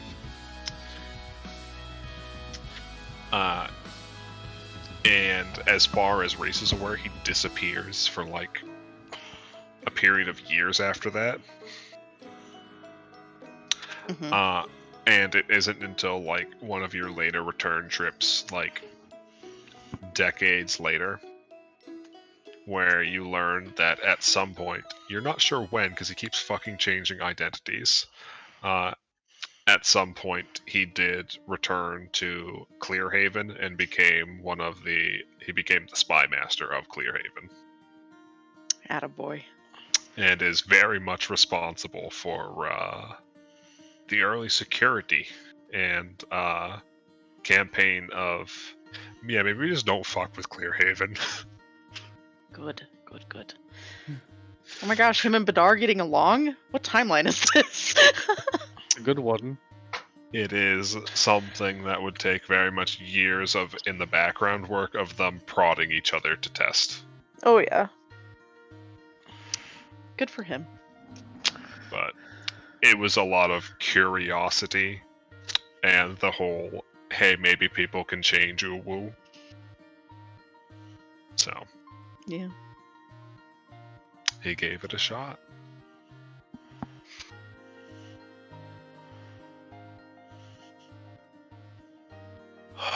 What else do we have?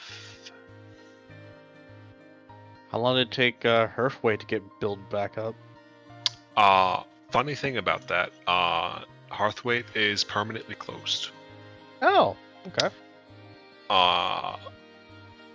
As part dose of I was going about this the wrong way. Nara closes down Hearthwaite as it was just isolating the problems away from the rest of the world rather than dealing with them. And essentially set up a mage college system scattered about the nation states to get the local populations more acquainted with mages in a controlled setting. And made sure that the colleges did active effort to assist the countryside. Yeah. Rather than just saying, yeah, just don't go to the fucking dirt-eating locals. They'll probably think you're a witch or something. And in some people's cases, it would be accurate. Dabs. Zach definitely wasn't a warlock. I don't know what you're talking about.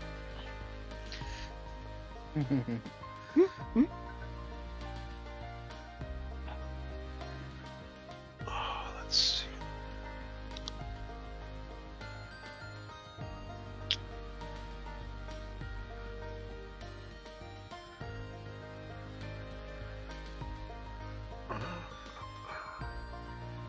You guys get a couple other demigods that show up a little before or a little after you all for other domains that nobody picked up, or rather that didn't find new homes amongst the observatory folk. Did Cornelius get time back, or was time assigned out to someone else? Time was temporarily loaned to Cos at least. I didn't pick anybody to go to after them. I gotcha. They have been going the route of more gods with baby powers. I see. Because they learned quad stacking your war god with 17 murder domains is a problem. What? When Yeah. when one fuckboy that picks up the corpse of your war god can decapitate half your pantheon. What happened to the sword? The sword was recovered by Brienne and would be held in waiting for the new God of War.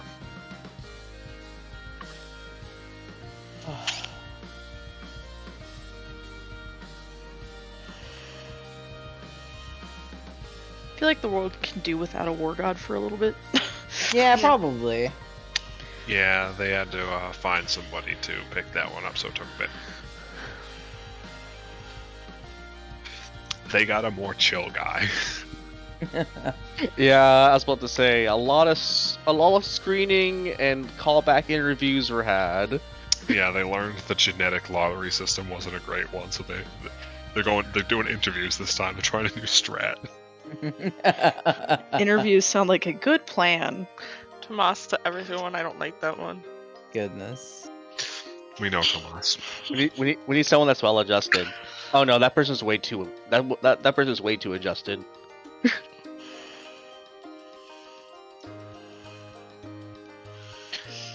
Are you sniffing the air? So smells too much like Eber. No. Wow. That's probably like the most damning like stamp you can put on an application. Ew, smells like ever. I just realized I was muted that whole time. Oh, I was trying to say goodnight. Thank you for the Good campaign. Good night, Chris.